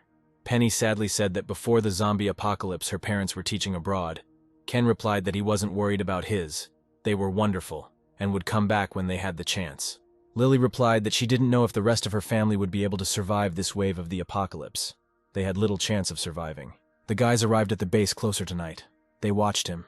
Ken said that the walls were so strong, and also the sentry posts. It seems there are quite a lot of them inside. Mike said that humanity has adapted to the post-apocalyptic world much faster than they could have imagined. Kate replied that they hadn't adapted as quickly as their team. Ken asked why they didn't go there. At least they wouldn't have to sleep on the street. Mike replied that he was just looking for someone. They didn't need to make a scene. Ken replied that if Mike said that, then he was planning to do something else. Then Mike said that Ken talks too much, so Kate will go into town with him tomorrow. He needs help in this building. In the morning, Mike and Kate came to the entrance of the base, and Kate looked simply stunning. She let her hair down and put on makeup. She quietly asked Mike what benefit she had from her sacrifice this time. She said it was over. She was in his room. She would fight for him. She would die for him, and she wouldn't blame anyone. But she didn't want to have sex with anyone. Mike replied that he was asking her to be the bait. When it was time to attract, the target would just appear. He wasn't telling her to do anything like that. It was just a way to avoid problems. Kate replied that he didn't call a spade, and if he saw what he dressed her in, she wasn't asking for too much. But if it came to that, she wanted to be the third person to receive the 2-star potion. Mike asked what if he just refused, and Kate replied that she would come back later and tell everyone that he brought her here alone because he wanted to take advantage of her. The guys approached the entrance, and Mike thought that, jokes aside, her request was not excessive. If they were to use only personal strength to decide who was most qualified to obtain the 2-star potion, then the first choice among the guys would definitely be Millie. But Kate was taught by a master in the art of swordsmanship, and with the help of the same border moon, Kate would have become much better. Suddenly, someone in the crowd began to shout. 3 huge trucks appeared. Soldiers were inside these trucks. They also had bags, and they were filled with magic stones. People kept talking about the soldiers, and they themselves understood that these people were bad, but they still wanted to go to the city to be safe. Kate and Mike entered the city, and the soldiers immediately took notice of Kate.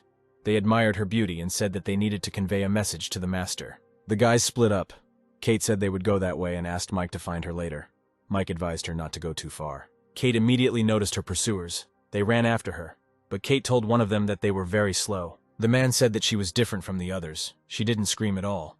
Kate replied that she lured them out, but he still didn't come out. That's when Mike showed up, punched one bastard, then the rest before they could do anything. The bastard immediately wet himself and started crying. All the coolness was gone. He asked Mike if he was a 2-star hunter. He asked Mike not to kill him. Mike asked the bastard where he was keeping Sean. He ordered him to give him an answer immediately. The coward said that he was in the basement of the southern grain storage facility. We see 2 soldiers and a woman, the soldier asked. She came again.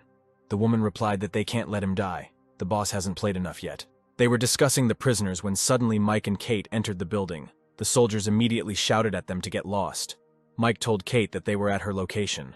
The woman screamed who he was and what he was doing here. Mike immediately grabbed her by the throat and broke her neck. Mike walked further and saw a man lying on the hay. He was all beaten up. His whole body was covered in bruises, and it seemed he had lost consciousness. In his past life, Mike's main profession was an archer, and he had to work from afar. And Sean is a big man. He was the bravest of them all. During the 5 years they were together, Sean protected Mike from many deadly attacks, but was killed on a mission 2 months before his rebirth. So after his reincarnation, Mike always thought that if the time of the events that Sean told him about was correct, then he could be sent to prison for hurting someone. Mike picked him up and walked out. Kate, of course, killed those bastards. She asked if this was the man he was looking for. Mike replied that this guy could protect them. The current leader of this base came and saw the corpses of his soldiers. The girl behind him started laughing and said that it must be Sean's friends coming to help. The old man got angry and hit the girl. He shouted that in just a moment 6 of his people died, and if she had not killed Sean's woman, this would not have happened. The strange guy said that the nurse's autopsy was closed. Judging by the marks on her neck, she was strangled by a man's hand. Based on body temperature and blood clotting, the time of death of the 2 people killed with guns on the street should not be far from the time of death of the nurse. They both delivered strong and fast blows at the same time. The girl has the same strength as the evolved warrior of the 2 stars. The coward whispered to his father, "Why shouldn't he dump this guy? If something happens, he will help. As if this wimp can do anything." The old freak ordered his spawn to get lost and declare martial law, and also the character needs to be kept in a state of high combat readiness. Sean finally woke up and Mike was already next to him, smiling so sweetly for the first time. Sean said that he saw him before he lost consciousness. The man then asked Mike why he saved him. Mike replied that he was going to a dangerous place, and he needed someone to take the damage. Although they were brothers in their past life, they are still strangers in this life. If that is the case, then it is best to exchange mutual interests first. Shock asked if he was going to die. Mike replied that with him he would definitely survive and extended his hand to him. Sean shook it and agreed to go with him. The guys were in the forest not far from the base. Mike asked if Sean was happy with the shield. Sean replied that it was excellent. It was impossible for a giant shield bearer not to have his own shield, so Mike made him one. Sean easily lifted the shield and showed his power. Lily was surprised that he held the huge shield so easily. Strength key 40, endurance plus 40, self-healing shield, regenerates over time. Although the addition of osmium metal gives this shield a high level of durability, more important is the ability to self-heal, which gives ghost gold. It was right to take the risk then to get the phantom gold. This ability alone made this shield even better than Sean's previous shield. Sean pointed to the tape measure and asked if this was what Mike was looking for. Mike came over and said yes. Guys found a demonic tape measure. There are many different types of roulette wheels, most of which fall into the regular class. Golden Roulette, known as Gambling Demon Roulette, is a huge risk and huge reward game. Mike asked Penny to stand next to him, but she didn't need to protect him. Her focus should be on Sean. Mike told the musician to go with his people and wait for them 500 meters to the east, and no matter what happened, not to come any closer. Sean will be in the lead, with the Iron Lady at his side. The rest will stand guard between Mike and Sean, and if any of the enemies are checked through the lines, that will be their job. They must be prepared for anything. Today they will meet creatures they have never seen before. And since he might not be able to fight for a long time, they will be on their own. They have a dangerous day today. Mike put the stone in the roulette. The results are received. These are cells. After receiving the cell will be opened, and Mike will receive a pet with a special skill. The yolk, which had a deep connection with its owner before the end of the world, retained this connection even after the mutation. Battle pets acquired from a cage are subject to the rules for battle pets, and when the owner dies, the pet also dies. This type of battle pet is primarily designed for combat and has its own independent evolution system. They can not only fight on their own, but also play a supporting role, and may even have other abilities unrelated to combat. In his previous life, he met a powerful man whose battle pet was a mermaid who had no combat power, but had powerful medical abilities. A huge bolt of lightning flew out from the cage, and then a huge fire lion, 3rd rank, appeared from it. Then Mike put in a few more crystals, the roulette wheel spun and the beetle sign came out, and a terrible-looking spider, also of the 3rd rank, crawled out from under the ground. The flame lion defends itself with its flames, which can be very unpleasant to hit. The black spider spews acid, which is very caustic, and it is covered in black bone blades that can fly out at any moment. Mike began to use his primary charms and summoned several protectors. Then he himself ran to attack the monsters. He of course used his fire sword. He attacked the spider. Mike said he did all he could. From now on, they were on their own. Summoning the creature 3 times in a row using the primordial charm technique required at least 600 mental energy. Next, a 2nd rank magic stone, when the same picture appears in one of the 3 cells on this roulette as in the first cell. The spinner can correct the drawing with the help of a magic crystal 1 level higher than the initial one. When Mike spins the roulette again, nothing should change. He will only get rewards when there are 4 identical drawings. It will lock the drawing of one creature until the end of the game until he gets a reward. Demonic roulette that allows creatures from the pictures to appear and attack. The more a person spins the wheel, the more monsters will appear, and mostly they'll be a level or 2 higher. And if you skip every square for a turn, 3 high-level monsters will appear. If the creature can attack the roulette, then everything will reset. Mike looked at the guys who were fighting with all their might with 2 3-rank monsters. Ken asked why they were trapped. If Mike didn't spin the wheel, he would get stuck. Why wouldn't he let them spin it? Because of this, the wheel also requires a level higher than the level of the activated magic crystal for the one spinning it. Not only does he need to spin the roulette wheel no more than twice to get all 4 squares to appear with the same pattern. The first time you set the desired pattern, you need a magic stone 1 rank higher than the starting stone, and the second time you need a stone 2 ranks higher. If Mike hadn't killed the 100-armed zombie and gotten the 3rd-class crystal, he wouldn't even think about spinning this wheel. Another insect.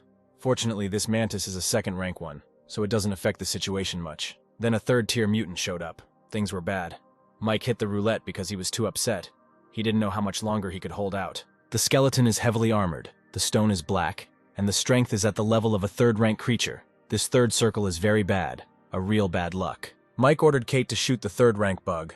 The summoned ones will temporarily delay other 3rd-rank monsters for them. The guys tried their best, but the 3rd-rank creatures were incredibly strong. They easily dealt with Mike's monsters. Besides, the guys don't have that many armor-piercing rounds, so Kate ordered Millie and Ken to kill the 2nd-rank praying mantis first. Kate's decision was decisive, as the number of armor-piercing shells was not enough to destroy the 3rd-level monster, so killing the mantis was the right decision. Mike had one last try left and he hoped that this time he would be lucky. Other monsters began to appear. A misty anemone, a 3rd-tier mutant creature, and a 3rd-tier bloody zombie. 2nd-rank praying mantis, 2nd-rank black assassin. Lily shouted that they were definitely finished now. Lily asked if he was finished or if he wanted them to die, Mike thought.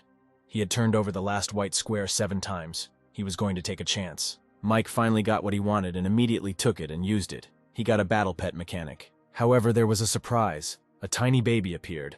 Mike thought it would be a giant beast, a fox demon, a young dragon or something like that, and not a toy. The roulette wheel does produce some super technologies, but not much in terms of quantity or variety. The most famous of these is the Golden Battleship on the Ninth Wheel, a giant golden space battleship that attacked the Earth on the day the end of the world began. So whatever it is, we need to test it. Mike ordered it to attack, but the robot replied that the energy charge was low. This piece of iron, which is his battle pet, when ordering him to attack, he replies that he needs to charge it first. Mike put a crystal in it. Then the robot created a gun. Mike was disappointed with the size of the barrel. He thought that the robot would not be able to kill those monsters with it. The boys asked Mike to help them, and Mike decided to do everything himself. Otherwise, they would all die. But the little robot continued to ask Mike to choose the target of the attack. Mike pointed at the snake just to get it to back off. That snake was corrosive, and it would be hard to maintain the shield. The little robot fired and shot at the snake, and the snake died immediately from the shot. The only thing that can deal such serious damage to multiple rank 3 mutants at once is Mike's slash skill. In other words, this small cannon, powered by a single rank 1 magic stone, could deliver a blow with the same power as a 2-star person. One attack from a first-tier magic stone can seriously injure a third-tier mutated creature, so I decided to insert a second-tier stone. The robot said, 98%, secondary battery, preparation. While the robot was preparing, Mike ran to help the guys. Mike was fighting the mermaid, and the robot said that the preparation was complete and asked to choose a target. Mike ordered him to attack the skeleton in heavy armor. The robot shot the skeleton and it crumbled into pieces. Mike told Sean to hold the fire lion. The rest of them should deal with the second-tier monsters. Demon Roulette, as scary as it is, really does produce good things. Mike thought he would have to use his last move to win the close fight. But now, he sees hope in the form of this robot. When Mike is holding Naga back, the robot will fire a shot. Even if it won't be accurate enough to kill him, it can still drain most of his energy. But the robot warned that it needed cooling. Mike did not expect that, however. It is not surprising that this robot is unreliable. It even has the word fragile after its name. Penny continued to treat Sean. She did everything Mike said and drank that powder. But at this rate, she would soon run out of energy. Kate was yelling at Mike to do something because this tactic wasn't working. Then Mike tensed up. He thought he was actually going to have to do this. This guy is powerful and economical, but has a time limit. Now Mike doesn't know how long it will take to cool down. In this case, Mike decided to act according to the original plan, but Mike looked uncertain. It seemed he was afraid. The guy continued to kill one monster after another, but still looked very worried. Mike ordered to shorten the formation. Then Mike went to the roulette. Lily asked if he wanted to spin it again. Mike answered if he was going to bet, then only big. The guys were worried and asked Mike if they should do it already, but Mike repeated that they needed to wait a little longer. Lily fought the monsters with her ribbon, but one of them hit Lily's leg with its spike. Kate screamed at Mike to hurry up because they couldn't hold them. Mike had used up almost all of his third-rank stones. The monsters kept coming. Mike finally got what he wanted and threw the explosives to the guys. He told Sean to use his skill. Sean used the skill Motionless Rock. Then several shields appeared at once and surrounded the guys. Lily's wound was bandaged, but it was clear that the guys were exhausted. Mike jumped on one of the shields and fired at the explosives, causing a huge explosion that could be heard throughout the area. They finally managed to kill all the monsters, but the guys were exhausted. The girls were lying under a drip. Ken was bandaging his wounds, Penny was healing Sean, and the Iron Lady was lying motionless. The musician and his subordinates ran to the guys. Mike told him that everyone was alive and well. 4 days later, the boys moved from the forest to the old village. Ken played with the dog, then Mike and the musician went into the yard. Lily asked if the handsome man had found anything to eat. She was already acidic from eating jerky every day. Kate asked if Lily was sure she was tired of meat. Mike asked how Sean was.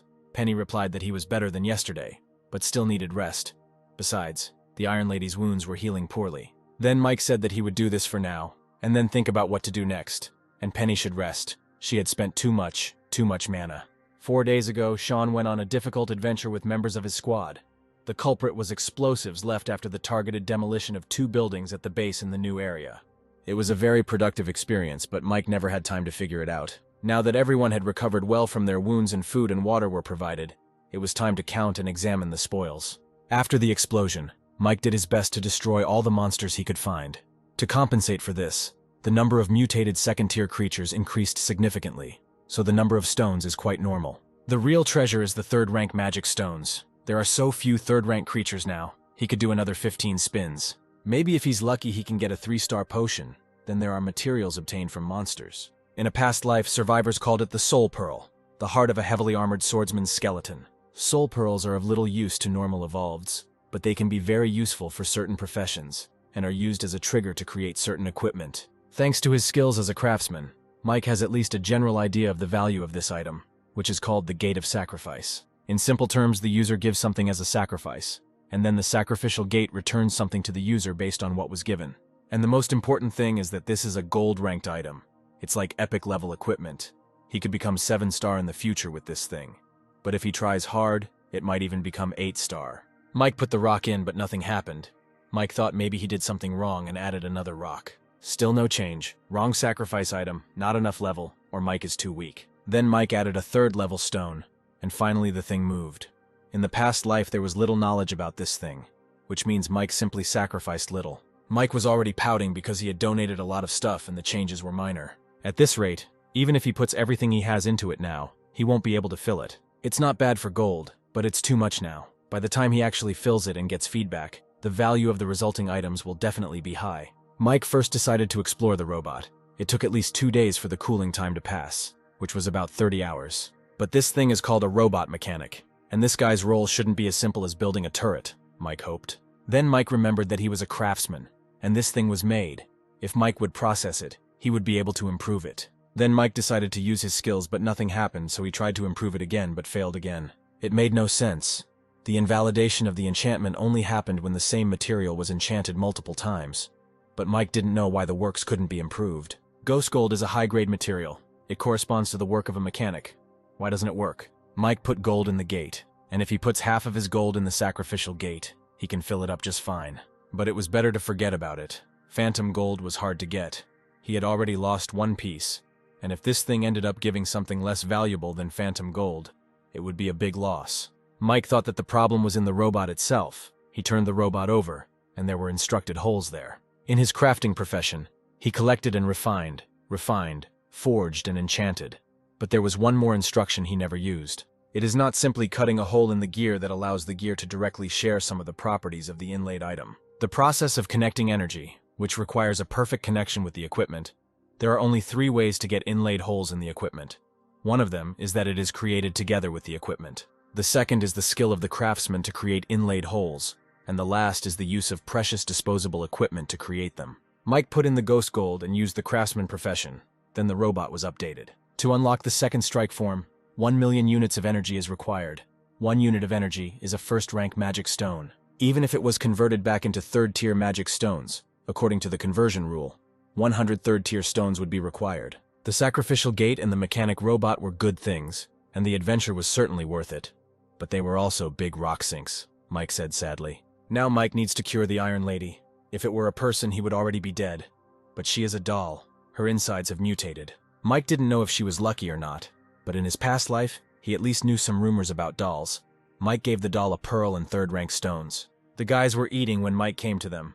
Ken asked where he got the bulletproof vest. Mike replied that not far from here on the National Highway, he found an overturned escort truck. He improved all these clothes with his professional skills. Penny will be able to protect herself from ordinary firearms. Mike did 3. 1 to Sean because he's the protector. Penny is the core of their room, the support. Then Mike asked who wanted the last one. Ken said he would take it. Mike said if he took the vest, he should be in the vanguard. Ken agreed. Mike went to Sean and threw him the vest. Sean stood up and asked if it was possible to fix his shield.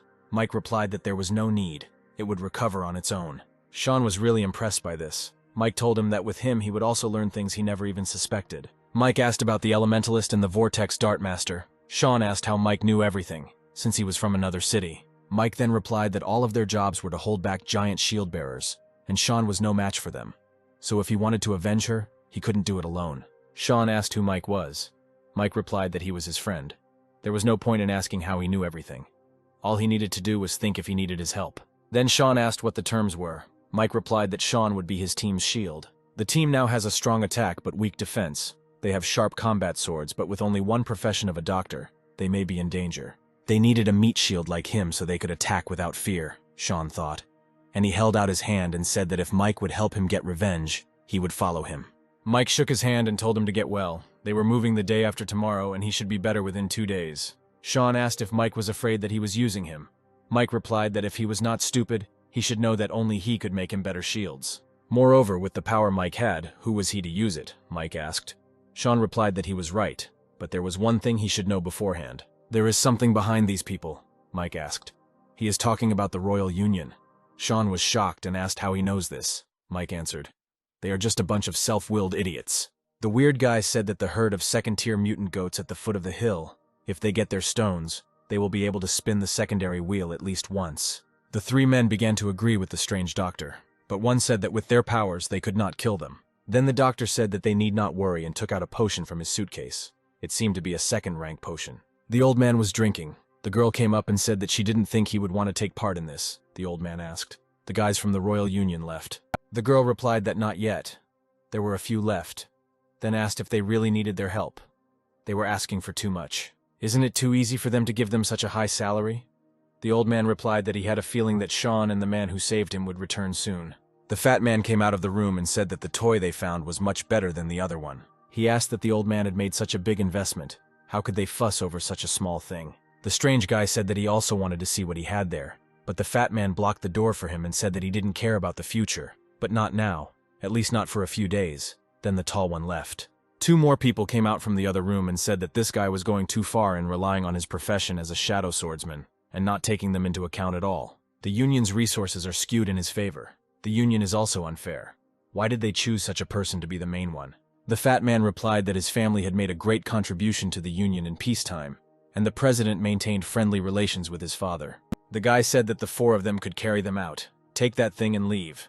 But the man replied that, firstly, he would never tell them where it was, because he understands perfectly well that if he doesn't say anything, he has a chance to survive, but if he says anything, he will certainly die. Secondly, it means that the high ground base will be protected and nurtured to some extent by the Alliance, in order to turn it into a source of stones that will provide them with resources at any time. There is no need to take care of him.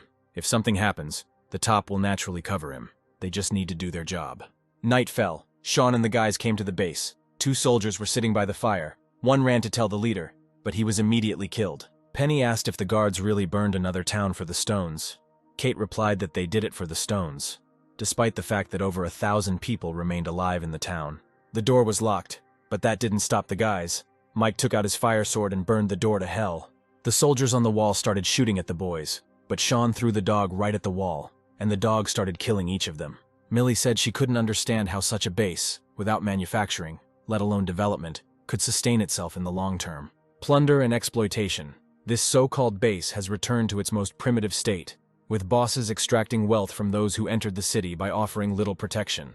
A gang of vicious thugs operates here, secretly robbing the inhabitants and the surrounding hunting parties of survivors like a bunch of parasites. Mike told the teacher, Mr. Musician, and Lily that they would go and find out the location of the leader of this base. Previously, they constantly fought with mutated creatures, but that's not all. In these times, they will have to fight with their own kind. Today, in front of them is a group called the Royal Union, which is full of people as developed as they are. And one of the features of this union is that it has many professionals. They're here to avenge Sean, but it's also a great opportunity to train. And if they can get through this today, it means they're truly prepared for the zombie apocalypse. Those who came are their enemies, Mike said, and pointed at these guys. They are also old acquaintances of Mike from a past life. Doc, a professional shadow swordsman, and Mike had a run-in at a bar on base in a past life. Ginny and Chen are brother and sister. They had some kind of perverted relationship, but they died relatively early in the battle between the Royal Union and the warring faction at that time. And Call later became the vice president of this union, and was known as one of the 5 giants of the union before it was reborn, and became an 8-star one. In his past life, Sean took revenge and destroyed the squad with their help. Since then, although the union did not contact their squad, they provoked them many times. Doc said they're really looking for death who don't know how to act, and they need to understand that there are places you can't just walk into. Ken yelled at the strange guy to stop talking and come over to them to kill him. Doc saw that Ken had white-class weapons. The perverts asked Doc to leave it to them. He had such a good weapon that if they killed him, the knife would be theirs. But then the girls also pulled out their knives, of the same level, and then these guys got nervous. The fat man was the most nervous, because he felt Mike's gaze on him. He felt how strong Mike's desire was to kill him. The fat man realized that Mike was warning him with his withering gaze. He says that if he doesn't move, he'll let Doc and his men have a fair fight 3-on-3, and if he moves any further, he'll die. The strange guy aimed at Kate. He used his ability, and Kate did not lose sight of his knife, but Mike told her. And so Kate was able to kill this asshole. Mike said to himself that the strange guy died fairly, because in his past life Mike had to suffer at his hands. The fat man told the twins to keep an eye out for enemies and use their professional skills when necessary, which the twins did. The Mistwalker profession is mainly used to assist in combat, which is not a very good profession. But the profession that suits her is the Void Thief, who specializes in sneak attacks. The guy wanted to show off his sneaky attack, but Ken noticed him and attacked. Mike told him that they were a bunch of smug idiots, so his attack could have been predicted. His sister was also easily killed by Millie. Only the fat man remained. He thought that the group was so strong that they managed to avoid it because no one used their skills. Mike asked who the president of the Royal Union was, and added that this answer could change his life, but the man acted differently.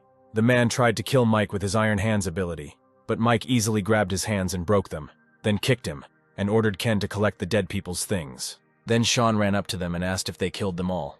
Does Mike know what kind of organization the Royal Union really is? Mike asked if he hadn't told him that before and said they were just a bunch of smug idiots. Ken came and said that this was a good loot. There were 7 third-rank stones and more than 200 first-rank stones.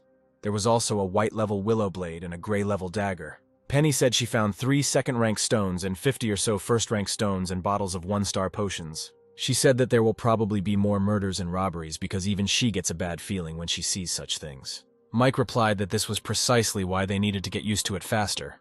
Lily approached Mike and said that they found out where they were. Then the guys came to the musician. He stood up and said that they were hiding inside, completely calm, as if they were waiting for someone. Mike replied that the person they were waiting for would never come. The boss's girl asked if he really wanted to hand it over since it took 4 or 5 people and hundreds of guards to get it from the second-rank wheel. Then she added that she understood that it was her fault. If she had not killed Sean's woman under the influence of anger, none of this would have happened. The man replied that she was responsible, but she was not completely to blame. It's only a matter of time before the people of the Union find out about this, and they need their base to build support for themselves so that they can get help in exchange for it. His son said it would be better if the Union and that bastard Sean's people fought each other to the death, but the old man thought those Union guys were strong, and they wouldn't lose. But then Mike broke down the door and entered with the guys to these freaks. Lily immediately began to attack these freaks. The old man ran up to his son and protected him with a shield. Mike said that an elementalist is a very powerful profession, and he should also have a professional skill, elemental cone. Why doesn't he go out and show it to everyone? The boss's girl threw a couple of darts at the guys, but Penny managed to create several shields and protected the guys. Then it was time for revenge. Sean was beside himself with anger. He ran at that old man in a rage. Ken wanted to help him, but Mike stopped him, saying that it was his business and he would deal with it himself. Sean screamed that he never touched him. In gratitude for his kindness that made him evolve, he gave up his profession as an elementalist to become a giant shield bearer. For the sake of the scroll of the old man's girl's profession, for the sake of returning, he almost lost his life, and he, in gratitude, killed his wife. The old man grabbed Sean and shouted at his son to kill Sean while he was holding him. But before the boy could get to him, the dog ran out and bit him on the neck. Sean said if he felt sorry for his son, he should go to hell with him, and when he got there, he should remember to apologize to his wife. The guys took that precious item and went out. Ken asked what happened to Sean since he was in such a state. Mike replied that Sean needed to let his anger out.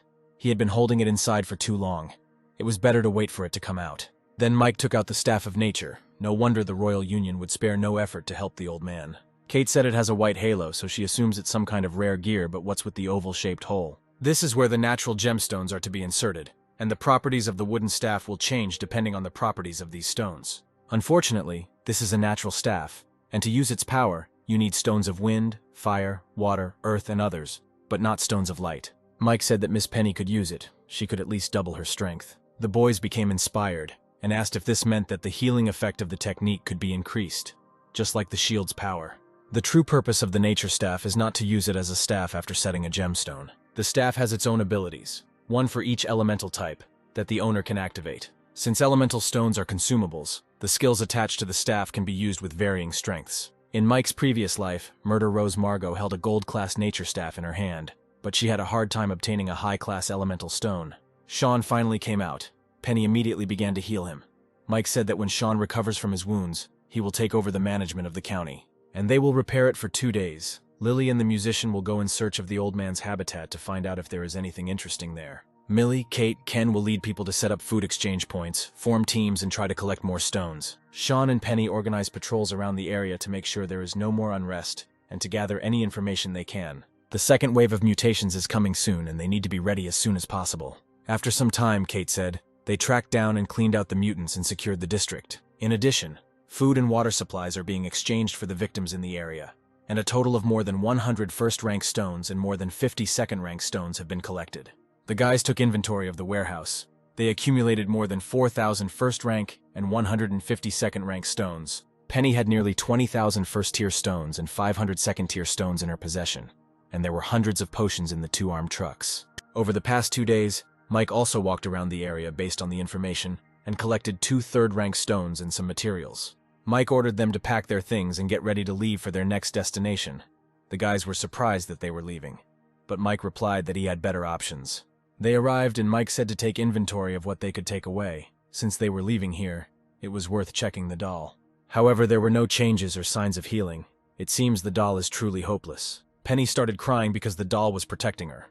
Mike said that they were half comrades and offered to dig a hole and bury her. So they did, but when they left, the strange branch pulled out the doll and also pulled out the pearl that Mike had given her. And immediately a zombie appeared. A worm jumped out of it and screamed that it needed a body. The worm jumped on the doll and tried to get inside her head. But the doll didn't care at all. She grabbed the worm and prepared to eat it. Suddenly, the lady who had been hunting Mike for a while appeared, and seeing that the doll was about to eat the worm, she and her cat attacked her. The lady hit the doll and the worm fell out of her mouth. Then both girls ran after this brain worm. They fought for this worm. Each grabbed it and they pulled it so hard that they tore it in two, looked at each other, then calmly went their separate ways. Suddenly, far from the doll, Mike felt for just a moment as if he had re-established contact with the iron corpse, then decided that it was nonsense. Mike said that now that they were here, it was time to ditch the car.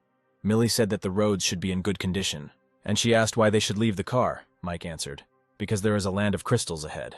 At the beginning of the apocalypse, precious stones fell from the sky, left behind by the bombardment of thousands of meteorites. But Mike, to dispel suspicion, said that these were just suggestions. Since there are parts of dangerous territories, the only thing that can be confirmed is that the crystal lands are dangerous. Kate asked if they were dangerous and they should go around them.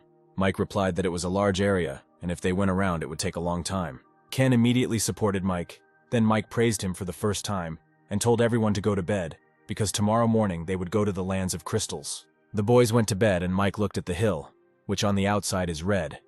This is the property of the blood crystal, if he remembers correctly. There is a mountain of stones there. In the morning they came to the diamond lands. Ken asked what kind of creature could mutate and become so big, if it was a dinosaur. Mike replied that the monsters on these lands can level up by feeding on the rocks here. Gems are an important resource. They are needed by craftsmen, alchemists, and so on.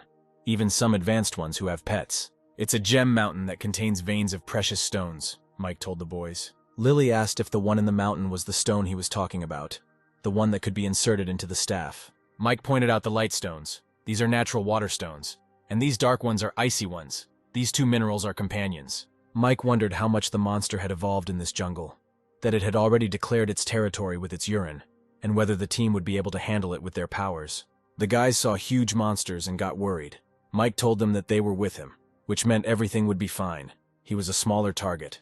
It was not easy to detect him. Kate suddenly said that she saw a 4th-rank monster. There was also an army of monsters consisting of more than 200 2nd-rank monsters. Mike replied that he would carry a dog with him, which had a keen sense of smell and hearing, and with it no one would be able to sneak up on him. He had chosen the villa as his base, and now that it was close to his destination, it was necessary to obtain information about the area before his return. What forces are there, monsters? Are there groups of zombies, and even if it is possible, then let them look for a roulette. But you can't go inside, Mike said. Sean said he would go with him, but Mike replied that he had to protect Mr. Musician, and that he could take care of himself. Mike found the ginseng melon. At any stage after emergence, the young plants or stems on the ground will attack in various ways if approached. If you're not careful, you'll get hurt, and if you run into them, you might lose your life right away and become fertilizer for those sprouts. Because these plants are developed, these peanuts have stones.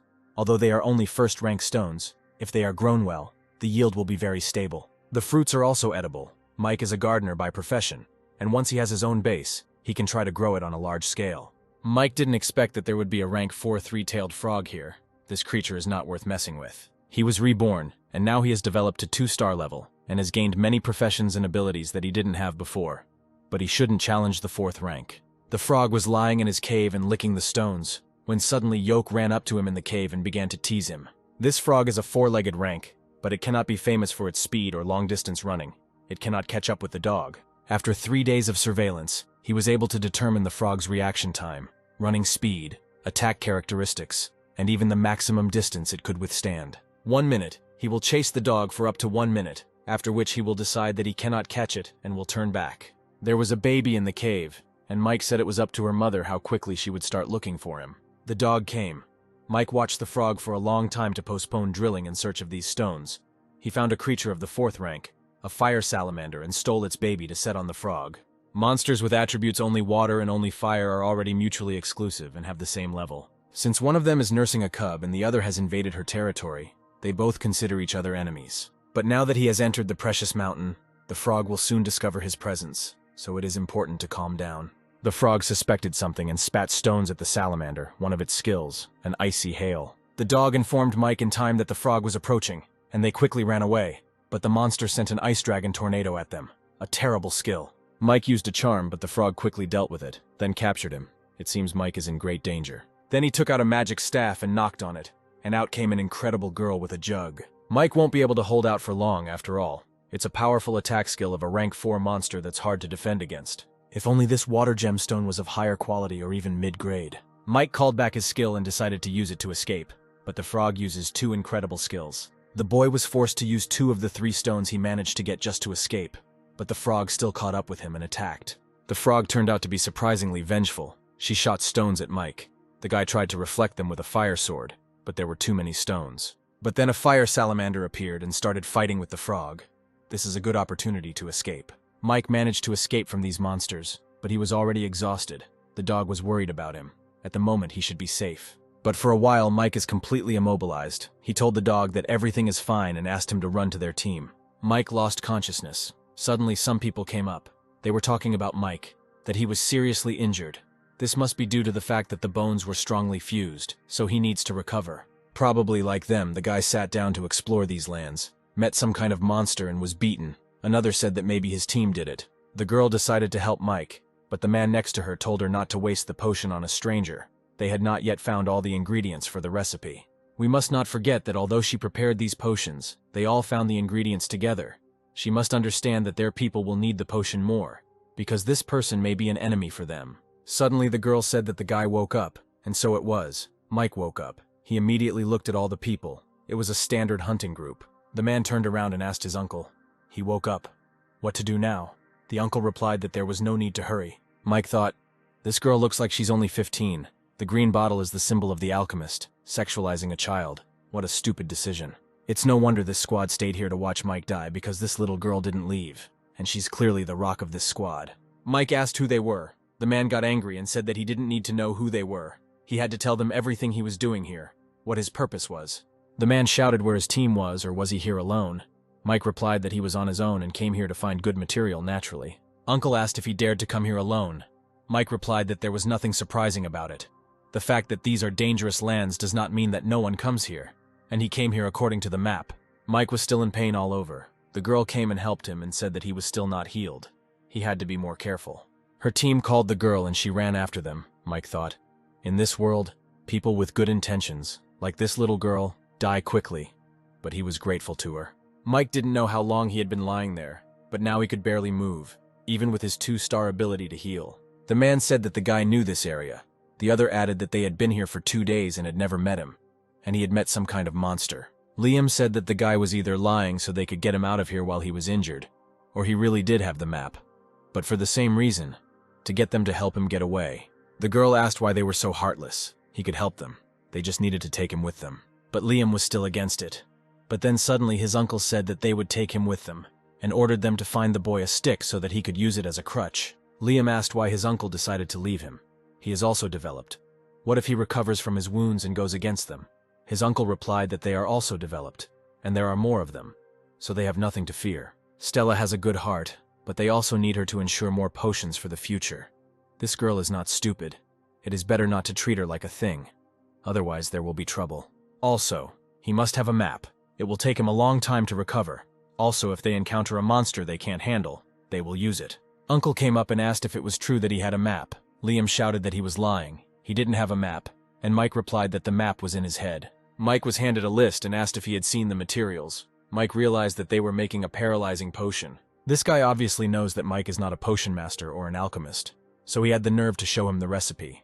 He thinks that Mike doesn't understand what these materials are. At night, each of the boys went to bed without any doubt, Mike thought. With such vigilance and such strength, this squad dares to call itself a hunting squad. Mike has recovered well from his injuries, but it looks like he only has 2 days left before he can walk normally. He turned around and pulled out a stone into the crystal, the stone the frog had thrown at Mike when it was frantically trying to hold on to him. This is a mid-rank ice crystal. This injury was not in vain. The power of the blue blood lotus created with this ice gem should be comparable to the power of the ice dragon storm. In other words, Mike will have an item that is equivalent to the strongest attack skill of a tier 4 mutant. In the coming days, Mike will slowly try to kidnap this girl to use several alchemical recipes. In the morning, Mike asked the guy if he was Stella's brother. The guy replied that they were half-brother and sister, so they had a small age difference. Mike introduced himself and the guy said his name was Tom.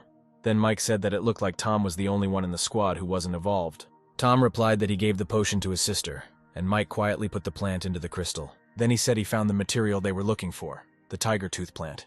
Then Liam ran to look at the plant. While the boys were collecting the tiger tooth plant, Mike got lucky and found 2 more useful herbs that fit the recipe. Liam said they found 10 more tiger tooth plants, and just one was enough to make 10 bottles of the potion. Suddenly, one guy started shouting that 2 red-eyed eagle deer of the 2nd rank were running towards them, and everyone started running away. And just as Stella thought about Mike, who couldn't walk yet, her brother pulled her along, saying that these monsters were too strong. They were no match for them. Mike thought that if he were fully healthy, he could deal with those 2 with 1 finger. But now he had to spend the good stuff again. He took out his staff. Mike had already used up the first 2 starting stones, so he was only using a quarter of the energy from this last one. Uncle asked if everything was here. Liam replied that everything was there, including the tiger's tooth, and Stella added that that guy wasn't there. Tom replied that almost half an hour had passed. Those 2 monsters must have left. Why don't they come back to collect the rest of the materials? They returned and found Mike at lunch. Of course they were shocked, because Mike was not only alive, but he single-handedly killed those monsters. Uncle irritably asked Mike where the deer's magic stones were, and Mike calmly showed them the stones and said that they would not get them. For some reason, this surprised them, although, as Mike said, they don't have rights to stones. The guys started shouting that Mike is disabled, who can barely walk. The freaks started to threaten him, but Stella stood between them and asked them to stop. She whispered to Mike that he had better give them up, otherwise they might beat him up. As befits a child with a kind heart, Mike thought. The best place for her is in the alchemy lab. Liam pushed Stella away and threatened Mike with a sword. Then Mike threw them these 2 pathetic stones. The old man said that he didn't know their rules. What someone found would be common. Suddenly Mike asked the guy behind. He thought so too. Then he asked another about the same thing. Then Tom, whether he thought the same thing. Tom mumbled that it didn't matter what he thought. Then Mike took out his stones and said that he had more. The guy started shouting where he got so many stones from and how he hunted it all. He asked if this was not enough for them and said that he had more. With these words, he took out another pile of 2nd-rank stones, then more. Then Mike hit them even harder by taking out a bunch of 3rd-rank stones. The guys were horrified because they couldn't even kill 1 2nd-rank monster. Then Mike took out his staff, saying that he had a bunch more rocks. But like he said, they had no right to it. Then he shot the old man and Liam. The girl was scared, and Mike asked if she wanted to learn how to make potions. He could teach her, and threw her some plants. The retired men immediately bowed to Mike and asked for mercy. Mike replied that if they wanted to survive, they would have to work for him. The boys carried Mike on a stretcher, and Stella asked what kind of creatures they were. Mike answered, "Cloud bulls. They look like a cow or a horse. Their hooves are white, hence the name." These bulls were part of Mike's plan. They were hard to meet, but here they are, and Mike also met the alchemist. Now the plan is complete. Mike asked how many of the recipes he taught her she had already made. Stella replied, "All of them." Then she asked what this red potion was, also where he got this staff, and what were these 2 shiny stones that he polished along the way. Mike just laughed and told everyone to come down. He ordered Stella to give them the potion. The guys began to evenly distribute it throughout the area. He ordered Tom to go down and lure a herd of bulls here, but Stella shouted that it was too dangerous. Her brother would not go there. Mike replied that everyone should live according to their values, and everyone should be useful if they want to live. He knows that Tom is not a normal person, and he knows that what Tom really wants is for his sister to stay with him. Tom asked. He took the liberty of asking what Mike could give her. Of course, this Tom's only concern was his sister. Mike replied that he did need his sister to do some things, but unlike their former squad, it was safe to work for him. His sister will become a 2-star or even higher. Perhaps she will become a mid-level, advanced, or higher alchemist. Tom asked how he could trust him. Mike replied that Tom didn't have to. He just had to live and watch. Tom asked in surprise, so Mike said that he would live. If we are talking about a deadly dangerous task, then these 3 are better suited than Tom. Of course there are dangers, but such is this world. Then Tom agreed to go there, but if anything happened to him, he would have to take care of his sister. Mike threw him a potion as an advance. Tom drank it immediately, which surprised Tom. He thought that Mike was probably testing him. The 3 came and said they were done. Mike ordered them to protect Stella and let her go back. He told Tom he could start when he was ready. Then it was all about the ripening of these plants, sprayed with a red potion.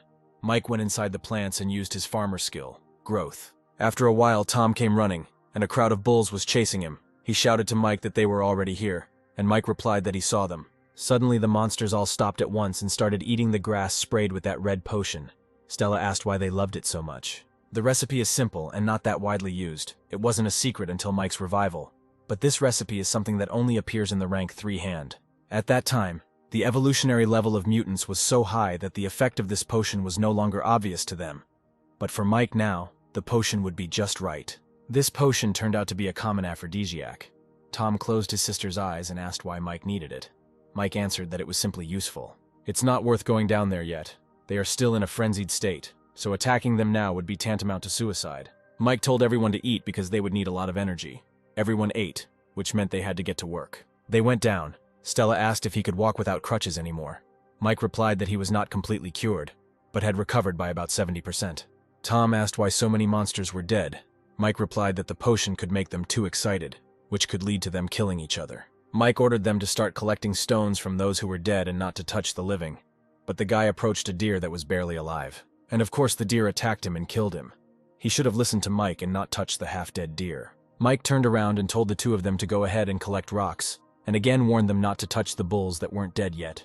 Stella said that Mike was so cruel. Tom replied that Mike had already warned him, but that guy didn't listen to the advice. The boys collected the stones and at their own risk, saying that this was their share. Mike told them to choose some recently dead bulls. Drag them to the entrance of the valley, then cut their veins and let the blood flow as fast as possible. They did everything and came to Mike, but suddenly Mike killed that guy and took out the stones that he hid. Mike calmly put the crystals down and said that they needed to set up an ambush. The boys hid. Suddenly a huge beautiful bird appeared in the sky. The tempting smell of blood confuses the 4th rank bird. We are shown Mike's team. A group of bandits came to them and ordered them to throw stones and get out of there. The bastard recognized Lily. Then the other one shouted for them to leave the stones and the girl, and for the rest to get lost. Ken said, "It turns out Lily is popular." Lily didn't like it. She shouted at him to solve this problem, and he let the enemies get so close. The musician said that Ken wasn't lazy. He drove so many zombies here. The boys continued to joke and laugh, which angered the old man, and he began to shout that he would kill them so that they would not dare laugh at him. But before the old man could finish speaking, Sean came running and hit these guys with his shield. Ken also joined him, so they quickly dealt with them. Lily said that over the past few days, she had collected almost 1,500 first-rank stones and several dozen second-rank stones. Millie said that they needed to hurry to the others. Ken said that Miss Penny and the others were already waiting on the side of the crystal lands, when suddenly a light appeared in the sky. Mike was fighting dangerous monsters at this time. He ordered the guys to collect all the magic stones as quickly as possible. The snakes Mike killed are ideal for hunting. The glandular sacs in their bodies are soaked and then aerated to evaporate all the water. Taking this together with strong alcohol can increase resistance to various types of poisons. And they aren't known for their speed or defense either. Using bull's blood to surround this valley was the right decision. Mike suddenly felt as if something was approaching and told the boys to go back up the hill and take cover. 3 days, more than 500 second rank and 7 third rank stones and some materials. The harvest is not bad. Unfortunately, Mike missed the 4th rank mystical bird. These 3 are nothing compared to those he trained. But the guys are far away now. Here comes a pack of fanged beasts. They are the most organized and disciplined monsters Mike has seen in this place. It's a pity that their group isn't big enough to handle 3rd-tier monsters. He'll have to use mid-tier stones, but that's not cost-effective. Mike decided to end the hunt there, but suddenly a rumble was heard. It was Yoke. Apparently he had returned for Mike. He thought it was a dead end to ask him to call for reinforcements, since it would be a difficult task for a 2nd-rank mutant to cross these lands and find the guys. But not only that, but also the time it would take for the squad members to enter these lands and find him, for salvation. However, the guys are here, and they decided to fight these monsters, which surprised Mike, because there are no such impulsive people on his team. Under normal circumstances, they would never have made such a decision. But now they were in a hurry. Why on earth, thought Mike, and ran to the team. They went down and Mike yelled at Sean to open one door for them to come in. He told the guys they looked like they had a good day. Mike asked who could tell him why they decided to fight these monsters. Then Ken threw him a card, a sealed card. When the card is activated, it can seal a mutant of the card's level. After sealing, the mutant will turn into a battle pet. But battle pets have their own separate life. Mutants sealed in the card have their original memories erased. They only do what their masters order them to do. Mike was delighted and said that it was a great thing, and asked where they got it. The guys proudly replied that they stole it. Then Mike told the boys that these monsters were very disciplined. They split into two parts, and one intended to attack their rear in a roundabout way. Ken asked how they were going to defeat these monsters. Mike asked if they hadn't thought about this when they were rushing to the valley. But Ken replied that they thought the card would be used to seal a Tier 3 mutant, and that would be Mike's prize. Mike was surprised that they thought of him first, but since they were all here, the chances of winning were actually better. Then Mike jumped on the shield and called the original spell. His monster grabbed the mutant by the legs. Then Mike jumped on him and sealed him in the card. The monsters lost their leader and were confused. Mike took advantage of this. Jumping, he used his fire sword and burned all the remaining monsters. But then another group of monsters came running. Mike ordered the newbies to stay in formation. He told Lily and Sean to take care of them. And the rest joined him to meet the enemy. Mike took out the baby, and after the crystals, he took out his huge gun. The guys started fighting. Mike took his monster out of the map, and it started fighting with his own, which surprised the monsters. Ken thought that the boss was getting better and better, and with this robot, he didn't need the slave cards that much. He could handle this group of monsters on his own. Stella asked if Mike was that strong. Tom said that they fought and almost died for the second-rank stones, and ran away when they saw the second-rank zombies. Luckily for them, the sisters' good intentions did not fail, because this team was sure to go far, Tom thought. After the battle, the newbies were collecting materials. Mike told them that tusks and claws are also very good materials, so they should be collected. Mike asked the boys if they wanted to go for a ride. Ken asked what they wanted, and Lily asked if he had found a car. When the bull eggs hatch, they will grow up and become their transport. They seem cute. Mike pointed to the side and said that they were there. They had already dealt with all the monsters in the area, so the remaining monsters would not pose much of a threat. The two happily ran off to get the eggs, and Kate told Mike that they had made a map of the city. They didn't touch the villas because Mike didn't allow them, but there were a lot of people there. They were divided into 3 factions. The numbers are not confirmed yet. But in the vicinity, the largest forces that could pose a threat to them. The team is based in a village to the east. The leader's name was Kai. He was a 2-star. There should be a second-rank roulette in the village. There were more than 500 people under his command. 10 of them were developed. A large cement factory where 70 people are locked up, calling themselves Tiger Riders. They are not old, but their reputation is very loud in the area. There is also a prison. This place is known for its perverts. The prisoners became the masters. They collected a lot of weapons and transport. The boss there is now a black dragon, a very influential person. Previously, he studied Thai boxing and traveled to Korea to see Taekwondo masters. After studying, he was involved in smuggling at the border, then in bloodshed. He's a 2-star and a professional, rumored to be a summoner, Mike corrected the girls. Not a summoner, but a ghost hunter. The boys returned to the city, dragged all the bull's eggs. They cooked something to eat, and sat down to discuss plans. The most important thing they should pay attention to is that at the moment he led his people in the direction of the villas, wanting to take up more space. So much time has passed since the beginning of the apocalypse that any person with a brain knows that roulette is a resource, and the main thing is to occupy the roulette. Lily said his family is here too. The family is a minority power with a high degree of cohesion. After the apocalypse began, they occupied an island in the very center of the lake, where the reservoir and the lake provided them with the best protection. Kate said the last faction was the village. It was a force organized based on the villagers. The number of people is the largest of the 5 surrounding. There are already 5,000 people, and at the entrance to the village there is a first-rank roulette. The village chief, known as Uncle Mitch 2-star, is said to have traded the potion for a profession scroll with the hungry tiger boss. When Millie went to investigate, she discovered something very strange. They had a lot of weapons, although they seemed homemade. The weapons in the village were not made in some armory, but thanks to the presence of a master craftsman. Mike still remembers that when he came to town, it seemed like the village had been wiped off the face of the earth by a wave of monsters. As for the technical city and the hungry tiger riders, he had never heard of them, but Mike had chosen another villa anyway. Besides these 5 forces, there are many other disparate groups, little to note. There is only one team, the Black Caravan, and then there is the Zero Chamber of Commerce. The last one made Mike noticeably nervous. Then the girls asked what happened because he didn't react to the others. But Mike didn't answer. He told the guys to rest here, let Ken be on guard, and he needed to go somewhere. At night, at some meeting, the old man was cursing and throwing dishes. He was shouting that he had given him so much time, and this is what he was telling him. The man replied that he knew the old man was upset about the death of a family member, but it had happened recently, while his enemy's people were still alive. They would find them. It was the end of the world. They would not go far. The old man stood up and shouted that his relatives were not dead, so he did not understand and was in no hurry. Their argument was stopped by a guy with a ridiculous hairstyle and a strange mask. He ordered to look for people and find out where the staff is. There are people from the Chamber of Commerce, and in the list of transactions there is a 2-star potion. The man asked what they needed to give for it, if not the staff. The strange guy answered, "People, many people. If it is an ordinary person, then they need 20,000.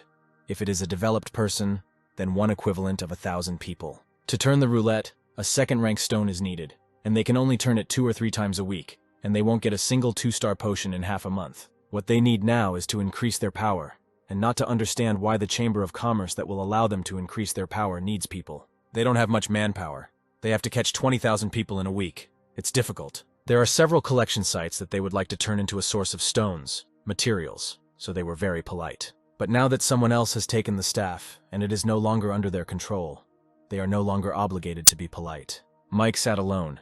He didn't expect to hear the words Chamber of Commerce so early. The Board of Commerce, the largest and most inhuman organization. There is no need to contact the Chamber of Commerce at this stage unless necessary, but Mike should be prepared if a conflict arises. Fortunately, there was plenty of material in the Crystal Lands, and they would be able to feed the sacrificial gate. Mike put all the stones into the gate.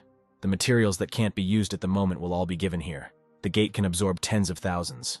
It would be more important to have a large amount of magic stones than ghost gold, which would not be of much use at this stage. Only the stone on the gate caught fire, and Mike hoped for real treasure, but for some reason the stone went out again and nothing happened, which angered Mike. The line came back up, but Mike didn't know what it meant, even if he put everything he had into it. What if this thing screwed him a third time? Mike thought it couldn't be that bad. Maybe he was using the gate incorrectly. Then he pressed the stone, and suddenly everything caught fire. Everything is bad, the light flew up, and on such a dark night, such a bright light can definitely be seen everywhere. So Mike ordered everyone to pack up and leave. The gates continued to burn.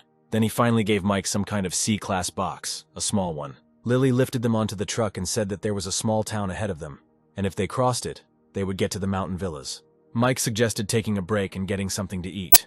There was definitely a high chance of encountering zombies in the city. The boys each went about their business, and Mike began to examine his prize. The box was marked small, which indicates that the gem at the sacrificial gate can be filled several times. The more times it is filled, the better the item will be. Mike dreamed that it was a 3-star evolution potion or a skill scroll. But after receiving the bloody boots, Mike decided to identify the boots using the craftsman skill. Mike has to put his own stuff in them and activate it before it's ready. The thing still needs to be fed his stuff. It's very wasteful. Then Mike reluctantly put the bull's hooves into the boots, and the boots lit up. The boots have changed. Mike even received a speed skill. For 3 seconds it increases movement speed by 100%. The recharge time is 10 hours. Then Mike decided to increase it again. The boots changed again, and Mike got a new skill, a punch. There's another chance to invest the material, and only the hooves of a bull and the tail of a lake raised these boots to this level. Mike added some phantom gold to see what would happen, but the boots reported that the gold didn't match the device's specifications. This surprised Mike, because this was the ghost gold that was tied to the body of the ironclad monster. This monster would reach the 9th rank. Then Mike decided to change the material. He put some gold fabric that the little monster had into the boots, and the boots caught fire again. Kate said that Mike was in no hurry for dinner and was doing something. Millie told everyone to eat faster, they should be ready to leave. Mike was glad that he had another gold epic piece of gear, and unlike the Gate of Sacrifice, it was available right away. Then the guy put on his boots and came to the guys happy. Ken asked if Mike was so happy only because he got a new pair of shoes. Mike didn't answer. He sat down at the table and said that as soon as they finished their meal, they would continue their journey to reach the vicinity of the mountain villas. The guys were driving through the city, but suddenly their road was blocked. Mike and Millie got out. Millie told him that judging by the clothes, it was a black caravan. Then Millie told them that if they didn't want anything bad to happen, they should put down their weapons. It was causing anxiety, and it was unknown what this anxiety would lead to. And the man actually ordered his men to lower their weapons and suggested that they meet. His name is Carl. He has a small fleet of cars in his own business. Since they were all dressed in black, they were called the Black Caravan. But in fact they were traders. He just saw some brothers and sisters, so he came over to see if there was any business, and hoped that he would be understood correctly. Kate said that misunderstandings are normal, sometimes even healthy, but she likes the way they are acting, so they will see what they have. Carl replied that he was impressed by the way she spoke. There was little good, only food, water, basic necessities, and so on. Then Mike decided to use his boots. He ran past all the people at lightning speed, grabbed the explosives from Carl's truck and returned. He gave the explosives to Carl and said that if Carl wanted to cooperate, he had to be sincere. Mike said they don't have unintelligibility, but they have a habit of speaking in absolute safety. Carl was shocked. He didn't understand how Mike did it. Carl replied that it was his mistake. Not everyone has it easy in this world. Then ordered his to put the explosives back in place. Mike said he needed 3 things. If he had them, then we could negotiate. First, bullets. Second, food. Third, information. Carl replied, "Bullets are hard to come by. He has a few. Food is their main staple. But as for information, he doesn't know what Mike wants to know." Mike said that whatever he found useful, he could use it in exchange, and Mike would pay according to the value of the information. And there are also significant differences between grain and food. Carl was surprised that Mike wanted food, in a world where you can kill for a loaf of bread. They brought Carl a bag of cartridges, 90 cartridges, for 50 stones, Carl said. And Mike calmly agreed. Mike didn't bargain. Then Carl asked if he wanted another batch of guns. Mike asked how many there were. Carl replied that there were not many of them, about 10. But the quality of the cartridges was guaranteed. There were more than 300 of them. Mike said they were good quality and asked for a price. Carl hesitantly asked for 200 stones, and Mike agreed.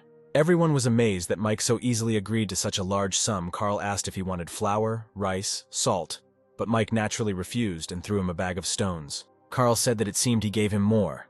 Mike said that there were 500 stones. For this, let him tell Mike the location of the arsenal. Then the two said that they were their enemies and took out the guns. But Carl told his men not to be nervous and asked Mike how he knew about it. Mike didn't answer him. He said that with these 500 stones, if he was lucky, he would have another developed person on his team, which is worth more than the arsenal. Carl thought how he could have guessed that he had found an arsenal.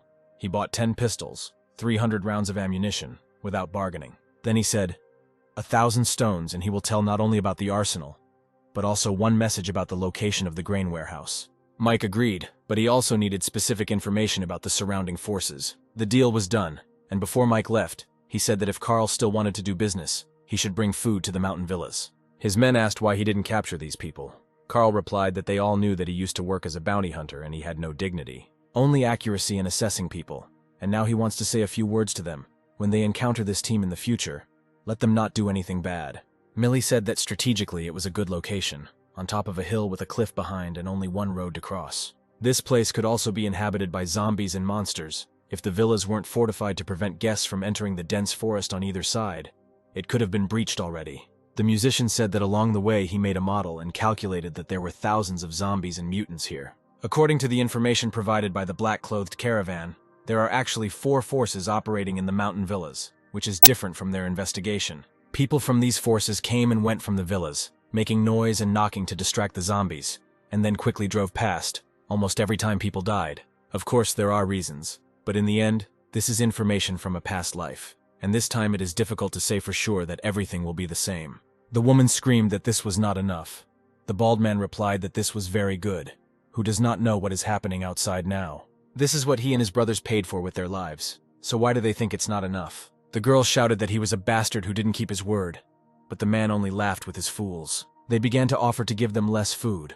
The girls began to cry, and one of them said that she felt sorry for them, because sooner or later karma would punish them. The man got angry and shouted. He asks to exchange the only thing they have for food and drink, and they want karma to punish him. He called them blockheads dreaming of stardom before the end of the world, and there was no need to talk nonsense about them being in the same company. They better watch how others treat women. If he hadn't stopped her, she would still be here to bargain with him. Then she would have been killed. The apocalypse has come. If they don't want this, then they can leave. Let him do what he's told. Otherwise, next time there will be even less food. The woman was angry, but unfortunately she couldn't do anything. They took the bags and left. The man asked if they would just leave them like that. The bald man replied, "No way. You shouldn't mess with foreigners. Vinny in the office and the old man in the warehouse. On the other hand, there are many of them, but most of them are a bunch of weaklings. But at least there are 3 developed people in the group." The girls returned to the others, and everyone was happy to see them. But then they realized that there was very little food this time, not enough to feed them for 3 days. The blonde screamed. The only thing she needed to do was shut up.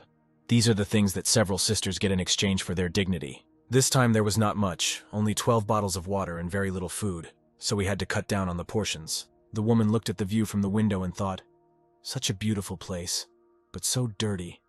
What will happen to this place?" Then she went downstairs and went into the basement. She asked how things were, if there were any ideas. The girl replied that while she was within a radius of almost 1 meter, she was attacked. The force of the attack was much stronger than it was a couple of days ago. Then the girl with the ash-colored hair said that if this didn't work, they would do it the old way. She would be the bait, and she would find a way to break the vine. The woman shouted that she would not let her do this because it was very risky. But the girl replied that she was a bad person, but the other girl objected. She considered her a good person. But she insisted, said that she had lived long enough, and if this continued, then one day she might commit suicide. She had to cover her mouth every time, just so she wouldn't throw up. She's had enough. If she can exchange her life for an evolutionary fruit and give her sisters another evolved one, her death will be worthy. The woman shouted that if they received the fruit of evolution, she would become developed. They had to hold out until the end together. They opened the basement and the woman said that the three of them would do it today, and then she would watch how that bald bastard confronted them. They went to the old man and said that someone had arrived from outside and wanted to exchange food with them.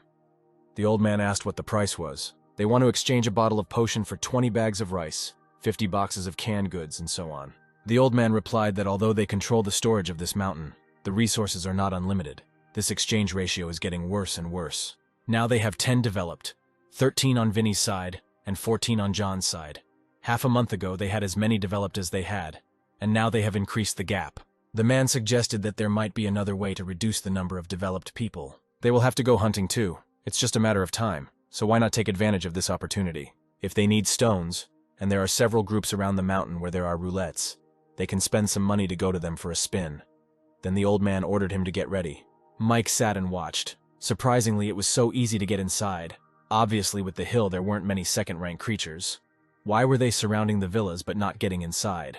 But first things first, he remembers the place he was looking for, the basement of some villa, but Mike didn't know exactly which one. Mike made his way between the houses, but someone started screaming in one of them, and Mike decided to see what happened there. It was that bastard. He was screaming at the girl to let him go, and then he would let her live. The bastard said she had two options. Either he lets him go, and he gives them a bottle of potion, and today they pretend nothing happened, or he will kill her sisters. He wants to know the secret of their evolution. He will destroy their villa and basement to find out their secret. Hearing the word basement, Mike burst into them. He shot several bastards at once and they died. Mike put a gun to the bastard and he immediately started whining about giving him whatever he wanted. Then Mike ordered the freak to tell where the basement was. But suddenly the girl whose face that bald bastard had burned off said she would tell about the basement. She asked Mike to give it to her. Then she would tell him everything. Mike, without thinking twice, threw her the sword and said that it was hers. And finally the bastard got what he deserved long ago. The girl took the sword and began to cut him into pieces. Other women burst into the room and Mike asked if she knew too. So could they tell him about the basement? She said she would share the secret, but she had a condition. Mike replied that they were not in a position to set conditions for him. The woman replied that they are not afraid of dying. They have a difficult life, and death is a relief for them. She doesn't know him, but she has what he needs. She will give it, but she has conditions. Otherwise he can just kill them all. It's better than living like this. Mike still agreed to the condition. In the house they started killing one bastard after another. What joy! Mike was waiting for them outside. Their conditions were that all the men in this house would die. The girl approached Mike and asked why he helped her. Mike replied, "Didn't she just say that she was ready for anything?" Then she pointed to her face in a cheerful way and said that she thought he didn't like her as she was and that she seemed to be dying. Mike said that she was indeed dying, but if she came with him, she would survive. He needed someone who would be completely subservient to him, who would be covered in the blood of his enemies. The one who would stand in the darkness and hold back his future enemies? The one who would give him his soul? Mike asked if she was ready to become such a person. The girl agreed and they shook hands. Then the woman came out after the successful murders and said that she would take him to the basement. They came to the basement, and there was a ghost tree. You can never tell from its appearance to what extent it has developed, because it covers and hides a magical stone, and on its branches grow fragrant fruits that beckon to be enjoyed. The survivors who eat these fruits will be developed. At first people were almost delighted because of this tree. However, the so-called evolution lasts only a month, after which the body becomes a carrier of seeds. They germinate and take root in the human body. The user becomes its fertilizer, gradually turning into a human tree. A completely new tree is watered from the human body. Mike asked if they were the only three who had eaten the fruit. How long had it been? The woman replied that it had been more than half a month. She was the first one to take it.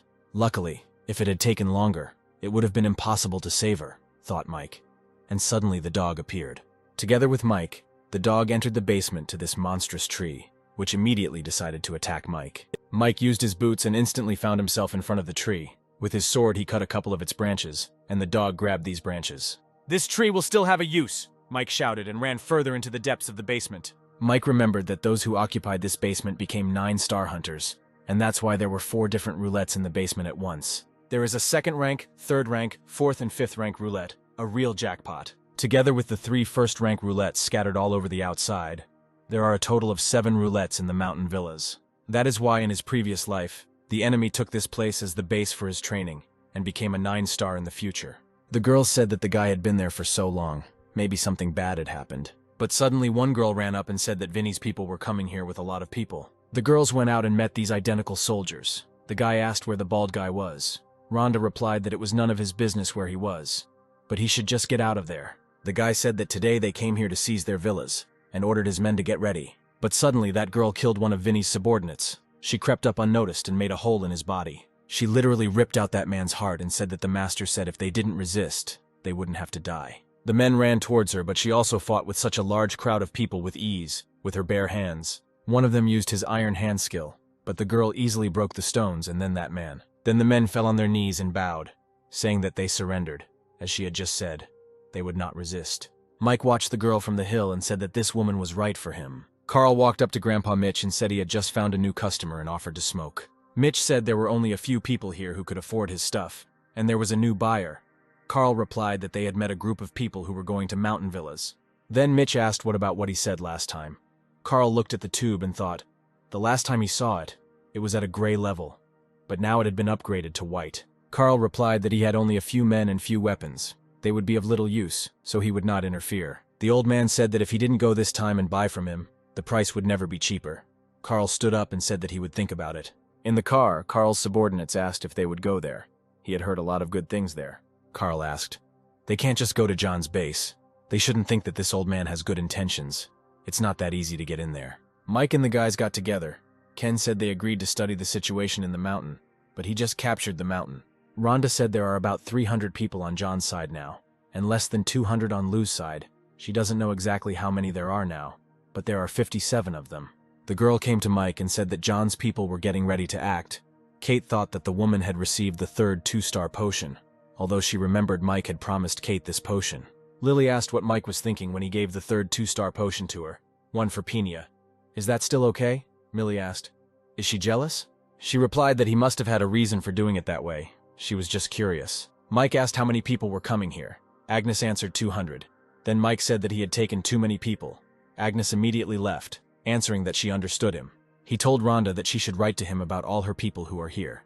He wants to know detailed information, work experience, strengths, and so on. The man shouted at the old man, "Why don't they leave while they can? Vinny was killed. They might not be able to resist these people." But the old man replied that they would wait, and asked if the man knew what truth he had learned after living so many years and doing business. When you are sure of something, either give up or wait patiently instead of relying on your luck, the old man said. Suddenly there were shouts. Then the old man said that it was time to meet the new king of the mountain villas. They all gathered at Mike's. Agnes entered the room. Her footprints were bloody. She was disappointed that she couldn't kill the old man. Penny said she had 2 serious gunshot wounds and 5 broken bones. The bullets were still there and needed to be taken out so she could resuscitate Agnes. Mike left Rhonda in charge and went to pull the bullets out of Agnes, but Mike added that he was also going to cut out all that burnt flesh from her face. Agnes calmly agreed. Penny was of course shocked. It is not surprising that in a very short time she won Mike's trust. She does what the other members of their squad can't do, Mike finished, and Penny began to heal Agnes. The light apostle profession is very strong, and after it developed to 2 stars, it used up the profession enhancement scrolls. Although she did not advance to the next level of Apostle of Light, she gained a new skill, the goal of softness, heals locally, not as a whole. Penny finished and said that tomorrow she would do another procedure and then Agnes would be as good as new. Mike returned to the meeting room and the old man said that he wanted to stay. His family was gone anyway. Although this place was not very good before, it could become so in the future. He brought a drawing from one of his men, a topographic map of the area around the villas, with the villas in the center and it covering the entire mountain. If they want to control this place, this map will allow them to make a clearer and more precise plan. Mike replied, "Not bad," and there was a big fight coming up soon. His men needed to be ready. He went out to the crowd and said, in fact, he didn't need to say anything, just like how others had treated them before. But he doesn't think that this is enough to survive in such a world. They need to realize their potential and do what they are afraid to do. He needs exactly such comrades, and not the living dead who sit and wait for a little dirty food to be thrown to them every day. They will need to go outside, fight zombies, mutants, clean up the villas. This is the beginning of a new life for them, and those who do well will be rewarded. The pathetic freaks started screaming that they didn't want to fight, and didn't want to fight monsters. And in general, before they could fight, they had to become developed. They kept shouting that they needed weapons, potions, meat, good sleep, and so on. although they themselves had not yet earned anything. Mike said if they were engineers, doctors, technicians, they could skip the fight and report to him. And the rest who do not have these skills, but do not want to fight, let them go and sign up with him. However, I would like to remind you that effort and gain complement each other, so be careful when choosing, as there will be no chance for a new one. Those who fought went with Kate. Mike led them to the zombies and they started killing them. Penny wanted to create a shield, but Mike stopped her so that they could watch them first. The rest, who decided not to fight, watched the others from above. They discussed the battles, were surprised at how the former models killed zombies, saw how a friend was bitten by a zombie, and so on. They were glad that they did not go to fight with them. The man told them to speak more quietly so that the two would not hear them. Stella said that Sister Lily was right. These people who can't do anything themselves, desperately looking for reasons to be cowardly, and also not seeing that other people are good. No wonder Mike dumped them. Kate said that was enough for today. Now we need to collect the magic stones and get ready for dinner. In just a few hours, this group of people had experienced blood and death, battles and struggles, and in a little while, these people would be able to become warriors. In the evening, the guys prepared dinner. Ken said that these were eggs and meat of a second-rank mutant. Eating them for the first time could increase strength. The old man complained that they had a 2-star, but they still had to fight. The world had changed, and people like the old man weren't going to change. Mike said that everyone had worked hard and now they could eat. This was their reward. If you work hard, you can get a reward. This is the essence of his team. Suddenly, a bunch of freaks burst into the hall and started shouting why they were eating stale buns, and they were eating so well. They could have fought if they knew this was going to happen. They needed to eat these dishes too. They kept screaming and screaming. Kate said there was nothing wrong with the new base now. At least it wouldn't breed such idiots. Mike made one strong argument. He shot that guy and ordered them to collect the bodies and burn them. If they run away, they will die. Agnes came and said that there was a caravan near the villa. The leader said that his name was Carl, and he had important news for Mike. Carl watched as the bodies were burned. Surprisingly, in such a short time, this group occupied the mountain villas and also began to clear the mountains. Mike greeted him and they sat down at the table. Carl said that the boss and other groups of people were gathering in one place. In fact, this is the place Mike already guessed about, the armory. Currently, the armory contains a group of green-skinned monsters, very ferocious and individually strong, almost like a 1-star man. They eat people, they eat zombies, but they don't eat magic stones, so the stones remain visible. Mike asked if he was sure the armory had been taken over by a crowd of monsters with no eyes, sharp teeth and claws, and no stones on their foreheads. Yes, each of these monsters can pose a great danger to 1-stars, so despite the fact that there are many weapons there, few dare to go there. This time, the other groups were also determined. The more people, the more strength to defeat the group of monsters. The boys got nervous because for the first time they saw Mike's serious expression, and then they realized that the situation was really serious. If they capture this place, they will be able to get not only weapons, but also a lot of stones, so it's almost like killing 2 birds with 1 stone. Carl said that he is new here, but he sees how strong Mike is. If he is ready to fight, he guarantees him that he can join this expedition and get his share. Mike replied that he would think about it. Since Carl was a rare guest, they should give him a good reception. Kate asked if he was afraid of those monsters. Mike replied that these creatures could be called demons. They are very strong. The demon monster was generally defined as a type of monster that appeared after a series of mysterious processes in which people were exposed to radioactive substances. Monsters don't have stones indicating their level, so you can just look at their height to see how strong they are. Monsters have no skills. They are a race that uses their body to the maximum. If a person is not well developed, then he is finished. What's even scarier is that these monsters can reproduce. They capture women and even zombies and impregnate them. Although there is no benefit in killing this species, but due to the characteristics of the monster, it will reproduce. The existence of this kind of creature is the greatest threat to humanity. It had been more than a month since the apocalypse began, although there had been large-scale organized rescue operations. But even before they left the previous city, had anyone seen the missiles? But have they ever wondered why it is humane not to use these weapons of mass destruction at the moment when they are attacked? Chances are, even if they have the ability, they are too cautious to use it because the missiles can detect zombies. But Mike replied that one of those things in the sky, when it attacked that day, the ship blew up all the human weapons. Monsters are horrible creatures that appeared when humans were exposed to radioactive substances, and they are very strong, and there are many of them in the armory. If there are only 100 of them, they have a chance to clear them out if they work together. But they are just setting up a base, and at the moment, the base is the priority. Even if Mike knew that monsters were the enemies of all mankind, he was not stupid enough to fight them himself. On the other side of the golf course, they will collect cars. When the flowers bloom, it will be cleared to grow food. Ken will now be in charge of the fighter training program, and can use all his free time outside of zombie battles for training. Kate and Millie are to set up sentries, the main places that need to be set up. The rest they can do at their own discretion. Lily and Sean, their mission is to attract people to mountain villas, get a map of the surrounding area, and protect the one who made it. The man asked if there were fools who were collecting metal, and they answered that it was the Black Caravan, because they were the ones who brought the news that many of the people living here now know. It seemed like there was a new group of people from the mountain villa area who specialized in collecting abandoned cars, and he heard that someone had traded a car for a bun the size of a fist. Anyway, junk is everywhere now. You just need to find a car you can drive and sell it. Carl was asked if the information was reliable. Carl replied that when the apocalypse began, he exchanged things with him for food. He would not lie to him. They really need people in the mountain villas. It's best if they have skills, then they will be paid well. If not, they won't die of hunger anyway. Only a few days have passed, and his people are already 4 people less. There are fewer and fewer of them. Mountain villas are the way out. Carl asked them to think about it. Then the uncle replied that she would take his advice and go there to try her luck. The man asked Carl what the people from the mountain villas were doing, why they needed them. They also needed people. Why didn't Carl recruit them? Carl replied that sending these people there wouldn't change the weather. Mike had big plans, and they were on a level below him. All they have to do is do something for them, get a reward, and then they'll just watch and see what they get up to. The professor thought that after being trapped for so long, he needed to find food.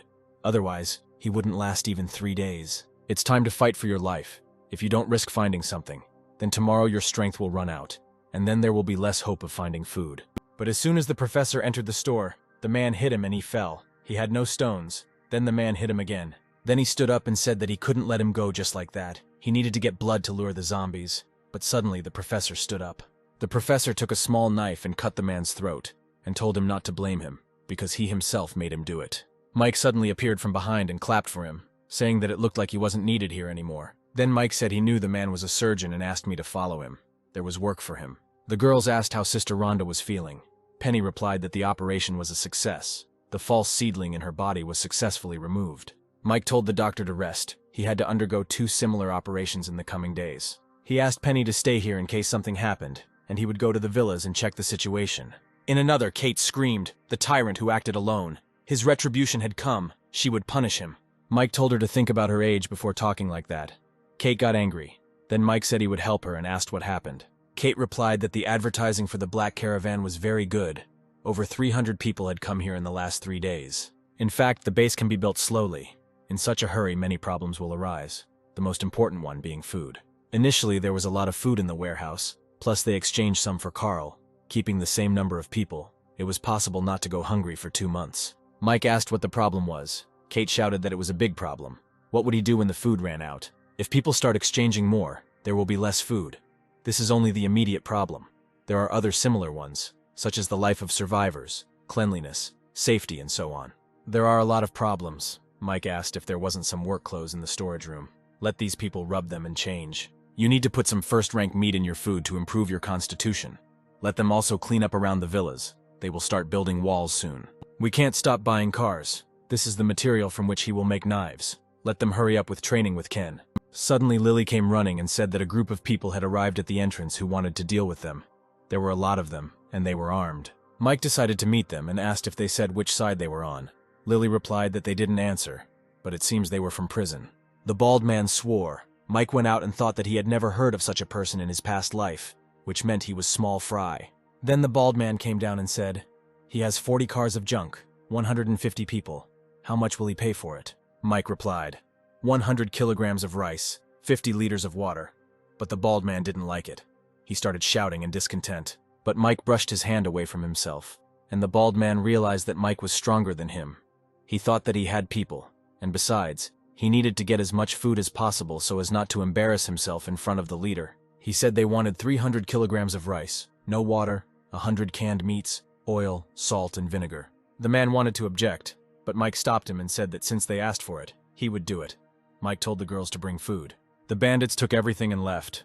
The guys approached Mike and asked why he didn't just kill them. Mike asked them to calm down and reminded them that the most important thing now was to build a base, instead of entering the war. Then he asked everyone to start working. The musicians said that they were still too young to understand what he was trying to do. That man has more than 500 men under his command, while they only have 50. If they win now, they will win in battle, not in war. Mike replied that when everything else in their plan went smoothly, sooner or later he would give that bald guy a great show. A week later, outside the city, people gathered, Uncle Mitch and his men, and bikers who call themselves the Hungry Tigers. Suddenly another group of people on horses arrived, and the man, seeing everyone, said that they had arrived early. Mitch came to greet Lou, and the biker approached the girl and sweetly said that he hadn't seen his sister Lena for a long time. He asked if she wanted to come to him. He had a lot of new things. Lou said he wanted to introduce them to Ben from the Chamber of Commerce, which the guys weren't happy about and said that wasn't the plan. Then Lou replied that this gentleman was just an observer. He would not take a step, nor take part in the division of the results of the battle. Mitch still doubted, but still suggested proceeding to capture the military base. Ken informed Mike that the groups were heading to the military base. Mike replied that they were ready to attack, and this time their target was a grain silo. If this operation is successful, then you won't have to worry about nutrition for at least a year. The guys continued to build the wall. Everyone tried to help in some way. The back part of the fortification was already ready. The front part depended on Mike. Mike and the others fought. There were too many zombies, but weapons could not be used, because the noise would bring even more zombies. One guy fought bravely, but one zombie injured him. Then Mike praised him and gave him a potion so that he wouldn't turn into a zombie. Mike said he knew many of them were fighting for the first time, but they had to win. They had no room for error. Those who do well like him will get the potion after the battle. He is Mike. He will never break his promise. The girls were driving a car and luring zombies with pieces of meat. There were troops near the weapons depot. The sounds of gunfire attract monsters. It's just like Mike to sacrifice strangers. Millie decided she was just doing the job to calm herself down. Suddenly, Agnes jumped out of the car and told the girls to leave first. Rhonda didn't want to let her go, but Millie reminded her that Agnes was a 2-star hunter. She ran to 2 weirdos who had prosthetics. They started calling Agnes ugly and that she wasn't worth living. They asked if she was the one who brought those zombies here, but Agnes didn't answer. She immediately started attacking them. But suddenly these weirdos started using their skill, the Siamese shadow explosive technique. Agnes hit one of them, but there was an explosion and she was sent flying. They said she wouldn't even be in the top 50 in the Chamber of Commerce. With them in the top 20, it seems Mike was right to be worried about the Chamber of Commerce. The word explosion in their names didn't bother Agnes at all. She hit one again, and that man exploded and Agnes fell again.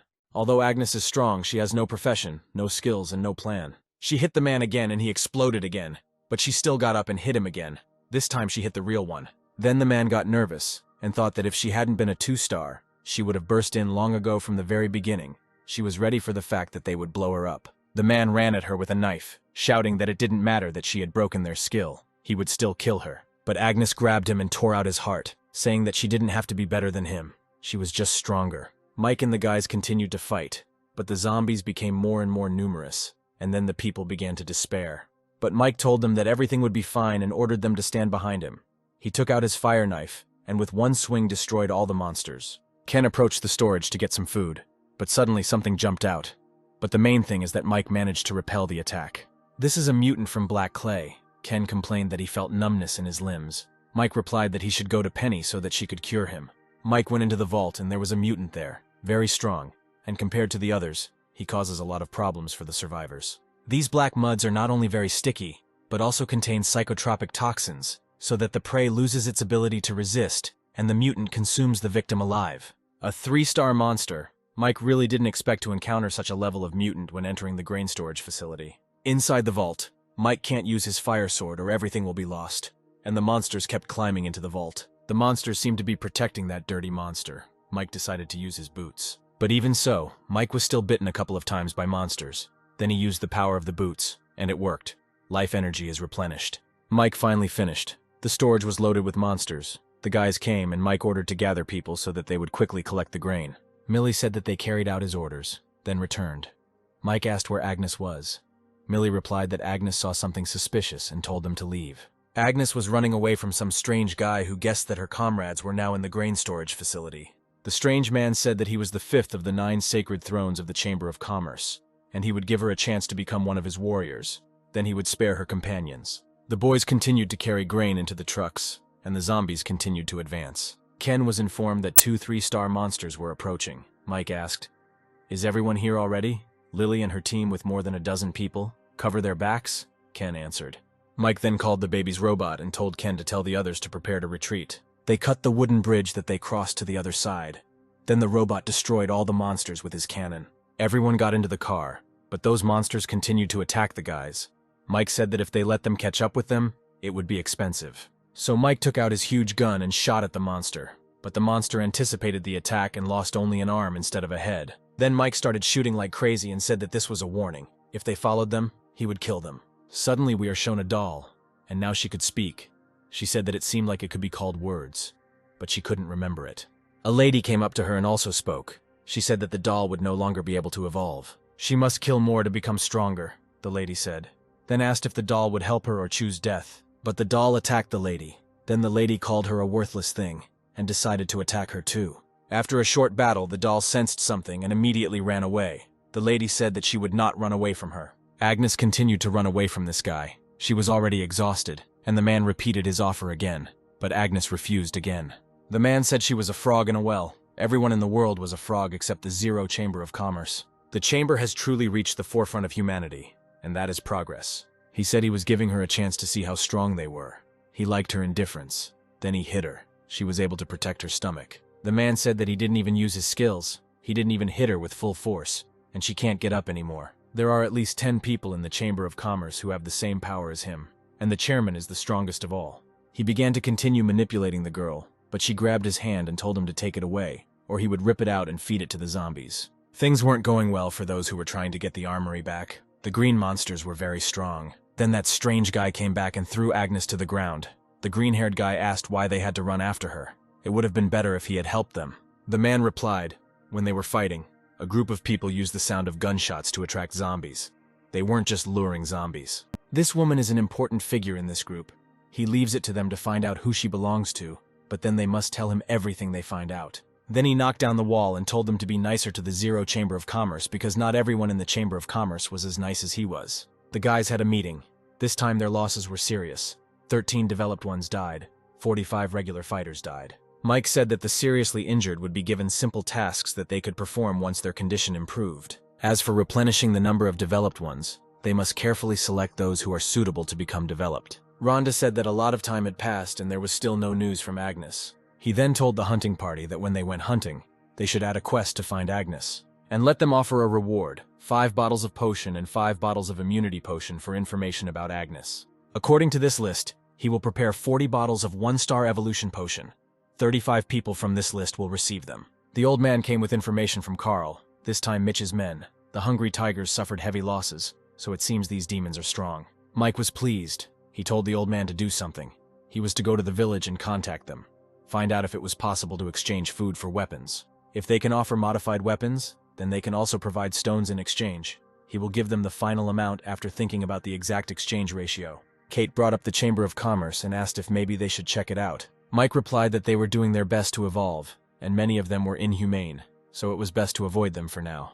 2 days later, yesterday, they received information that an armed detachment was heading towards the mountain forts. The hunters also discovered a horde of zombies. They will soon reach the mountain of villas in 7 days. Today at noon, Uncle Lou conveyed that she did not intend to agree to the offer of food in exchange for weapons. They detained their boys and offered an exchange, their lives in exchange for grain. In addition, the leader of the city's techno team wrote a letter threatening them. Also, Agnes's location has been revealed. She has fallen into the hands of the Liu family, on an island lake, seriously injured and could die at any second. Tom said they could prioritize these issues and then tackle them one at a time. The first problem that will be coming soon is the gang from the prison.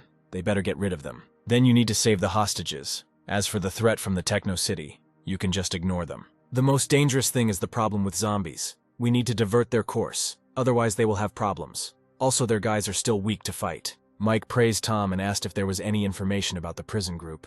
There are 51 star hunters in their group. There is also a 2-star. There are also dozens of weapons and an unknown amount of ammunition. Carla recently earned 10 evolution potions from them for information. Almost everyone in his group is developed. Then Mike pulled out the potions and said to select those who were ready to go into battle with him. Then give them the potion. The musician and his assistants will stay here. Tom and his sister will also stay. While they are gone, the base is in their hands. If someone attacks, let them defend themselves. If not, then it's better to let them run away. It's not worth the risk. The rest will go with him. Their battle has begun. Carl said that Mike had a lot of problems. Mike replied that they would just take his ammunition and explosives and not touch anything else. Now that he and his people are 1-star, he can take care of himself. And when this is all over, Mike will repay him with a 2-star potion. Mike came to a strange man and immediately tried to kill him, but that man surrounded himself with a shield. But Mike wasn't going to give up so quickly. He used his fire skill and tore the shield apart, but the man managed to dodge the attack. The man got angry and shouted that he would kill him. Suddenly, he hit himself several times, and in an instant he grew up. Apparently, he drank the blood of a low-grade giant. The advantage of giant blood is strength. But Mike had a plan. The man was too careless. He had little experience. Mike wounded the man, but his men came running out at the screams, so Mike grabbed the bandit and ran away with him. The people couldn't shoot Mike because he had their boss in his hands, so they decided to go after him and found their boss sitting by a rock. As soon as they approached him, he told them to run away, but they didn't have time. The explosives exploded earlier, and Mike rode away on a motorcycle. One problem solved. Now, Ken needs to deal with the village, and Mike's next target is the Liu family from the island where Agnes is located. The boys had already arrived at Old Man Mitch's, who realized he had screwed up when he saw that they had 3 more 2-star pets of the same level. Besides that, they have about 50 developed fighters, not counting those he detained and those who remained in the villa. Also, each of them has a white rank weapon. Their group is very strong. Mitch said he was unhappy with their behavior, and if they didn't leave, they would take it as a provocation. Kate said their boss had ordered their men to be released and given 20 upgraded pistols as compensation. The old man replied that he would give 10 pistols and let their people go. Kate was unhappy. He then added that for the next 6 months they would not interfere with each other. Kate said that this was not bad, but the conditions needed to be changed. The boss said that if they agreed to let the people go, not only would they not oppress each other in the future, but they would also become better trading partners. Mitch had no choice but to agree to their terms. He ordered hostages and 10 guns to be brought. The boys took their guns and their men. Kate told Mitch not to forget to bring good news. At this time, Agnes was still being tortured, but she still did not say anything. The martyr said that she could remain silent. They already knew that she was from the villas. He ordered to tell how many developed ones she had at the base, how many weapons and how many 2-star ones, and what professions they had. Agnes sent him, and the bastard began to beat her harder. He was almost beating her, but she managed to remain silent. If he can't do even this little thing, he won't get the 2-star potion next time. Suddenly a man burst in and shouted that there was a man on the lake who said he was looking for this woman. The old man said that the guy dared to come alone. He was able to swim across the lake. This guy was helped not only by courage, but also by luck. After all, there are water mutants in the lake. They called Mike a fool because he was risking his life for this woman. The old man ordered his son to deal with the guy, who began to mock his brother because he could not get a word out of Agnes. While they were arguing, Mike burst into the office and said that he was looking for one person. The man walked up to him and started yelling at him to get rid of that shitty expression on his face and promised to kill him just like he did her. Mike just said, "So she's here." Then he took out a gun and shot the man, then the other one. The other stood up and started shooting at Mike, but he apparently stole the shield from that boss and used it, so not a single bullet hit Mike. Then the main one got angry and stood up and used his ability, but Mike called out the primary skill and the water girl broke through his attack. The old man's daughter seemed to have broken through his shield, but Mike was already behind him and had a gun pointed at his head. Mike ordered them to let his man go, but the old man replied that this would not happen. The daughter screamed that if he did not let her father go, he would die. But Mike replied that he was not going to die here, but if they did not let her go, they would all die here. The old man said that he did not deny that the boy was strong, but if he really wanted to kill him, they would all fight to the death. Mike knows he's not lying. Mike has played all his cards. If he dares to kill him, his family may cease to exist, but the guy will die here too. But this did not convince Mike in any way. Then the old man became nervous and wondered whether he should let her go. The daughter was told that the master was now being held hostage. The brothers were dead, and only she could make a decision. Then the girl ordered to bring her here, and so they did. The girl told Mike that now he had to let her father go. Mike refused. He ordered to hold her and follow him. When they safely swam across the lake, he would release their master. The girl started to complain, but Mike replied that he would not trust the enemy. He was not that naive. He's in a hurry, so either he kills her father and gets out of here himself, or she agrees to his deal. The girl reluctantly agreed and they swam across the lake. The master asked if he was going to kill him. Mike just grinned and left. The old man realized that this facial expression indicated absolute confidence that even if he attacked him, the guy would win anyway. The smell of Agnes's blood attracted a lot of zombies, but she used it to her advantage. The healing skill is really strong. Mike told her that she would have to endure at least 3 more hours to regain all her strength. But Agnes knelt down and said she knew the master was in trouble and she was willing to help. Then Mike said that she was returning to the base on a motorcycle and asked to organize a convoy to this warehouse to transport things. And those shoes, when she is completely healed, she will give them to Mike. Agnes got on the motorcycle. She promised to cut off the guy's hand and feed it to the dogs. Mike replied that soon they would feed the Chamber of Commerce people to the dogs. By killing those bandits in the forest, you can temporarily get rid of the British prison's thirst for an attack on his villa. Even if the prison wanted to strike back, they wouldn't be able to do so quickly. So that leaves the last problem: the zombies. Mike came to the armory. Even if the information is wrong and there are not many of them, with the current strength of the mountain villa, it is impossible to resist. When zombies and mutants come in waves, no matter what level they are, in that situation, even if Mike was a 4-star, he would run away. But Mike won't turn down a villa that could give him 7 stars, so it's time to get down to business. The little baby was sleeping. Mike came up and stuck his sword into him. Even his blade had a hard time piercing their skin. Then the same monsters came running, only of medium height.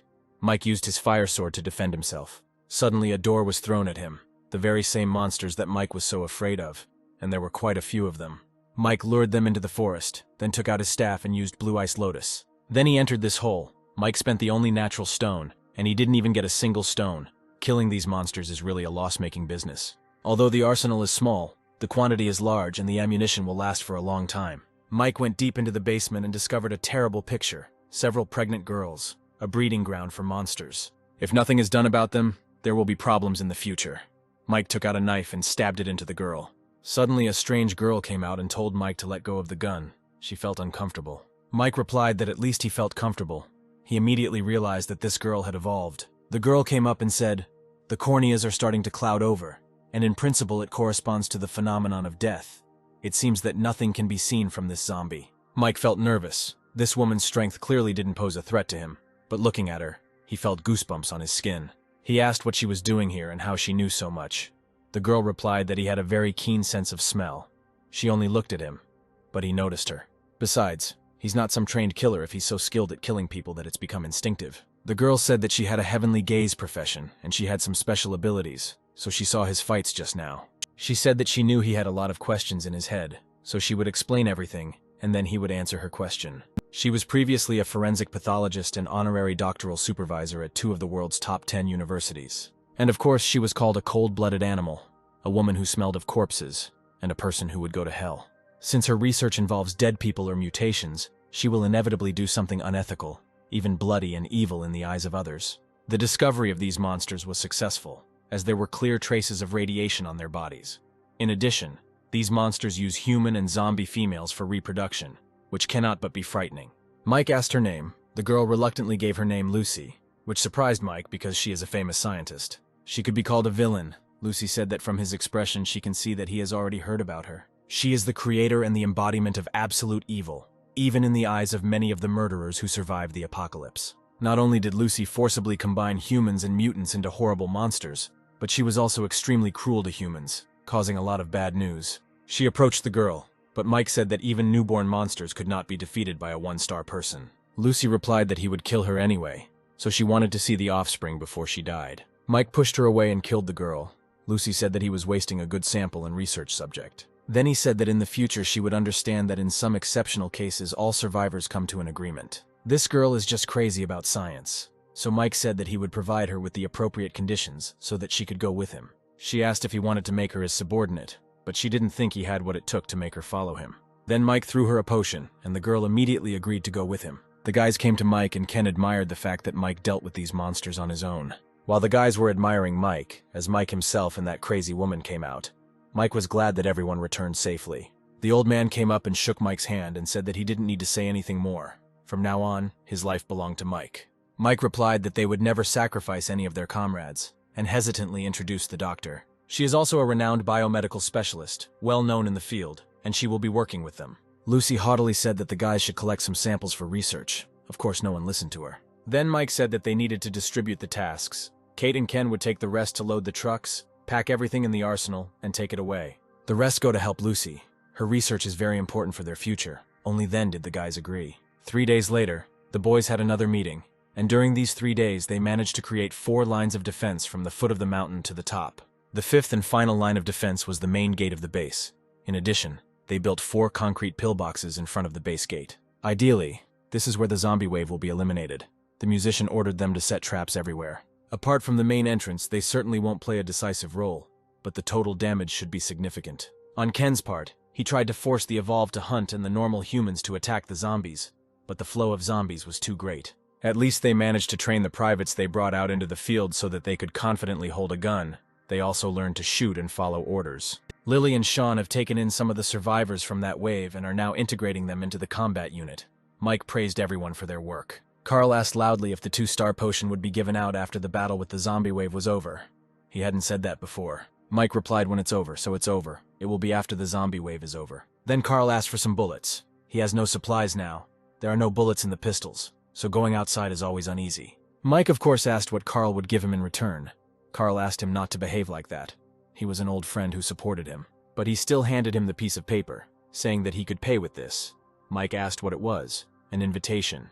There are a few other groups on the mountain that come and go, and they don't do much good. If Mike can pet them or destroy them, it would be better. Sid's battle team is a large group. Each one is developed. There are more than 100 of them, this time among the invited powerful teams, and it took Carl a lot of effort to get such a ticket. At the very least, it suggests that the team that made the invitations could generate their own power and operate a large printing press. The event is taking place in the city center, which means the battle group intends to inspect the forces participating in it. Mike replied that he would take the ticket as payment and let Kate tell him the details later, but for now he could rest. Those who can take part in this event will get their hands on some good things, so they will grow quickly. It is worth watching. Mike wanted to talk to Kate, but Ken started shouting from afar. As the boss predicted, there were several groups of people following the wave of zombies. They were trying to take advantage of the situation. This is a normal occurrence in times like these, as many factions prefer to keep an eye on the zombies and sometimes destroy them. They will watch and play praying mantis, profiting from the war while zombies attack someone. But there are very few smart people. It is worth getting rid of these flies so that they do not bother them. Several people were watching the zombies, and the man asked if they had received any warnings from any group. Received from the mountain villas. The man asked Kai what kind of mountain villas these were, because this was his territory. Kai replied that this was not his territory. The jailers were in charge here. He asked the girl what she thought. She replied that she was bored. They have been following this wave for some time, and now someone asks them to give up, and they give up. Why pretend like there's a meeting or something going on here? Isn't it boring? He thinks the mountain villas are just making noise. He can wait until they come back tomorrow and get together to scare them. Kai replied that it was a good idea, and asked what the second man thought. He was unsure. Alex replied that she was not interested either. She got up and left. Mike was very surprised when he saw this girl. He didn't expect to see her here. At the time, they were both 4 stars. They met at a bar and got acquainted. He maintained a relationship with her for a long time. Later, he was on a building that took more than a month. And when he returned, he found out that she had been in a shootout. Her people had died and fled, and she had to turn to a powerful force to save her life. Years later, Alex killed her enemy. Then when she was discovered, she fled to a dangerous area, and Mike never saw her again. No one ever came out of this place alive. This woman had too many principles and habits of a peaceful era, which killed her. Now they are strangers to each other. Ken asked if they would fight him. Kate objected. Because they had a small group, they didn't have the full strength of their base. But suddenly Mike replied that they would fight. You need to be able to fight. Will they recognize the one with glasses among the 4 leaders? If they are going to fight, they should start fighting Kai. They have little to lose. They have someone to fight the zombies with, and they can warn the other forces after the fight. Mike said there was a job for her to do, and if he did it right, he would be rewarded. Kai was in his tent, counting his stones. He collected about 200 stones, and was convinced that following the wave of zombies was profitable. Just as he began to plan the hunt for tomorrow, he heard the cries of his people. They said that they were under attack. Kai ran out and took out his weapon. He asked who dared to attack them. Then Kate ran out and attacked Kai. Apparently she had completed Mike's tasks. Mike and Alex were watching everything on the mountain. She asked if it was his guys who defeated them. Mike replied, the Knights of the Hungry Tiger, the boss of which is Kai's enemy. Then Mike asked if she was ready to talk about cooperation. Suddenly a truck pulled up. Kate and Agnes got out of the car, and some man, he extended his hand to Mike, greeting him. Mike shook his hand and said that he had just spoken with Ms. Alex about cooperation, and invited him to listen. Alex asked how he wanted them to work together. What would it give her? Mike replied his target was this wave of zombies. They could help in defense. In fact, they don't need to worry because the villa is his. He will lead the people to defend themselves, and they see that the situation is bad. There are certain risks, and once his villa fails, they will not be able to get any benefit. If they can guarantee the number of evolved participating in the battle, then after the battle he will give everyone 10 bottles of the potion. In addition, for every 10 developed, he will give 1 more bottle of 1-star potion, and for every 30 weapons, 1 more bottle of potion. The guy replied that he could agree to these conditions, but he didn't need so many potions. 5 bottles would be enough. But the weapon that Mike took from Kai after his death, he needs now. So Mike took out the weapon, and he gave it to the guy, who took it and said that he would do everything possible for him. Alex asked how confident he was that he could destroy the stream of zombies. If he was even half confident, then she agreed. Mike was surprised that her demands were so low and extended his hand in thanks for her cooperation. Later, he came out to the guys and said that they successfully destroyed 2 groups that followed the stream of zombies and tried to use them to their advantage. He hopes that after today's battle, thanks to their bravery and hard work, more of them will get a chance to develop. Everyone drank the potion, and Mike said that today they needed a group of people who could fight and asked if they were ready to fight. People started shouting that they were ready. Millie and her men were shooting at the zombies with their huge guns, Millie telling them to shoot the zombies in the neck. There were too many of them to increase the accuracy of the hit.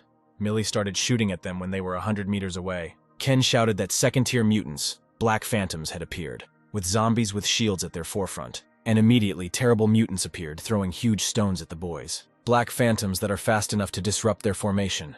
Then mutants with shields that can cover their own. And then giants that can strike from a long distance. All kinds of mutants working so well with each other, it's weird. The giants started throwing stones covered with thorns. Mike got scared. These were explosion demons. People came up and offered to run away. That guy started shouting that he would fulfill his promise even if his life was at stake. In fact, he was afraid too.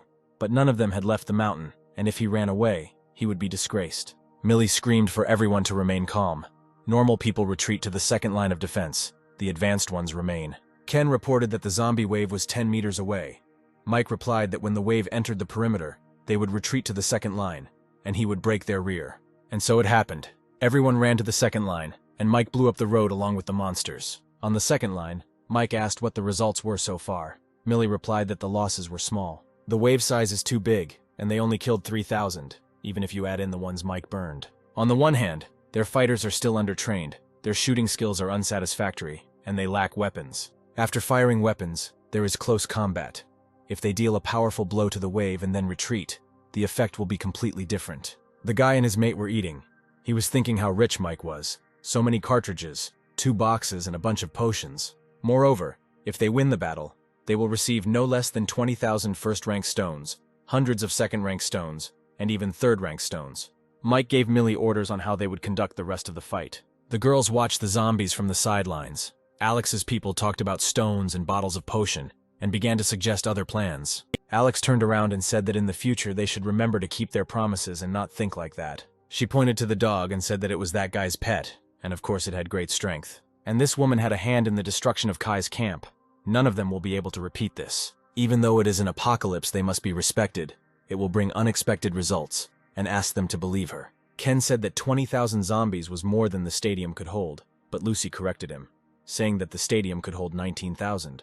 Lucy said that there were about 10,000 zombies now. Suddenly, Kate shouted that Mike was calling her. Millie told Mike how things were on each line of defense. There were more than 300 second-rank zombies. There were even third-rank zombies. When the third line was lost, the Evolved were forced to stay behind, losing a total of 137 fighters. Kate brought Dr. Lucy, Mike asked, according to the time she gave. Everything should work now. Lucy answered just in time so she could begin. Closing her eyes, she called upon her abilities. She is a celestial seer, one of her skills that allows her to see over great distances. Unfortunately, the duration is somewhat delayed. She was already observing the armory, and the skill's cooldown has only just ended. White 367, white is the second rank, black 42 is the third rank. Green 1. There is already a fourth rank zombie there. If it weren't for supervision, they wouldn't have known about it until the most critical moment of the battle. Lucy said that she saw his zombie diary, according to his diary. This zombie is a fourth rank flexible jaw. The monster's 2 tentacles are very flexible and strong, and during combat they will continue to fly in circles above their head to wrap around the opponent's neck. He also has a skill, Golden Body, which will make his entire body turn into gold, and his defense will instantly increase to an extreme level. The musician said that now it was clear how they had made it all this way. The wave of zombies had set off all the traps, and apparently they would be here soon.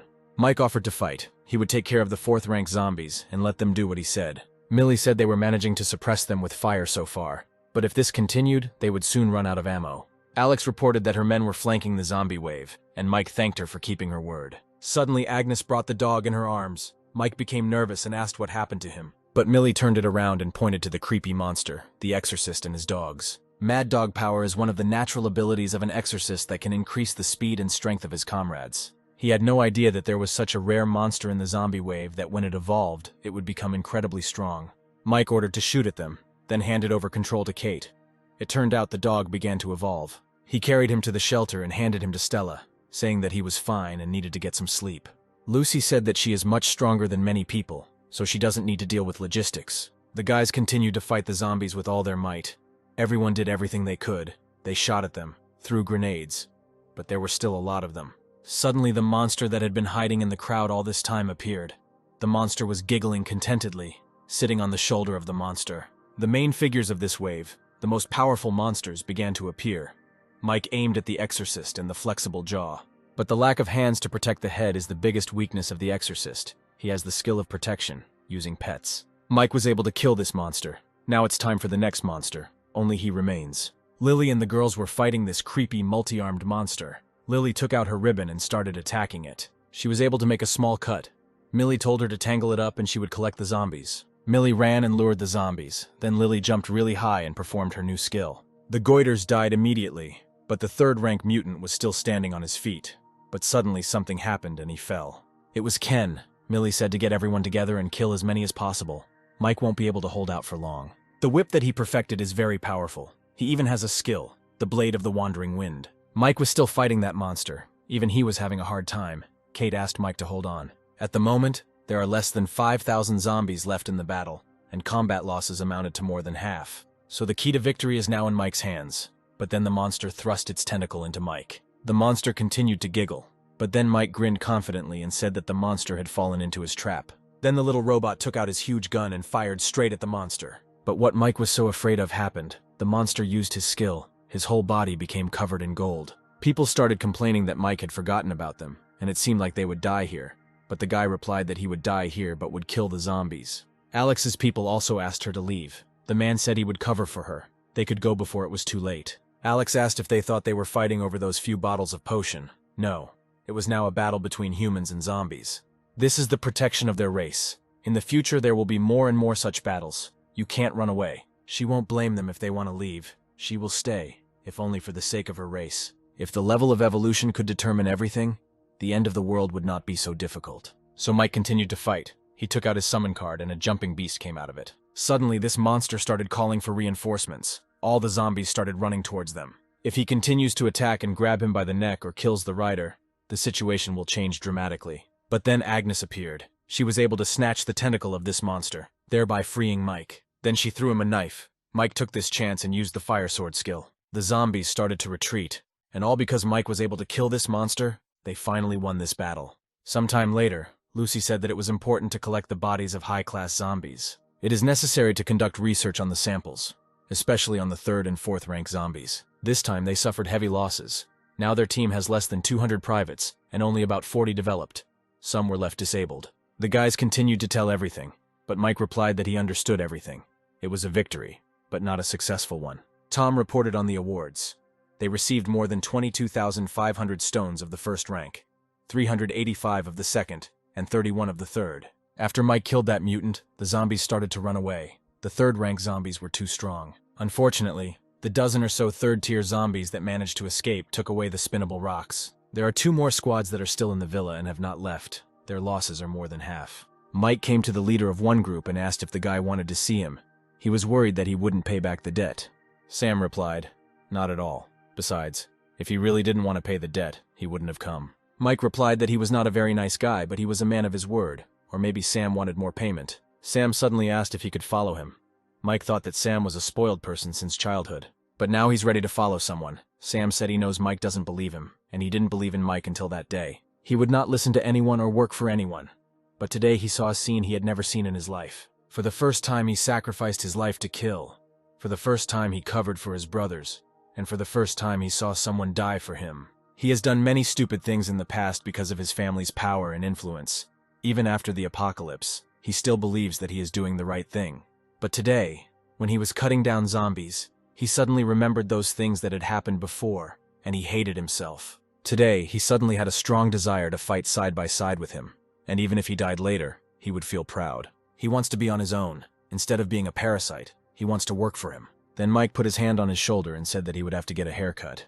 He didn't like this mess on his head. Sam was delighted, and Mike said he had a great place for Sam. It would be perfect for him. Mike went into the basement. The tree had grown, so Mike cut off a couple of its branches. Then he came to the roulette to spin the 3rd rank roulette. If he was lucky, he would get a 3-star potion. But Mike was met with failure after failure, so he kept putting stones into the roulette wheel. And finally he got a 3-star potion. Now he can become a 3-star warrior. Mike returned back to base and stopped Lucy from dismembering the monster. Lucy said that he said she could let her research the monsters. He couldn't go back on his word. Mike replied that that's not what he meant. And who did she borrow the knife from? She replied that Kate borrowed it, and that meant he became a 3-star. Then Mike replied that she could take zombies of all 3 ranks, but she should leave the 4th rank zombie. He promised that there would be many more opportunities in the future.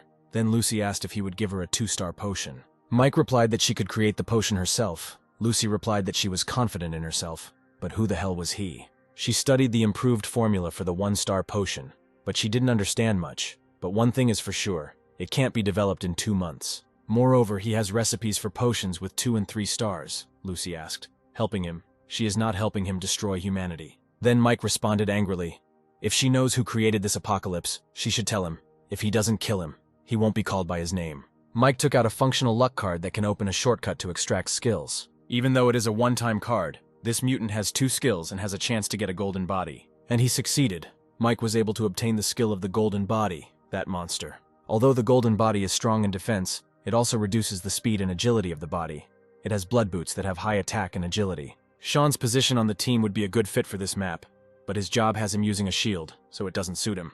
The girl would not want to master this skill either, since it is for defense, not for attack. As for the retired ones, they weren't good enough to get it yet, so he just left it. Mike came out and said first of all he wanted to thank Alex and Sam's team for the terrible price they paid. There are 30 vials of potion here, and in addition, 10 types of gray-level weapons await them, which can be taken from the armory. Anyone who has not yet evolved will receive potions, and anyone who has already evolved will receive a moonblade. Mike brought the 2-star potion to his friends who followed him all this time. The team's shape change helped increase the centripetal force of all members, and Mike thanked Rhoda for the great work she had done.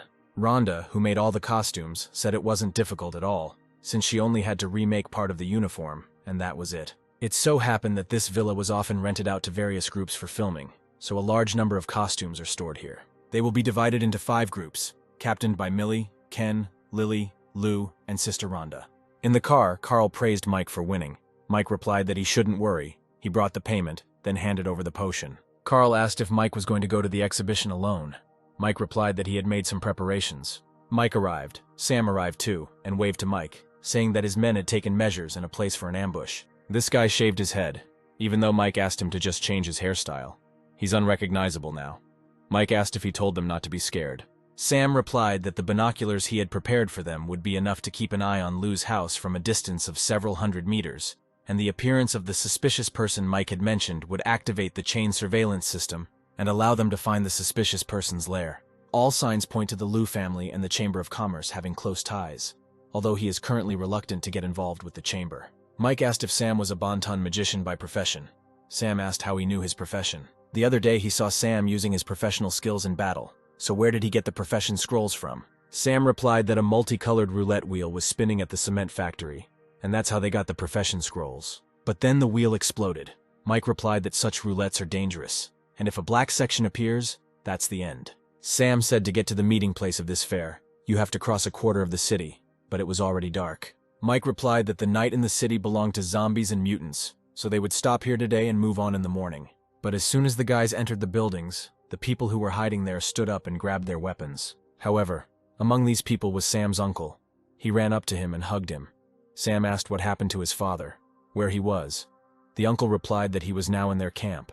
Then a big man came up to them and asked if this was his relative. The uncle replied that this was his own nephew, and gave him 1 crystal. Then Leo said that he could take them, but he had to explain the camp rules to them. Otherwise his uncle would get in trouble. Besides, they will be camping here today, so uncle should look for food for them. Uncle bowed to him. Sam was naturally angry, but Mike told him to calm down and to find out more information. Uncle asked how Sam was doing. He and his father were very worried after the end of the world. His father was very worried. It seemed like half of his hair had already turned white. Sam replied that he was fine, alive and well. Mike told them not to go outside. It was too risky to go out at night when there were zombies. They could eat what they brought with them. The boys returned. Then Leo took their food and said that his uncle was a good man for sharing his food, and left. Sam got angry, but Mike asked him to calm down and follow him. They went to the roof to eat. Sam said that he could easily deal with them. Mike replied that they would follow them to the camp and find Sam's father. Then he could sort everything out. There was no need to enter into conflict with them yet. Then Mike asked Uncle Sam to tell him about the current situation in the city. Uncle agreed and began to tell that there were 4 most powerful groups in the city. The strongest is the Ren group. all members of which are developed. Their boss is a 3-star, and he is also a professional. This is almost the same as what Carl said, so it seems that the authenticity of this invitation card is reliable. Although the other 3 groups were not as strong as Ren, they were also very strong, and they all had 3 stars in their ranks. At first, for the sake of the 3-star potion, the entire city turned into a bloody storm in these 2 weeks. Whoever can find a 3rd-rank mutant will receive stones. Every time a rank 3 monster is found, it is a battle between humans, not monsters. If we talk about forces, then there are still people in the city who have compiled a rating. In first place is the Ren group, in second place is Meng, in third place is Leo. In the past, similar rankings have appeared in a variety of areas, especially as survivors gained more contacts. Morning came and the boys followed this group to the camp. The uncle said that he and Sam's father lived in the garage. He and his father take turns hunting, and if they're lucky, they can get 1 stone for a few days of food, which is not bad in this world. A fight broke out in the crowd and Sam's father was being beaten by 2 men. Sam, of course, couldn't take it anymore and ran up to them and hit one of them. Uncle came up and helped Sam's father, then asked Mike to help Sam, because he could die if he fought alone. Mike replied that there were only 2 1-stars and a few ordinary people. Everything would be fine. While Sam was fighting, one of the men took a gun and ordered the others to beat him to death. But Sam beat up everyone who attacked him, then shot the man with his skill and killed him. The father ran to his son and told him to run away before it was too late. Sam replied that they would leave together, but first they had to drink the potion. Suddenly a man came out of the crowd and pointing at the boys ordered the people to kill them. Mike asked if it was too much to ask to kill someone from his own camp for no reason. Before his men could reach the boys, Mike grabbed their boss's throat and squeezing it, asked if he thought he could kill him. Then a man from the crowd asked Mike to spare him and apologized for his son, promising compensation. He suggested that Mike come to him and discuss everything. Then Mike threw his son on the ground and agreed to talk. The man said that Mike was apparently a 3-star and it was their fault. Then he apologized again for his son. Then he said to give Sam's uncle and father a potion at his expense.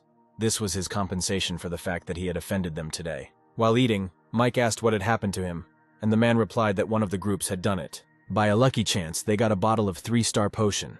They think they have the right to participate in the exhibition, and came to collect their ticket. The man shouted that if the great elder brother were alive, he would not have let them get away with it. Mike asked who the great elder brother was. The man replied that it was his 2nd son who was called that. The other day, his people discovered a building over which flying monsters constantly fly, and in the corridors there are many strange plants, each of which, in addition to the trunk, has a crown that is a gray capsule. It turned out that those flying monsters were born from these trees. There are mutants from the 1st to the 3rd rank. They went there to try their luck, but their elder brother died there. Then Mike said that Bill could apologize without giving him the potion. He could just lend him his team. The guys came to the building. Bill did not expect that this guy would be able to lead them here in the dark. Sam said to wait for the boss's signal, and when a bright green light appeared in the sky, he shouted that they were starting. Everyone lit their torches. A monster flew out of the building. Bill ordered to go across the road to that bank. The monsters that eat Bill's eldest son are called ghost swallows, a very peculiar kind of monster. They were even called a living plague. Where there is a nest of these monsters, there is usually a mother plant that produces a hallucinogenic gas. When life appears within the gas's radius, it uses the gas to summon swallows. Then the mother plant gives birth to these monsters. The swallow is small in size but fast, and has a suburban skill called sonic attack, which slows and stuns a person. However, their defense is very low. After the nest produces enough individuals to defend itself, it produces its own kind. There were more than 20 nests in this office building, and as the days passed, their number increased even more. As a 3-star, Mike can hold his breath for at least 5 minutes, and within that time, Mike must win. Mike came to his mother, and the monster immediately released the monsters. They flew to him, but Mike killed them with a fire sword. Bill's group didn't understand what ghost nests were and inhaled hallucinogenic gas, so even the 3-star died. The hallucinations took the form of girls. Mike fell for them at first, but then came to his senses. After killing them, he said that this poison could affect even him, and at such a high concentration, his true form was very close. Mike was able to kill the monster and said that it tried too hard to lure him into a trap. But girls are not that important to him, and besides, Millie would never do something like that. The guys came to Mike and he praised them for their work. Bill was angry at this monster because it killed his son. He cut the monster open and thanked Mike for allowing him to take revenge, adding that all the loot belonged to Mike. But Mike replied that he had done his job, so he could take all the first-rank stones. We are shown a group of people. A guy runs up to them and says that they haven't seen each other for a long time. The flying guy's name was Dean. He was the leader of the young mercenaries, and the long-haired guy's name was Bob. Some crazy guy tied people to his bike and rode to the roof. This boss's name was Lin. Before the end of the world, he was a car mechanic, but now he got the profession of a driver. There were also silver tigers there, Dean heard, most of them from provincial and city trampoline teams. The meeting place was a department store in the center, surrounded by zombies and mutants, for the teams to demonstrate their capabilities. Alex was also here with her team, which surprised the guys because there are top 20 groups here. Bob said that after today's ranking update, her team is in 20th place. Then Bill came in with his team and people started talking about how they were doing and their gear. Mike entered their group. Alex wondered why Mike and Sam were here. Apparently they were up to something, but she was left behind. Suddenly Bob clapped his hands and opened some kind of portal, and said that since everyone was gathered, they could go. Rainbow Gate. A certain amount of energy is required to activate it. The maximum teleportation distance does not exceed 2 kilometers. Bob said that people can exchange things. It is a great thing that will improve their strength and speed up evolution. There is no risk in this, and to prove it, he will go first. His people will remain last. Everyone came in, and Bob said the first thing was going to be a public auction. They were going to put a few items up for auction.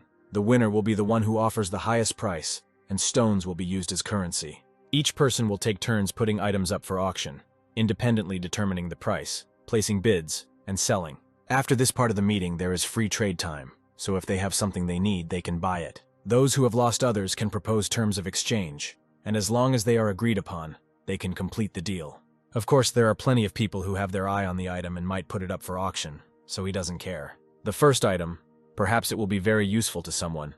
The starting price is 200 stones, or 2 bottles of potion. Mike said they would take the stone and they would make every possible bid for it. It's a natural firestone, it's too valuable. He bought it for only 2 bottles of potion.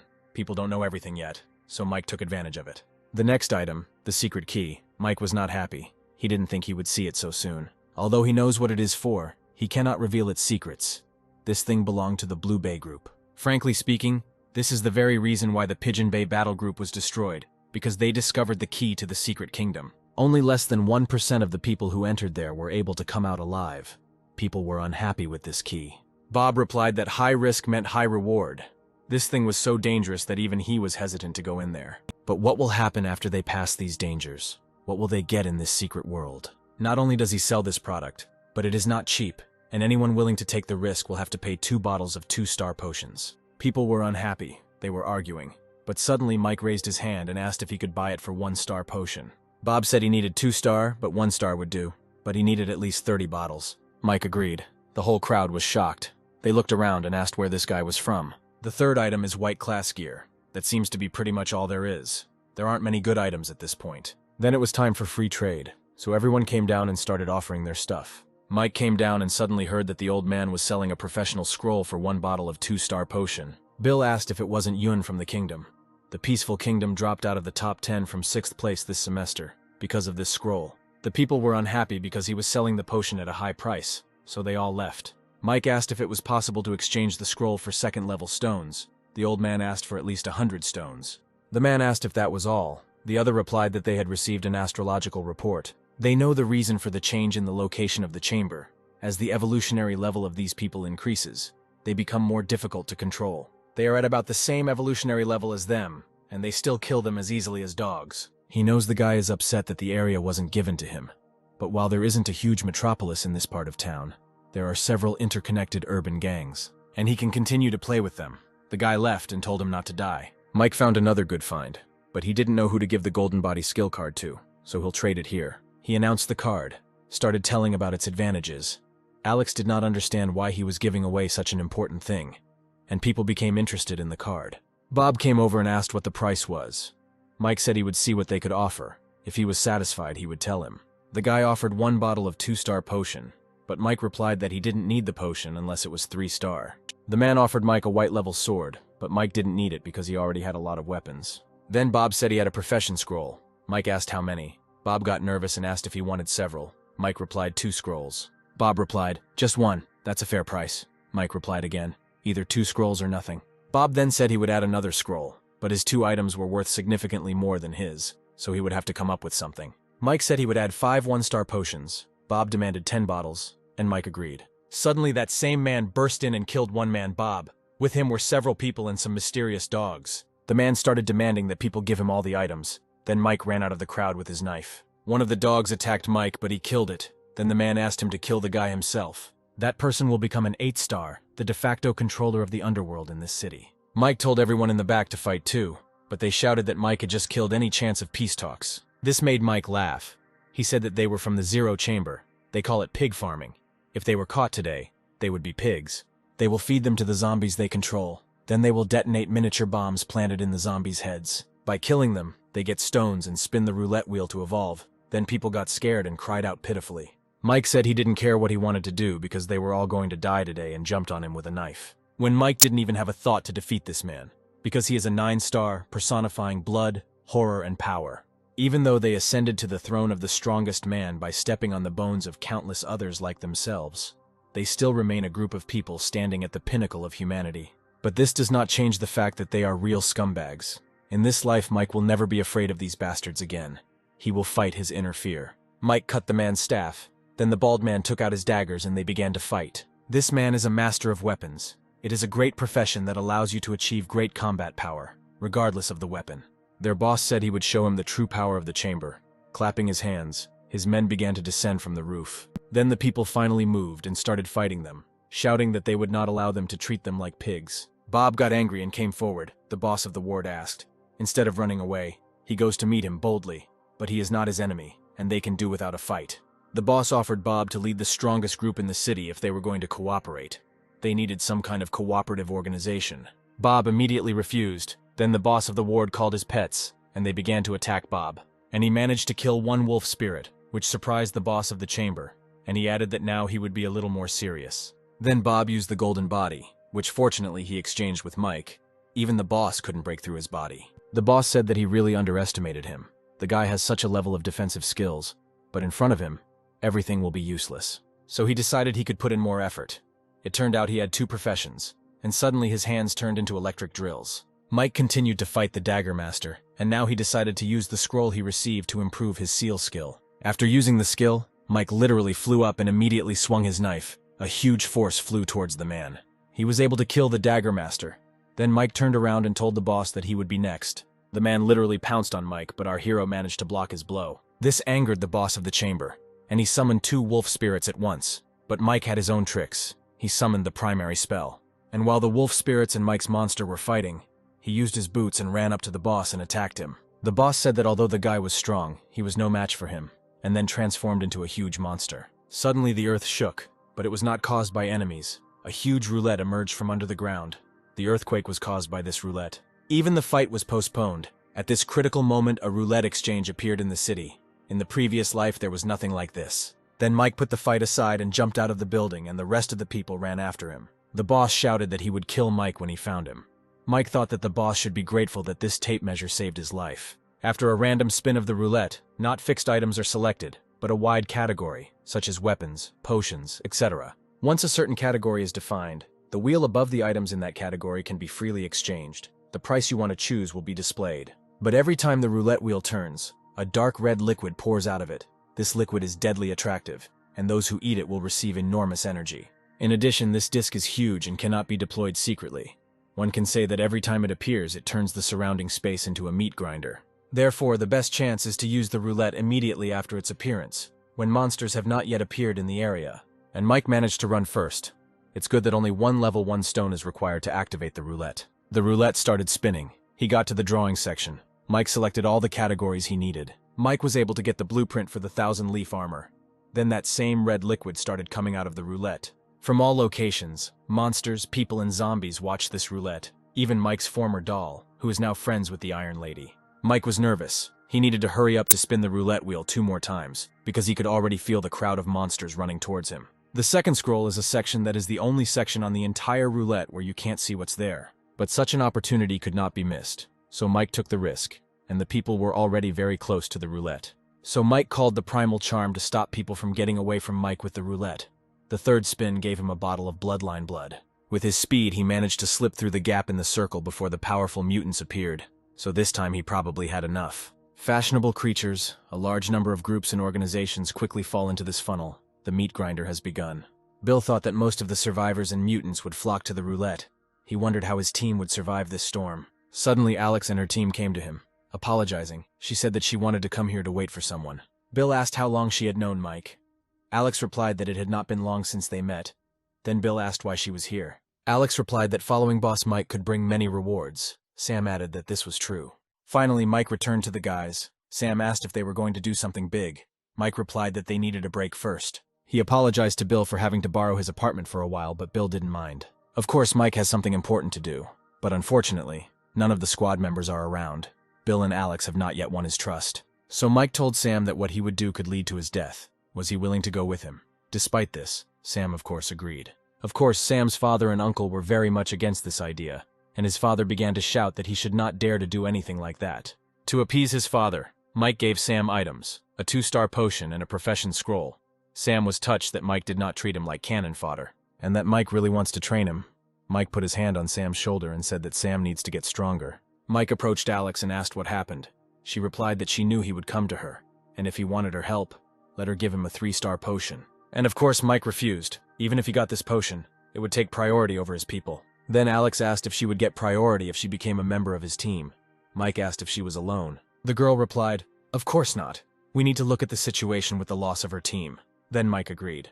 Alex suddenly said that she is an ugly girl. She does not attract people, so she only contacts people based on their interests. Mike was surprised that she considers herself ugly. Then she pointed to her scar and said it was ugly. This one would look great if it was on Mike. Suddenly, Mike let it slip that she had another scar above her belly button. It was beautiful. Alex became embarrassed and shouted how he knew that. Later, Mike gave each of the teams a weapon, and they began to praise him and say that they wouldn't mind following Mike. Bill and Alex placed the bags on the table and said that these were the first rank stones collected today. Alex said they had a good couple of days of practicing together, and they had accomplished more today than yesterday.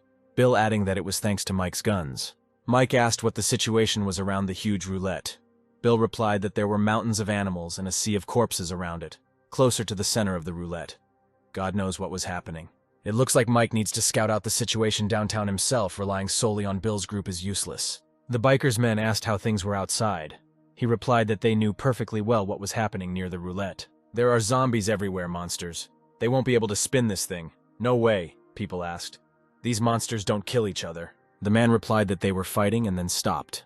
The reason they stopped was because there were bosses among the monsters. In the east, an unprecedented flying monster appeared, with wings approximately 50 meters long and 20 meters tall. The dragon has a blue stone on its forehead, before the strongest monster had a green stone on its forehead. Besides this black dragon, the southern side is occupied by a pack of mutant rats. People asked how strong they could be. These are 4th-rank rats, almost as big as 7-year-old children, and they are intelligent. They walk upright, sit on their bottoms, and are very agile on top of everything. And there are at least a couple of hundred of the 3rd rank, more than 1,000 of the 2nd, and the 1st can't even be combined. The dragon, even being a 5th-level creature and having gathered many monsters under his command, did not dare to go against these rats. All the monsters were under their control. But there is an even stranger thing. The West is full of zombies, and it seems someone is leading a group of these zombies. There are 4 4th-rank zombies in the group, and apparently the 2 women who were there are their leaders. These women were zombies. The man continued to describe to his people about the Iron Lady and Mike's doll, and the woman listened to him. He mistook the doll for a person, and suddenly one bald man got angry and started shouting that he just wanted to spin the roulette wheel. Then the bald man turned around and started yelling at the woman to come down and say something or get lost. She jumped down and said that the creatures were competing for something, then asked the bald one's name. He answered, "Doc." Then the woman said that she would kill him later. Mike continued to hunt. In his past life, this dragon became famous for killing the famous 9-star. After this, he went alone to a dangerous place and killed so many people that even the lords of those places bowed before him. Never did Mike think that he would see him here in this life, and now he is already the 5th rank. Mike considered the dragon the main danger. In the face of absolute power, all plans go down the drain. Fortunately, the roulette is indestructible and can only be used by a person. But if Mike can kill him, then in addition to the stones, his entire body will also become a treasure. Suddenly, people below started fighting monsters. Mike watched them and wondered what they were planning to do. Apparently, the forces in the city have temporarily united. But if there is chaos, they will be able to get to the roulette. But there is a dragon there now. The dragon was distracted and flew away. The rest of the people got to the roulette through the sewers. They have a good plan, but there are too few of them. But they were attacked by those same huge rats. In fact, they even managed to get a 3-star potion. Suddenly, Mike saw the doll. He was shocked because he could not cure her, but now she is alive and he has no spiritual connection with her. They exchanged glances and somehow shared memories with each other that gave both of them a headache. This was contrary to Mike's idea of such creatures as the Iron Corpse. Mike turned around and walked on. He decided to make another doll to understand what happened to that doll. Only after creating this doll, Mike immediately felt a connection with him.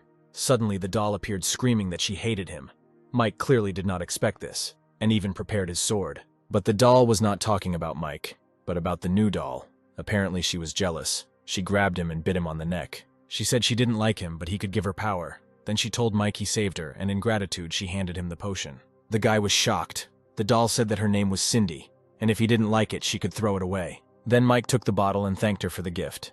Then he asked her if she remembered what happened before. What state is she in now? Mike wondered. Cindy replied that she wanted a red liquid, tasty. Apparently that evolutionary blood dripping with every spin is taking its toll on her. Mike said he saw her with a dark-haired zombie.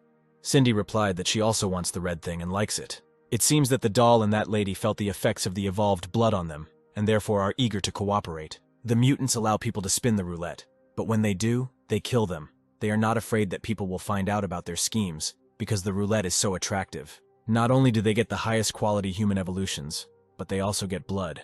Mike asked if they could control the zombies. Cindy replied that they couldn't. They just follow them. It seems that even they, who have extremely strong psychic abilities, cannot force zombies to do their bidding. He then asked if she could exert some influence on the hordes and, if necessary, throw them into a state of short-term confusion. Cindy replied that maybe she could. Then Mike said that if that was the case, then she could help him. It was the 5th day of the exchange roulette's appearance, and people were still talking about the roulette and the teams that wanted to get to it. Alex, Mike, and the others stood on the stage. People, of course, did not know Mike's true strength, but they understood that he was stronger than them. Bill started by saying that it was clear why they were all gathered here. If they were here, it meant they had agreed to take part in this operation. But they know just as well how difficult it is to act. Those 50 teams haven't done anything yet. They're weaker than them, so they have to figure out a way, and at the same time, everyone has to obey. People started shouting that they would follow him, but Bill replied that they should follow Mike, not him. The name may not be familiar to them, but they must know the man who spun the roulette wheel 3 times in a row on the very first day that roulette was introduced. Mike said that he didn't need to say much. First, he would announce one thing. Everyone who participates in the operation can buy potions and equipment from him at a favorable price. People were surprised and started saying that Mike turned out to be a good person, but they certainly went too far with the good one. Someone asked Alex if it was true what Mike said. He really has so many things, and he sells them so cheaply. Alex replied that he has a lot of secrets. Of course, since the amount of potions and equipment in his hands is limited, each team will determine the amount of purchases depending on the number of people. If we take 10 people as the basic unit, then rounding up, every 10th can buy 1-star potion, gray equipment, every 20 can buy a white-level sword. People were happy, and Mike thought that he could use the advantages to bind these people to himself, also make a small profit, and this could increase their power in a short period of time. Mike said he couldn't guarantee the surgery would be successful, but they knew they were all fighting for their lives every day. But he, Mike, guarantees with his life that anyone who takes part in today's operation, who helps him, will henceforth be his friend. From now on, potions, equipment, and supplies can be purchased from him at equally low prices, and they can turn to him for help.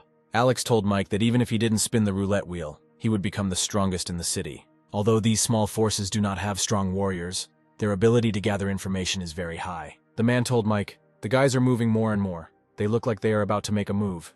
Maybe it would be better to wait until they make their move." Others thought so too, but Mike said they would make the first move, and then people got worried. These monsters and zombies care about the evolutionary blood that falls from the roulette. They can't get it themselves, so they need the help of people. They will not ignore those who come to spin the roulette wheel, just as they will not leave it without spinning, even though they know that it is dangerous. So the real danger is not that they will spin the roulette, but that the blood is created as a result of the spinning, at which point they need to retreat. Bill asked how they would retreat. They wouldn't be able to withstand that many mutants. Mike replied that he was not going to risk his life or theirs. After all, he wanted to spin the roulette wheel. It was the most dangerous position. He was not looking for death. This group also came up with their own plan, but then a man burst in and told them that there were a lot of people near the roulette. They all went out on the roof and watched Mike through binoculars. They called them crazy, and said that the zombies would eat them in a second. The guys finally came to the roulette. It was surrounded by mutants, zombies. Mike told them not to hesitate and stick to the plan. Then the guys stood in a row and took out their shields. All the monsters stood patiently nearby and waited for the people to start spinning the roulette. A drop of blood fell on Mike's sword. He threw it to the other man, ordering him to stick to the plan. Then the guy threw his sword with blood right at the rats. Mike was right. During the previous alliance of the different creatures, the monster camp pushed back the zombie camp and reached an agreement for the rat side to get the first drop of blood.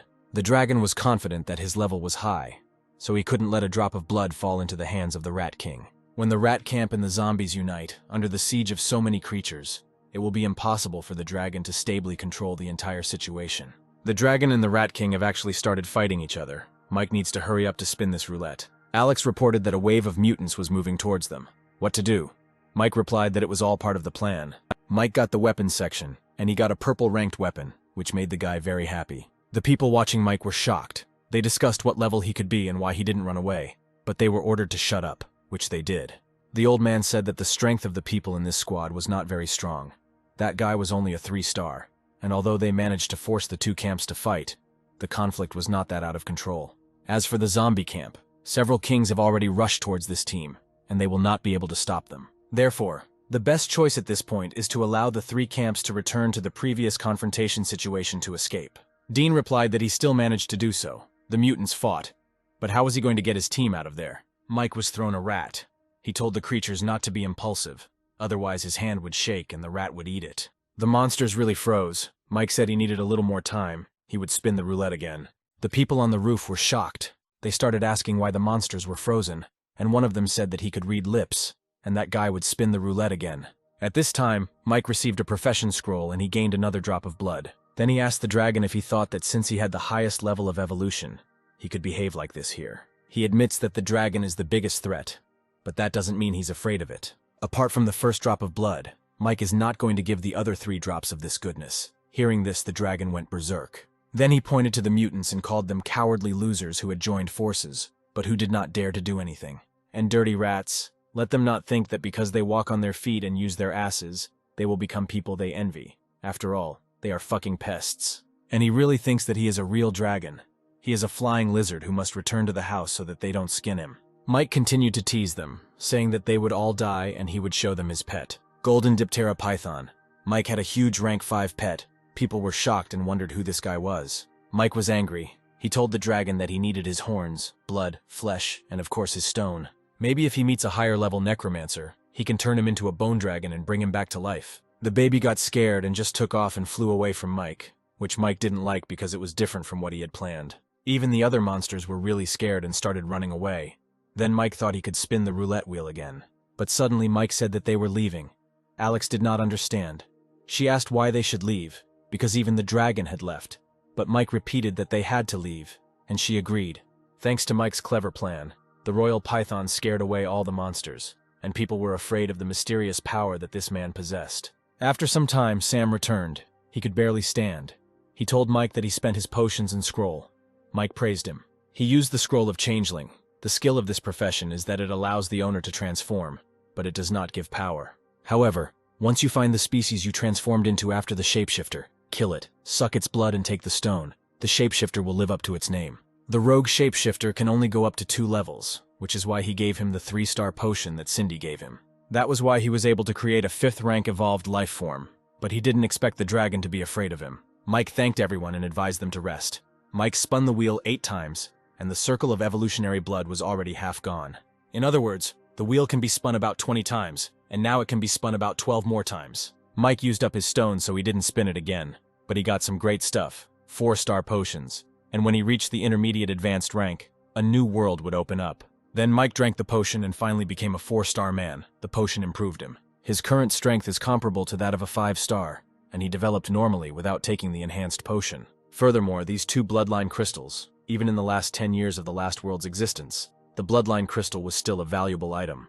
It was rare for such a thing to appear on the roulette wheel, and with his level of 6 stars in his previous life, not to mention having a bloodline, he had never seen such a thing in his previous life. As for the bloodline, evolved ones can only have one type of bloodline, and once they learn one, they will forever lose the ability to learn other bloodlines. Then all that remains is the genealogy of this hellspawn, and he will have to find out what it is. Mike broke one of the stones. Suddenly he appeared in some strange change and a crowd of monsters attacked him. He understood how this thing works. It is a bloodline mark, and when he activates the bloodline ability, he gets the skill Hell Link. Not only can he attach dark energy to his attacks, but he can also communicate with Hell and summon hellish creatures that can exist for a certain amount of time to aid him in battle. Moreover, once this bloodline rises to the intermediate level, it will gain the ability to transform.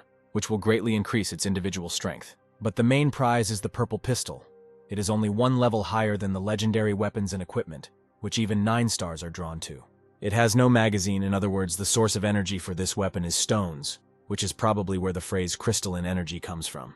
Whether it's the mechanic, the sacrifice gate, or the roulette, stones are needed everywhere. There's also a gun with magic bullets on crystal energy that requires stones to use. This saddened Mike. He wondered where he would get so many magic stones for these weapons. The crystal energy in the gun refers to the stones, and the bullet refers to the bullets made with energy. When the trigger is pulled, this crystal energy pistol absorbs the user's energy and fires bullets with the same properties. In other words, Mike can only use this weapon when his bloodline is activated and he has dark energy. But when his bloodline is activated, it will improve the quality of his body in all aspects, and he will be able to use it in close combat. Then Mike decided to look at the map, and luckily, it was the Elemental Thunderbolt skill card.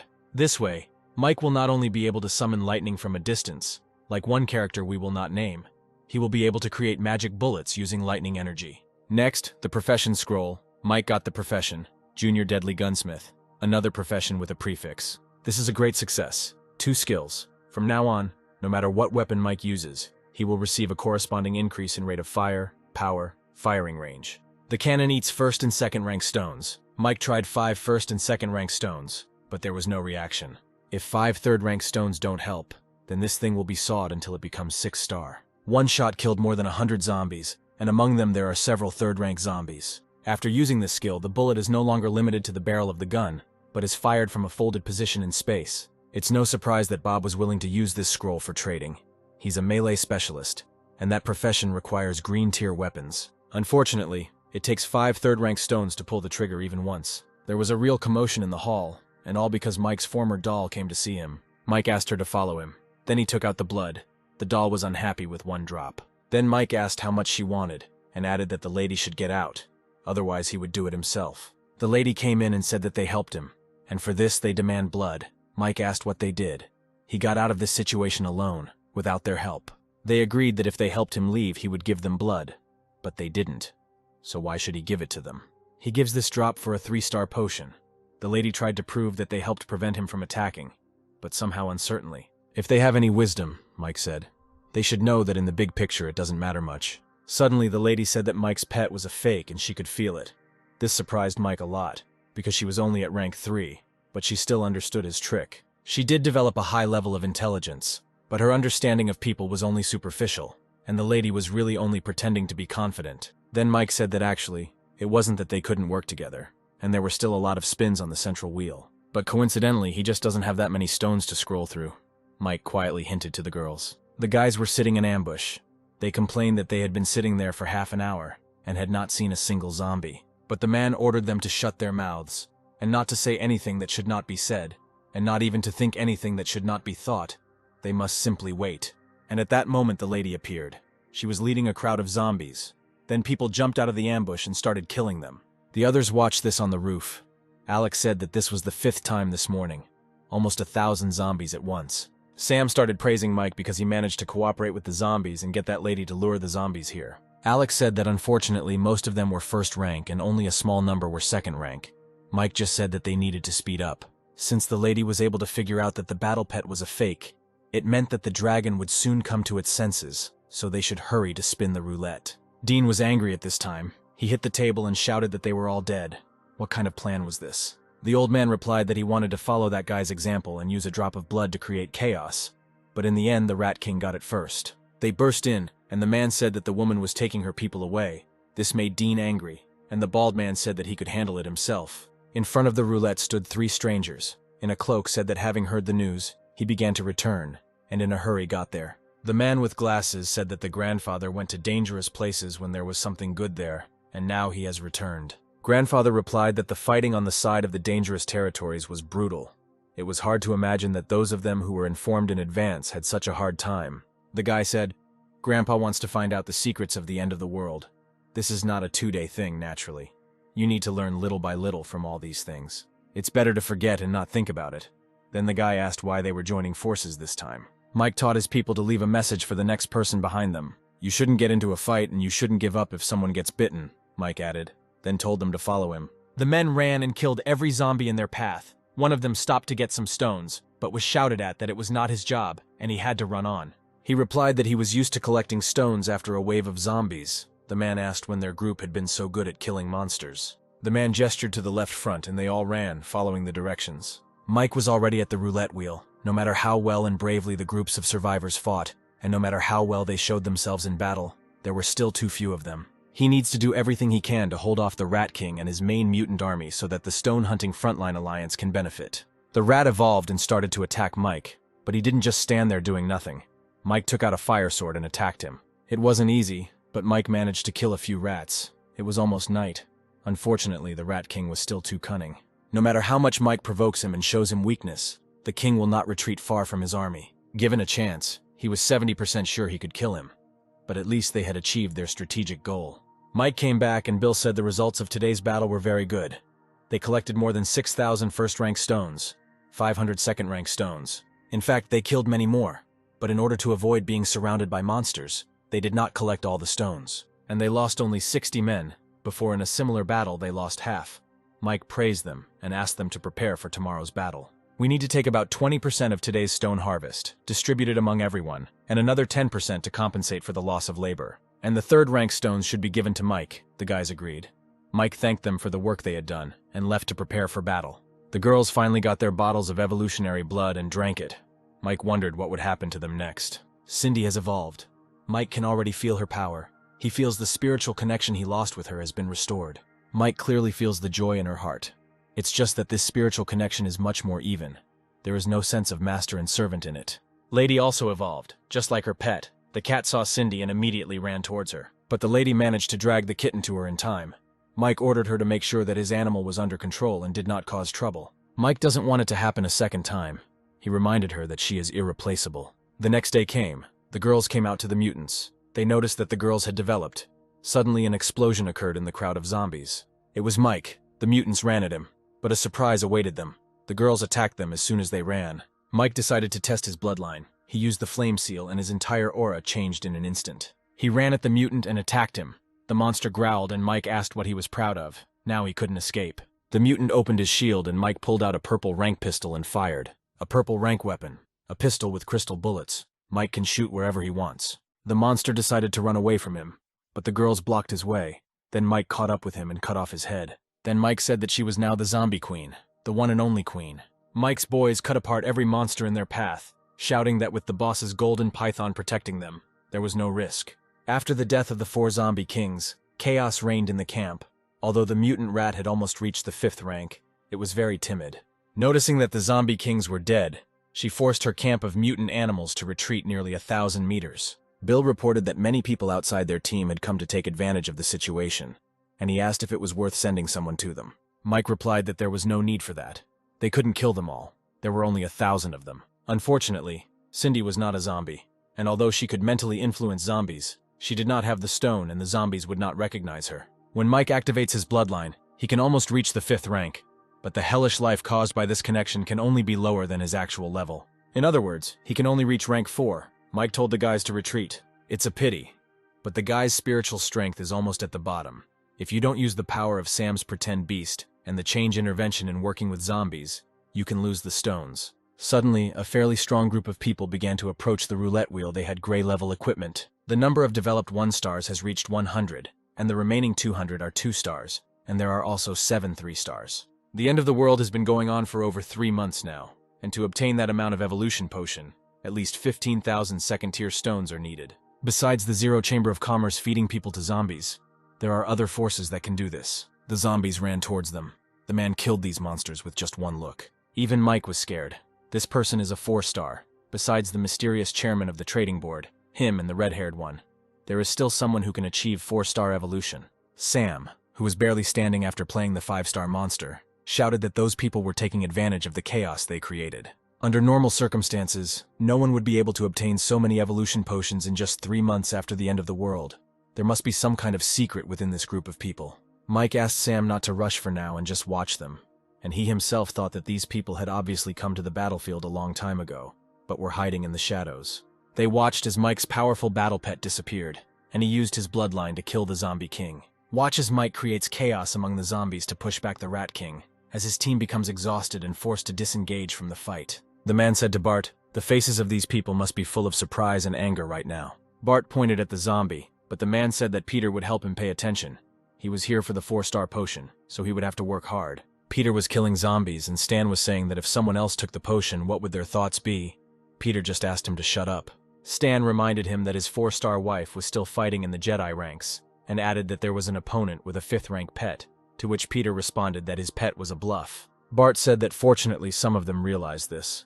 Otherwise, they would not have dared to move and come here. He would like to apologize for not paying much attention to the new forces of the mountain villa, which led to a reconnaissance blunder and almost disrupted their plans. Peter replied that it was not their enemy anyway. Their focus was on the Chamber of Commerce. That was what they had to pay attention to all the time. Besides, as long as they are around, if they can hold out for a while, they can get whatever the roulette wheel brings. The others also watched this team, but they also couldn't do anything because they understood how strong those people were. Mike came closer, and Stan asked if he should upgrade to the 5-star evolution potion first. The roulette wheel started spinning and people kept telling Stan what they didn't have yet, such a pedigree, weapons, and so on.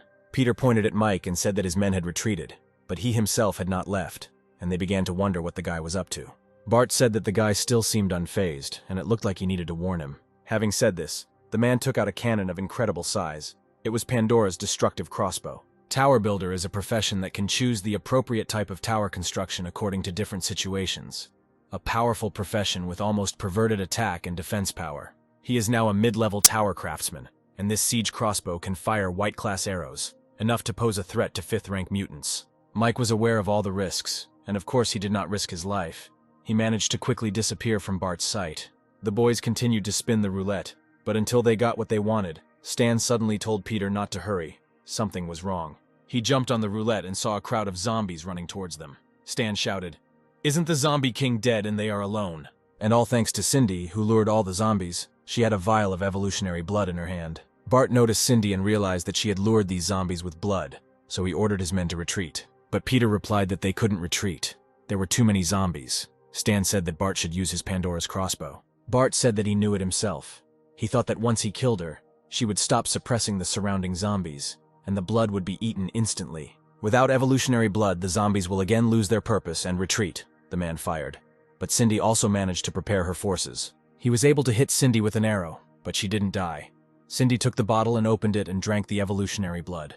Mike at this time found his target. He went down to the Rat King and told him to listen to him and get out of here. Otherwise, he would kill him. The boy advised the rat to be obedient. Otherwise, the same miserable fate would await him. Mike incinerated all the rats that stood behind the king, and this scared him. This Rat King is really not brave, but he is also too smart, so he thinks too much, and this can make him paranoid.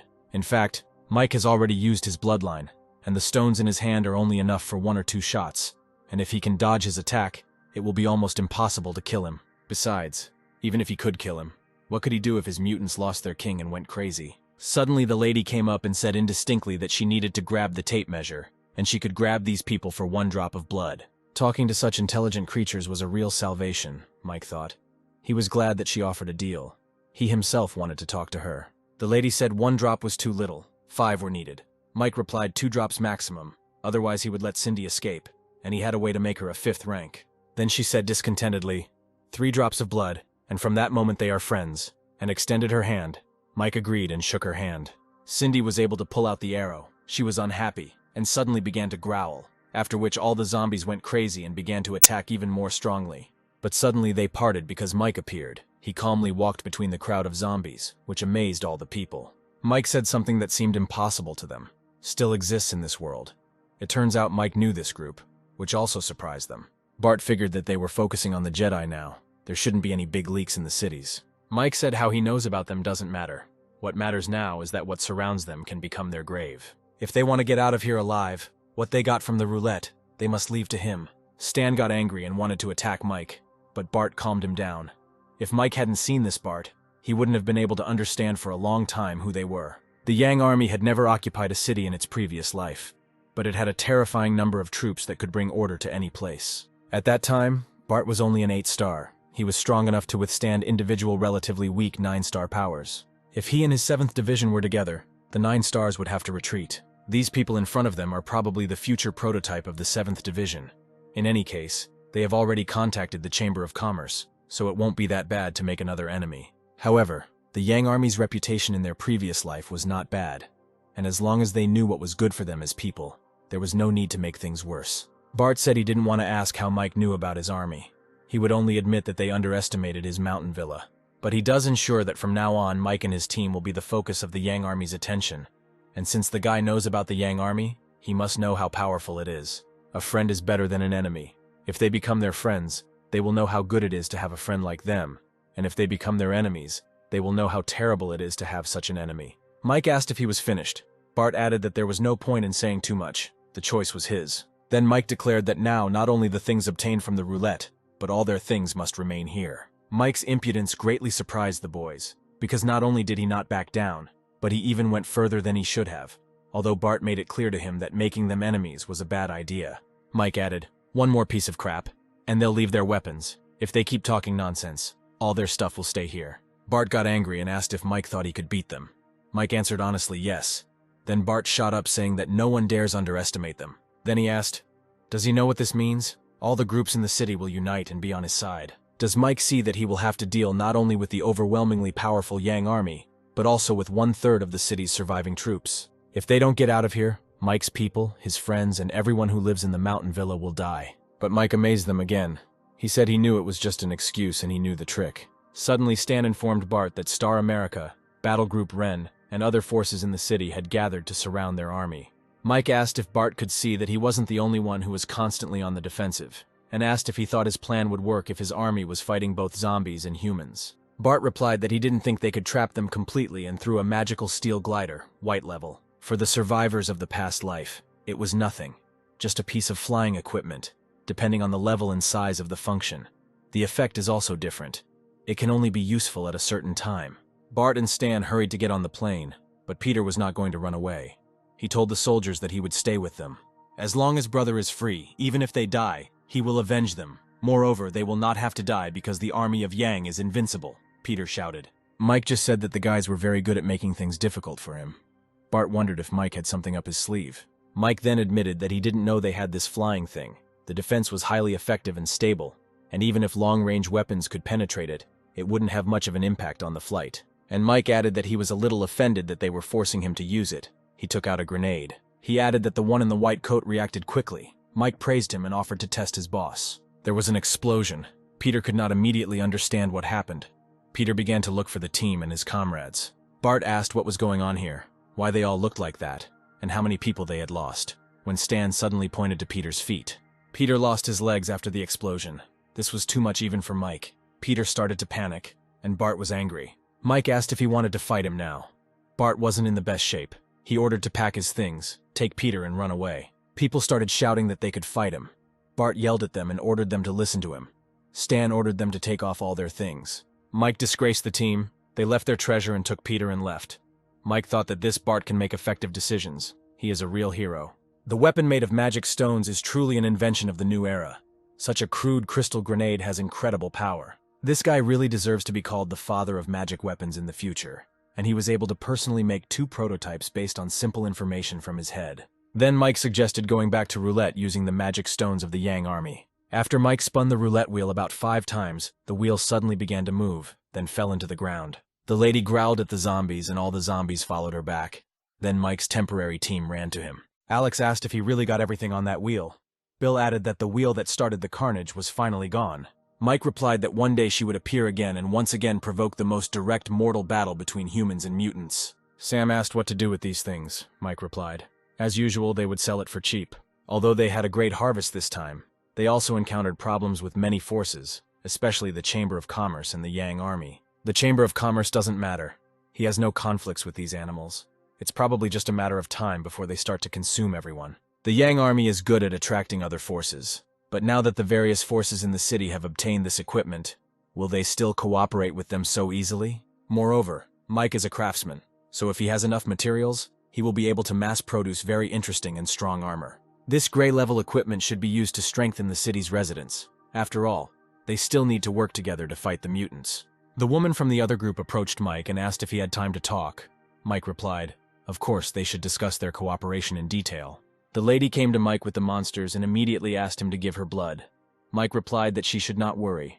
He is a man of his word when it comes to his people. Mike threw her a bottle, but it turns out Cindy also got as many drops of blood as Lady. Then the lady said that she would take all the remaining blood that Mike had and give him whatever he wanted. Mike replied unless she had a lot of third-rank stones in her hands, and hinted that those monsters were third rank, but Lady refused to kill them. The lady got angry and left. From that day on, the city will welcome its zombie queen, a super intelligent queen of the 5th rank. It was just a pity that this queen was not destined to be too reliable, Mike thought. Suddenly we are shown the man from the Chamber of Commerce, who was roasting meat over a fire, and 2 strange people were standing in front of him. The girl asked if the man had brought them here so that they could watch him eat. The man replied that before starting work, one must eat one's fill. The strange man said he knew a little about this golden throne and asked if they could just wait.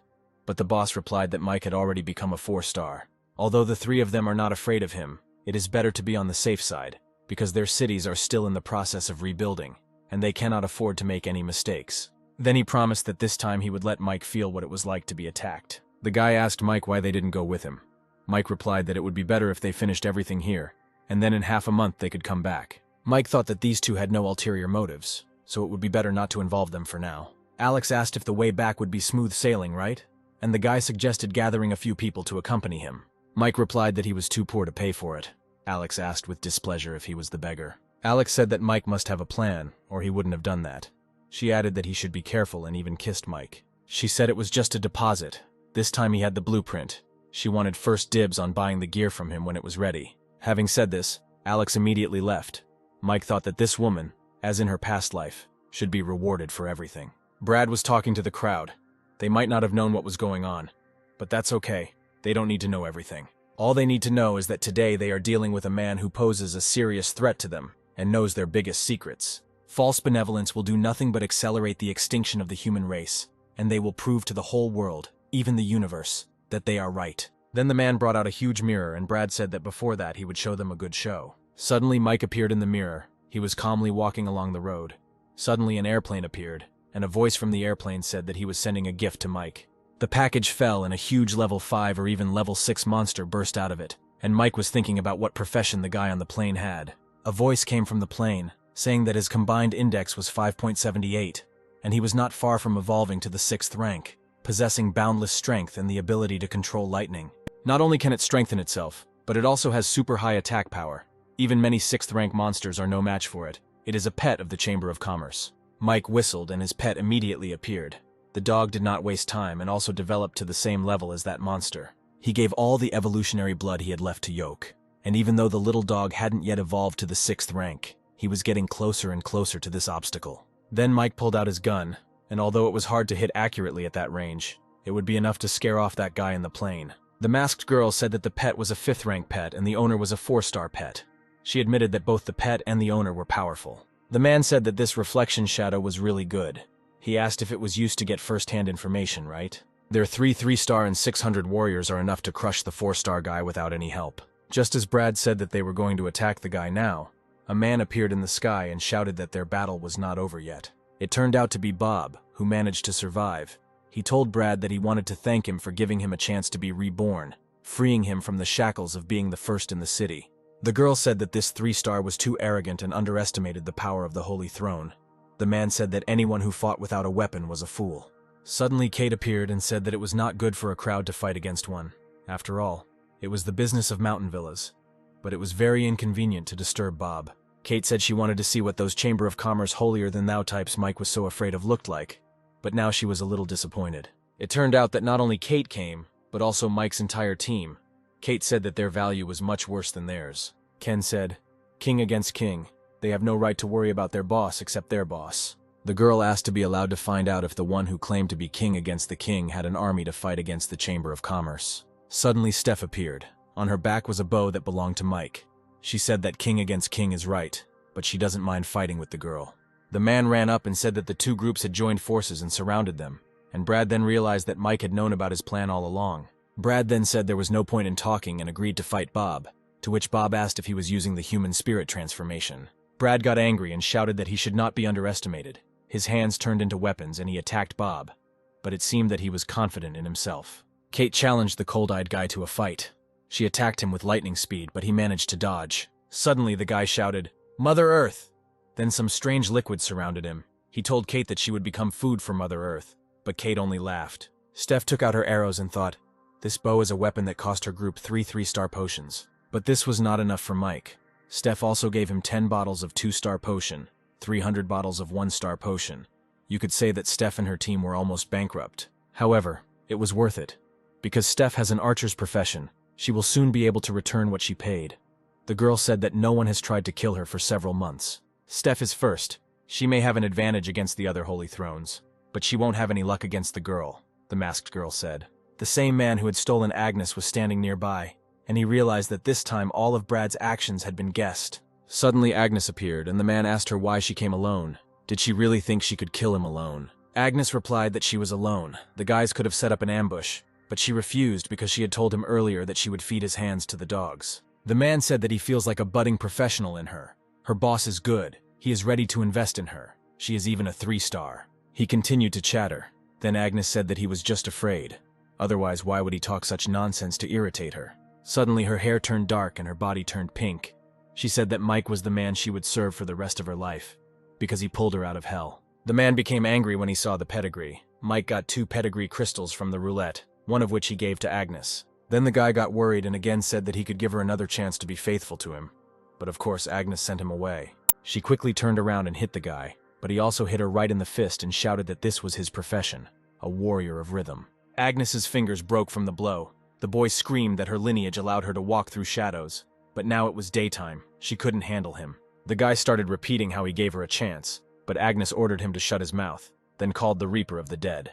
At this time, Yoke was fighting with that level 6 monster. The monster was throwing lightning at the dog, and Yoke was responding with his spikes. The monsters were clearly losing. Yoke continued to attack him. A man from the plain shouted that it was impossible. The Thunder Beast could not lose. But that's what happened. Then the man said that he would tell the boss, and next time he would bring a 6th-rank beast and wait for Mike to die. However, something more frightening happened. A dragon appeared. Yoke no longer has fighting power. After the battle, he was too tired. Mike picked up the dog and ran, but suddenly the dragon entered Mike's mind and asked where his pet was. His voice had a strong psychic attack. It is impossible to follow the original plan where they all return to the villa. The dragon will be incredibly difficult to kill, let alone escape. The only ones who can defeat him are Lady Cindy, the Yoke, and only this full team. The dragon told Mike to bend his knee, then he will receive an honorable death. The dragon attacked the first time with his fire breath, but Mike used his boots, dash skill, and managed to escape. But the dragon wasn't going to give up just like that. He created a fireball and threw it at Mike. The guy threw his pet to the side, and the ball was already right above him. Mike miraculously managed to escape from the rubble, but the dragon was already right in front of him. He again told Mike to kneel down to receive an honorable death. But Mike thought he would be honored. He is a man with a weak soul. It is almost impossible to resist such mental attacks. Mike will either go crazy or become an idiot. And at a distance, unusual vibrations were observed, Mike noticed. He realized that his cooperation with others had borne fruit. Kate and the others were also caught up in the fierce fighting when Mike suddenly turned to the dragon. He has one last way to deal with the dragon, but he always thought that it was a way in which he would die along with the dragon. But now it seems that he still has a chance to survive. And as for the dragon, his life or death depends on luck. The dragon asked what his plan is. Mike always wondered where the dragon and monsters came from, if the Jedi were just a place for monsters, or if it was some kind of weird change. The guy took out his key, which he found at the very beginning of the apocalypse, and opened that very dimension with it. Mike told the girls that each of them now faces a very difficult obstacle that they must overcome together in order to look to the future with more confidence.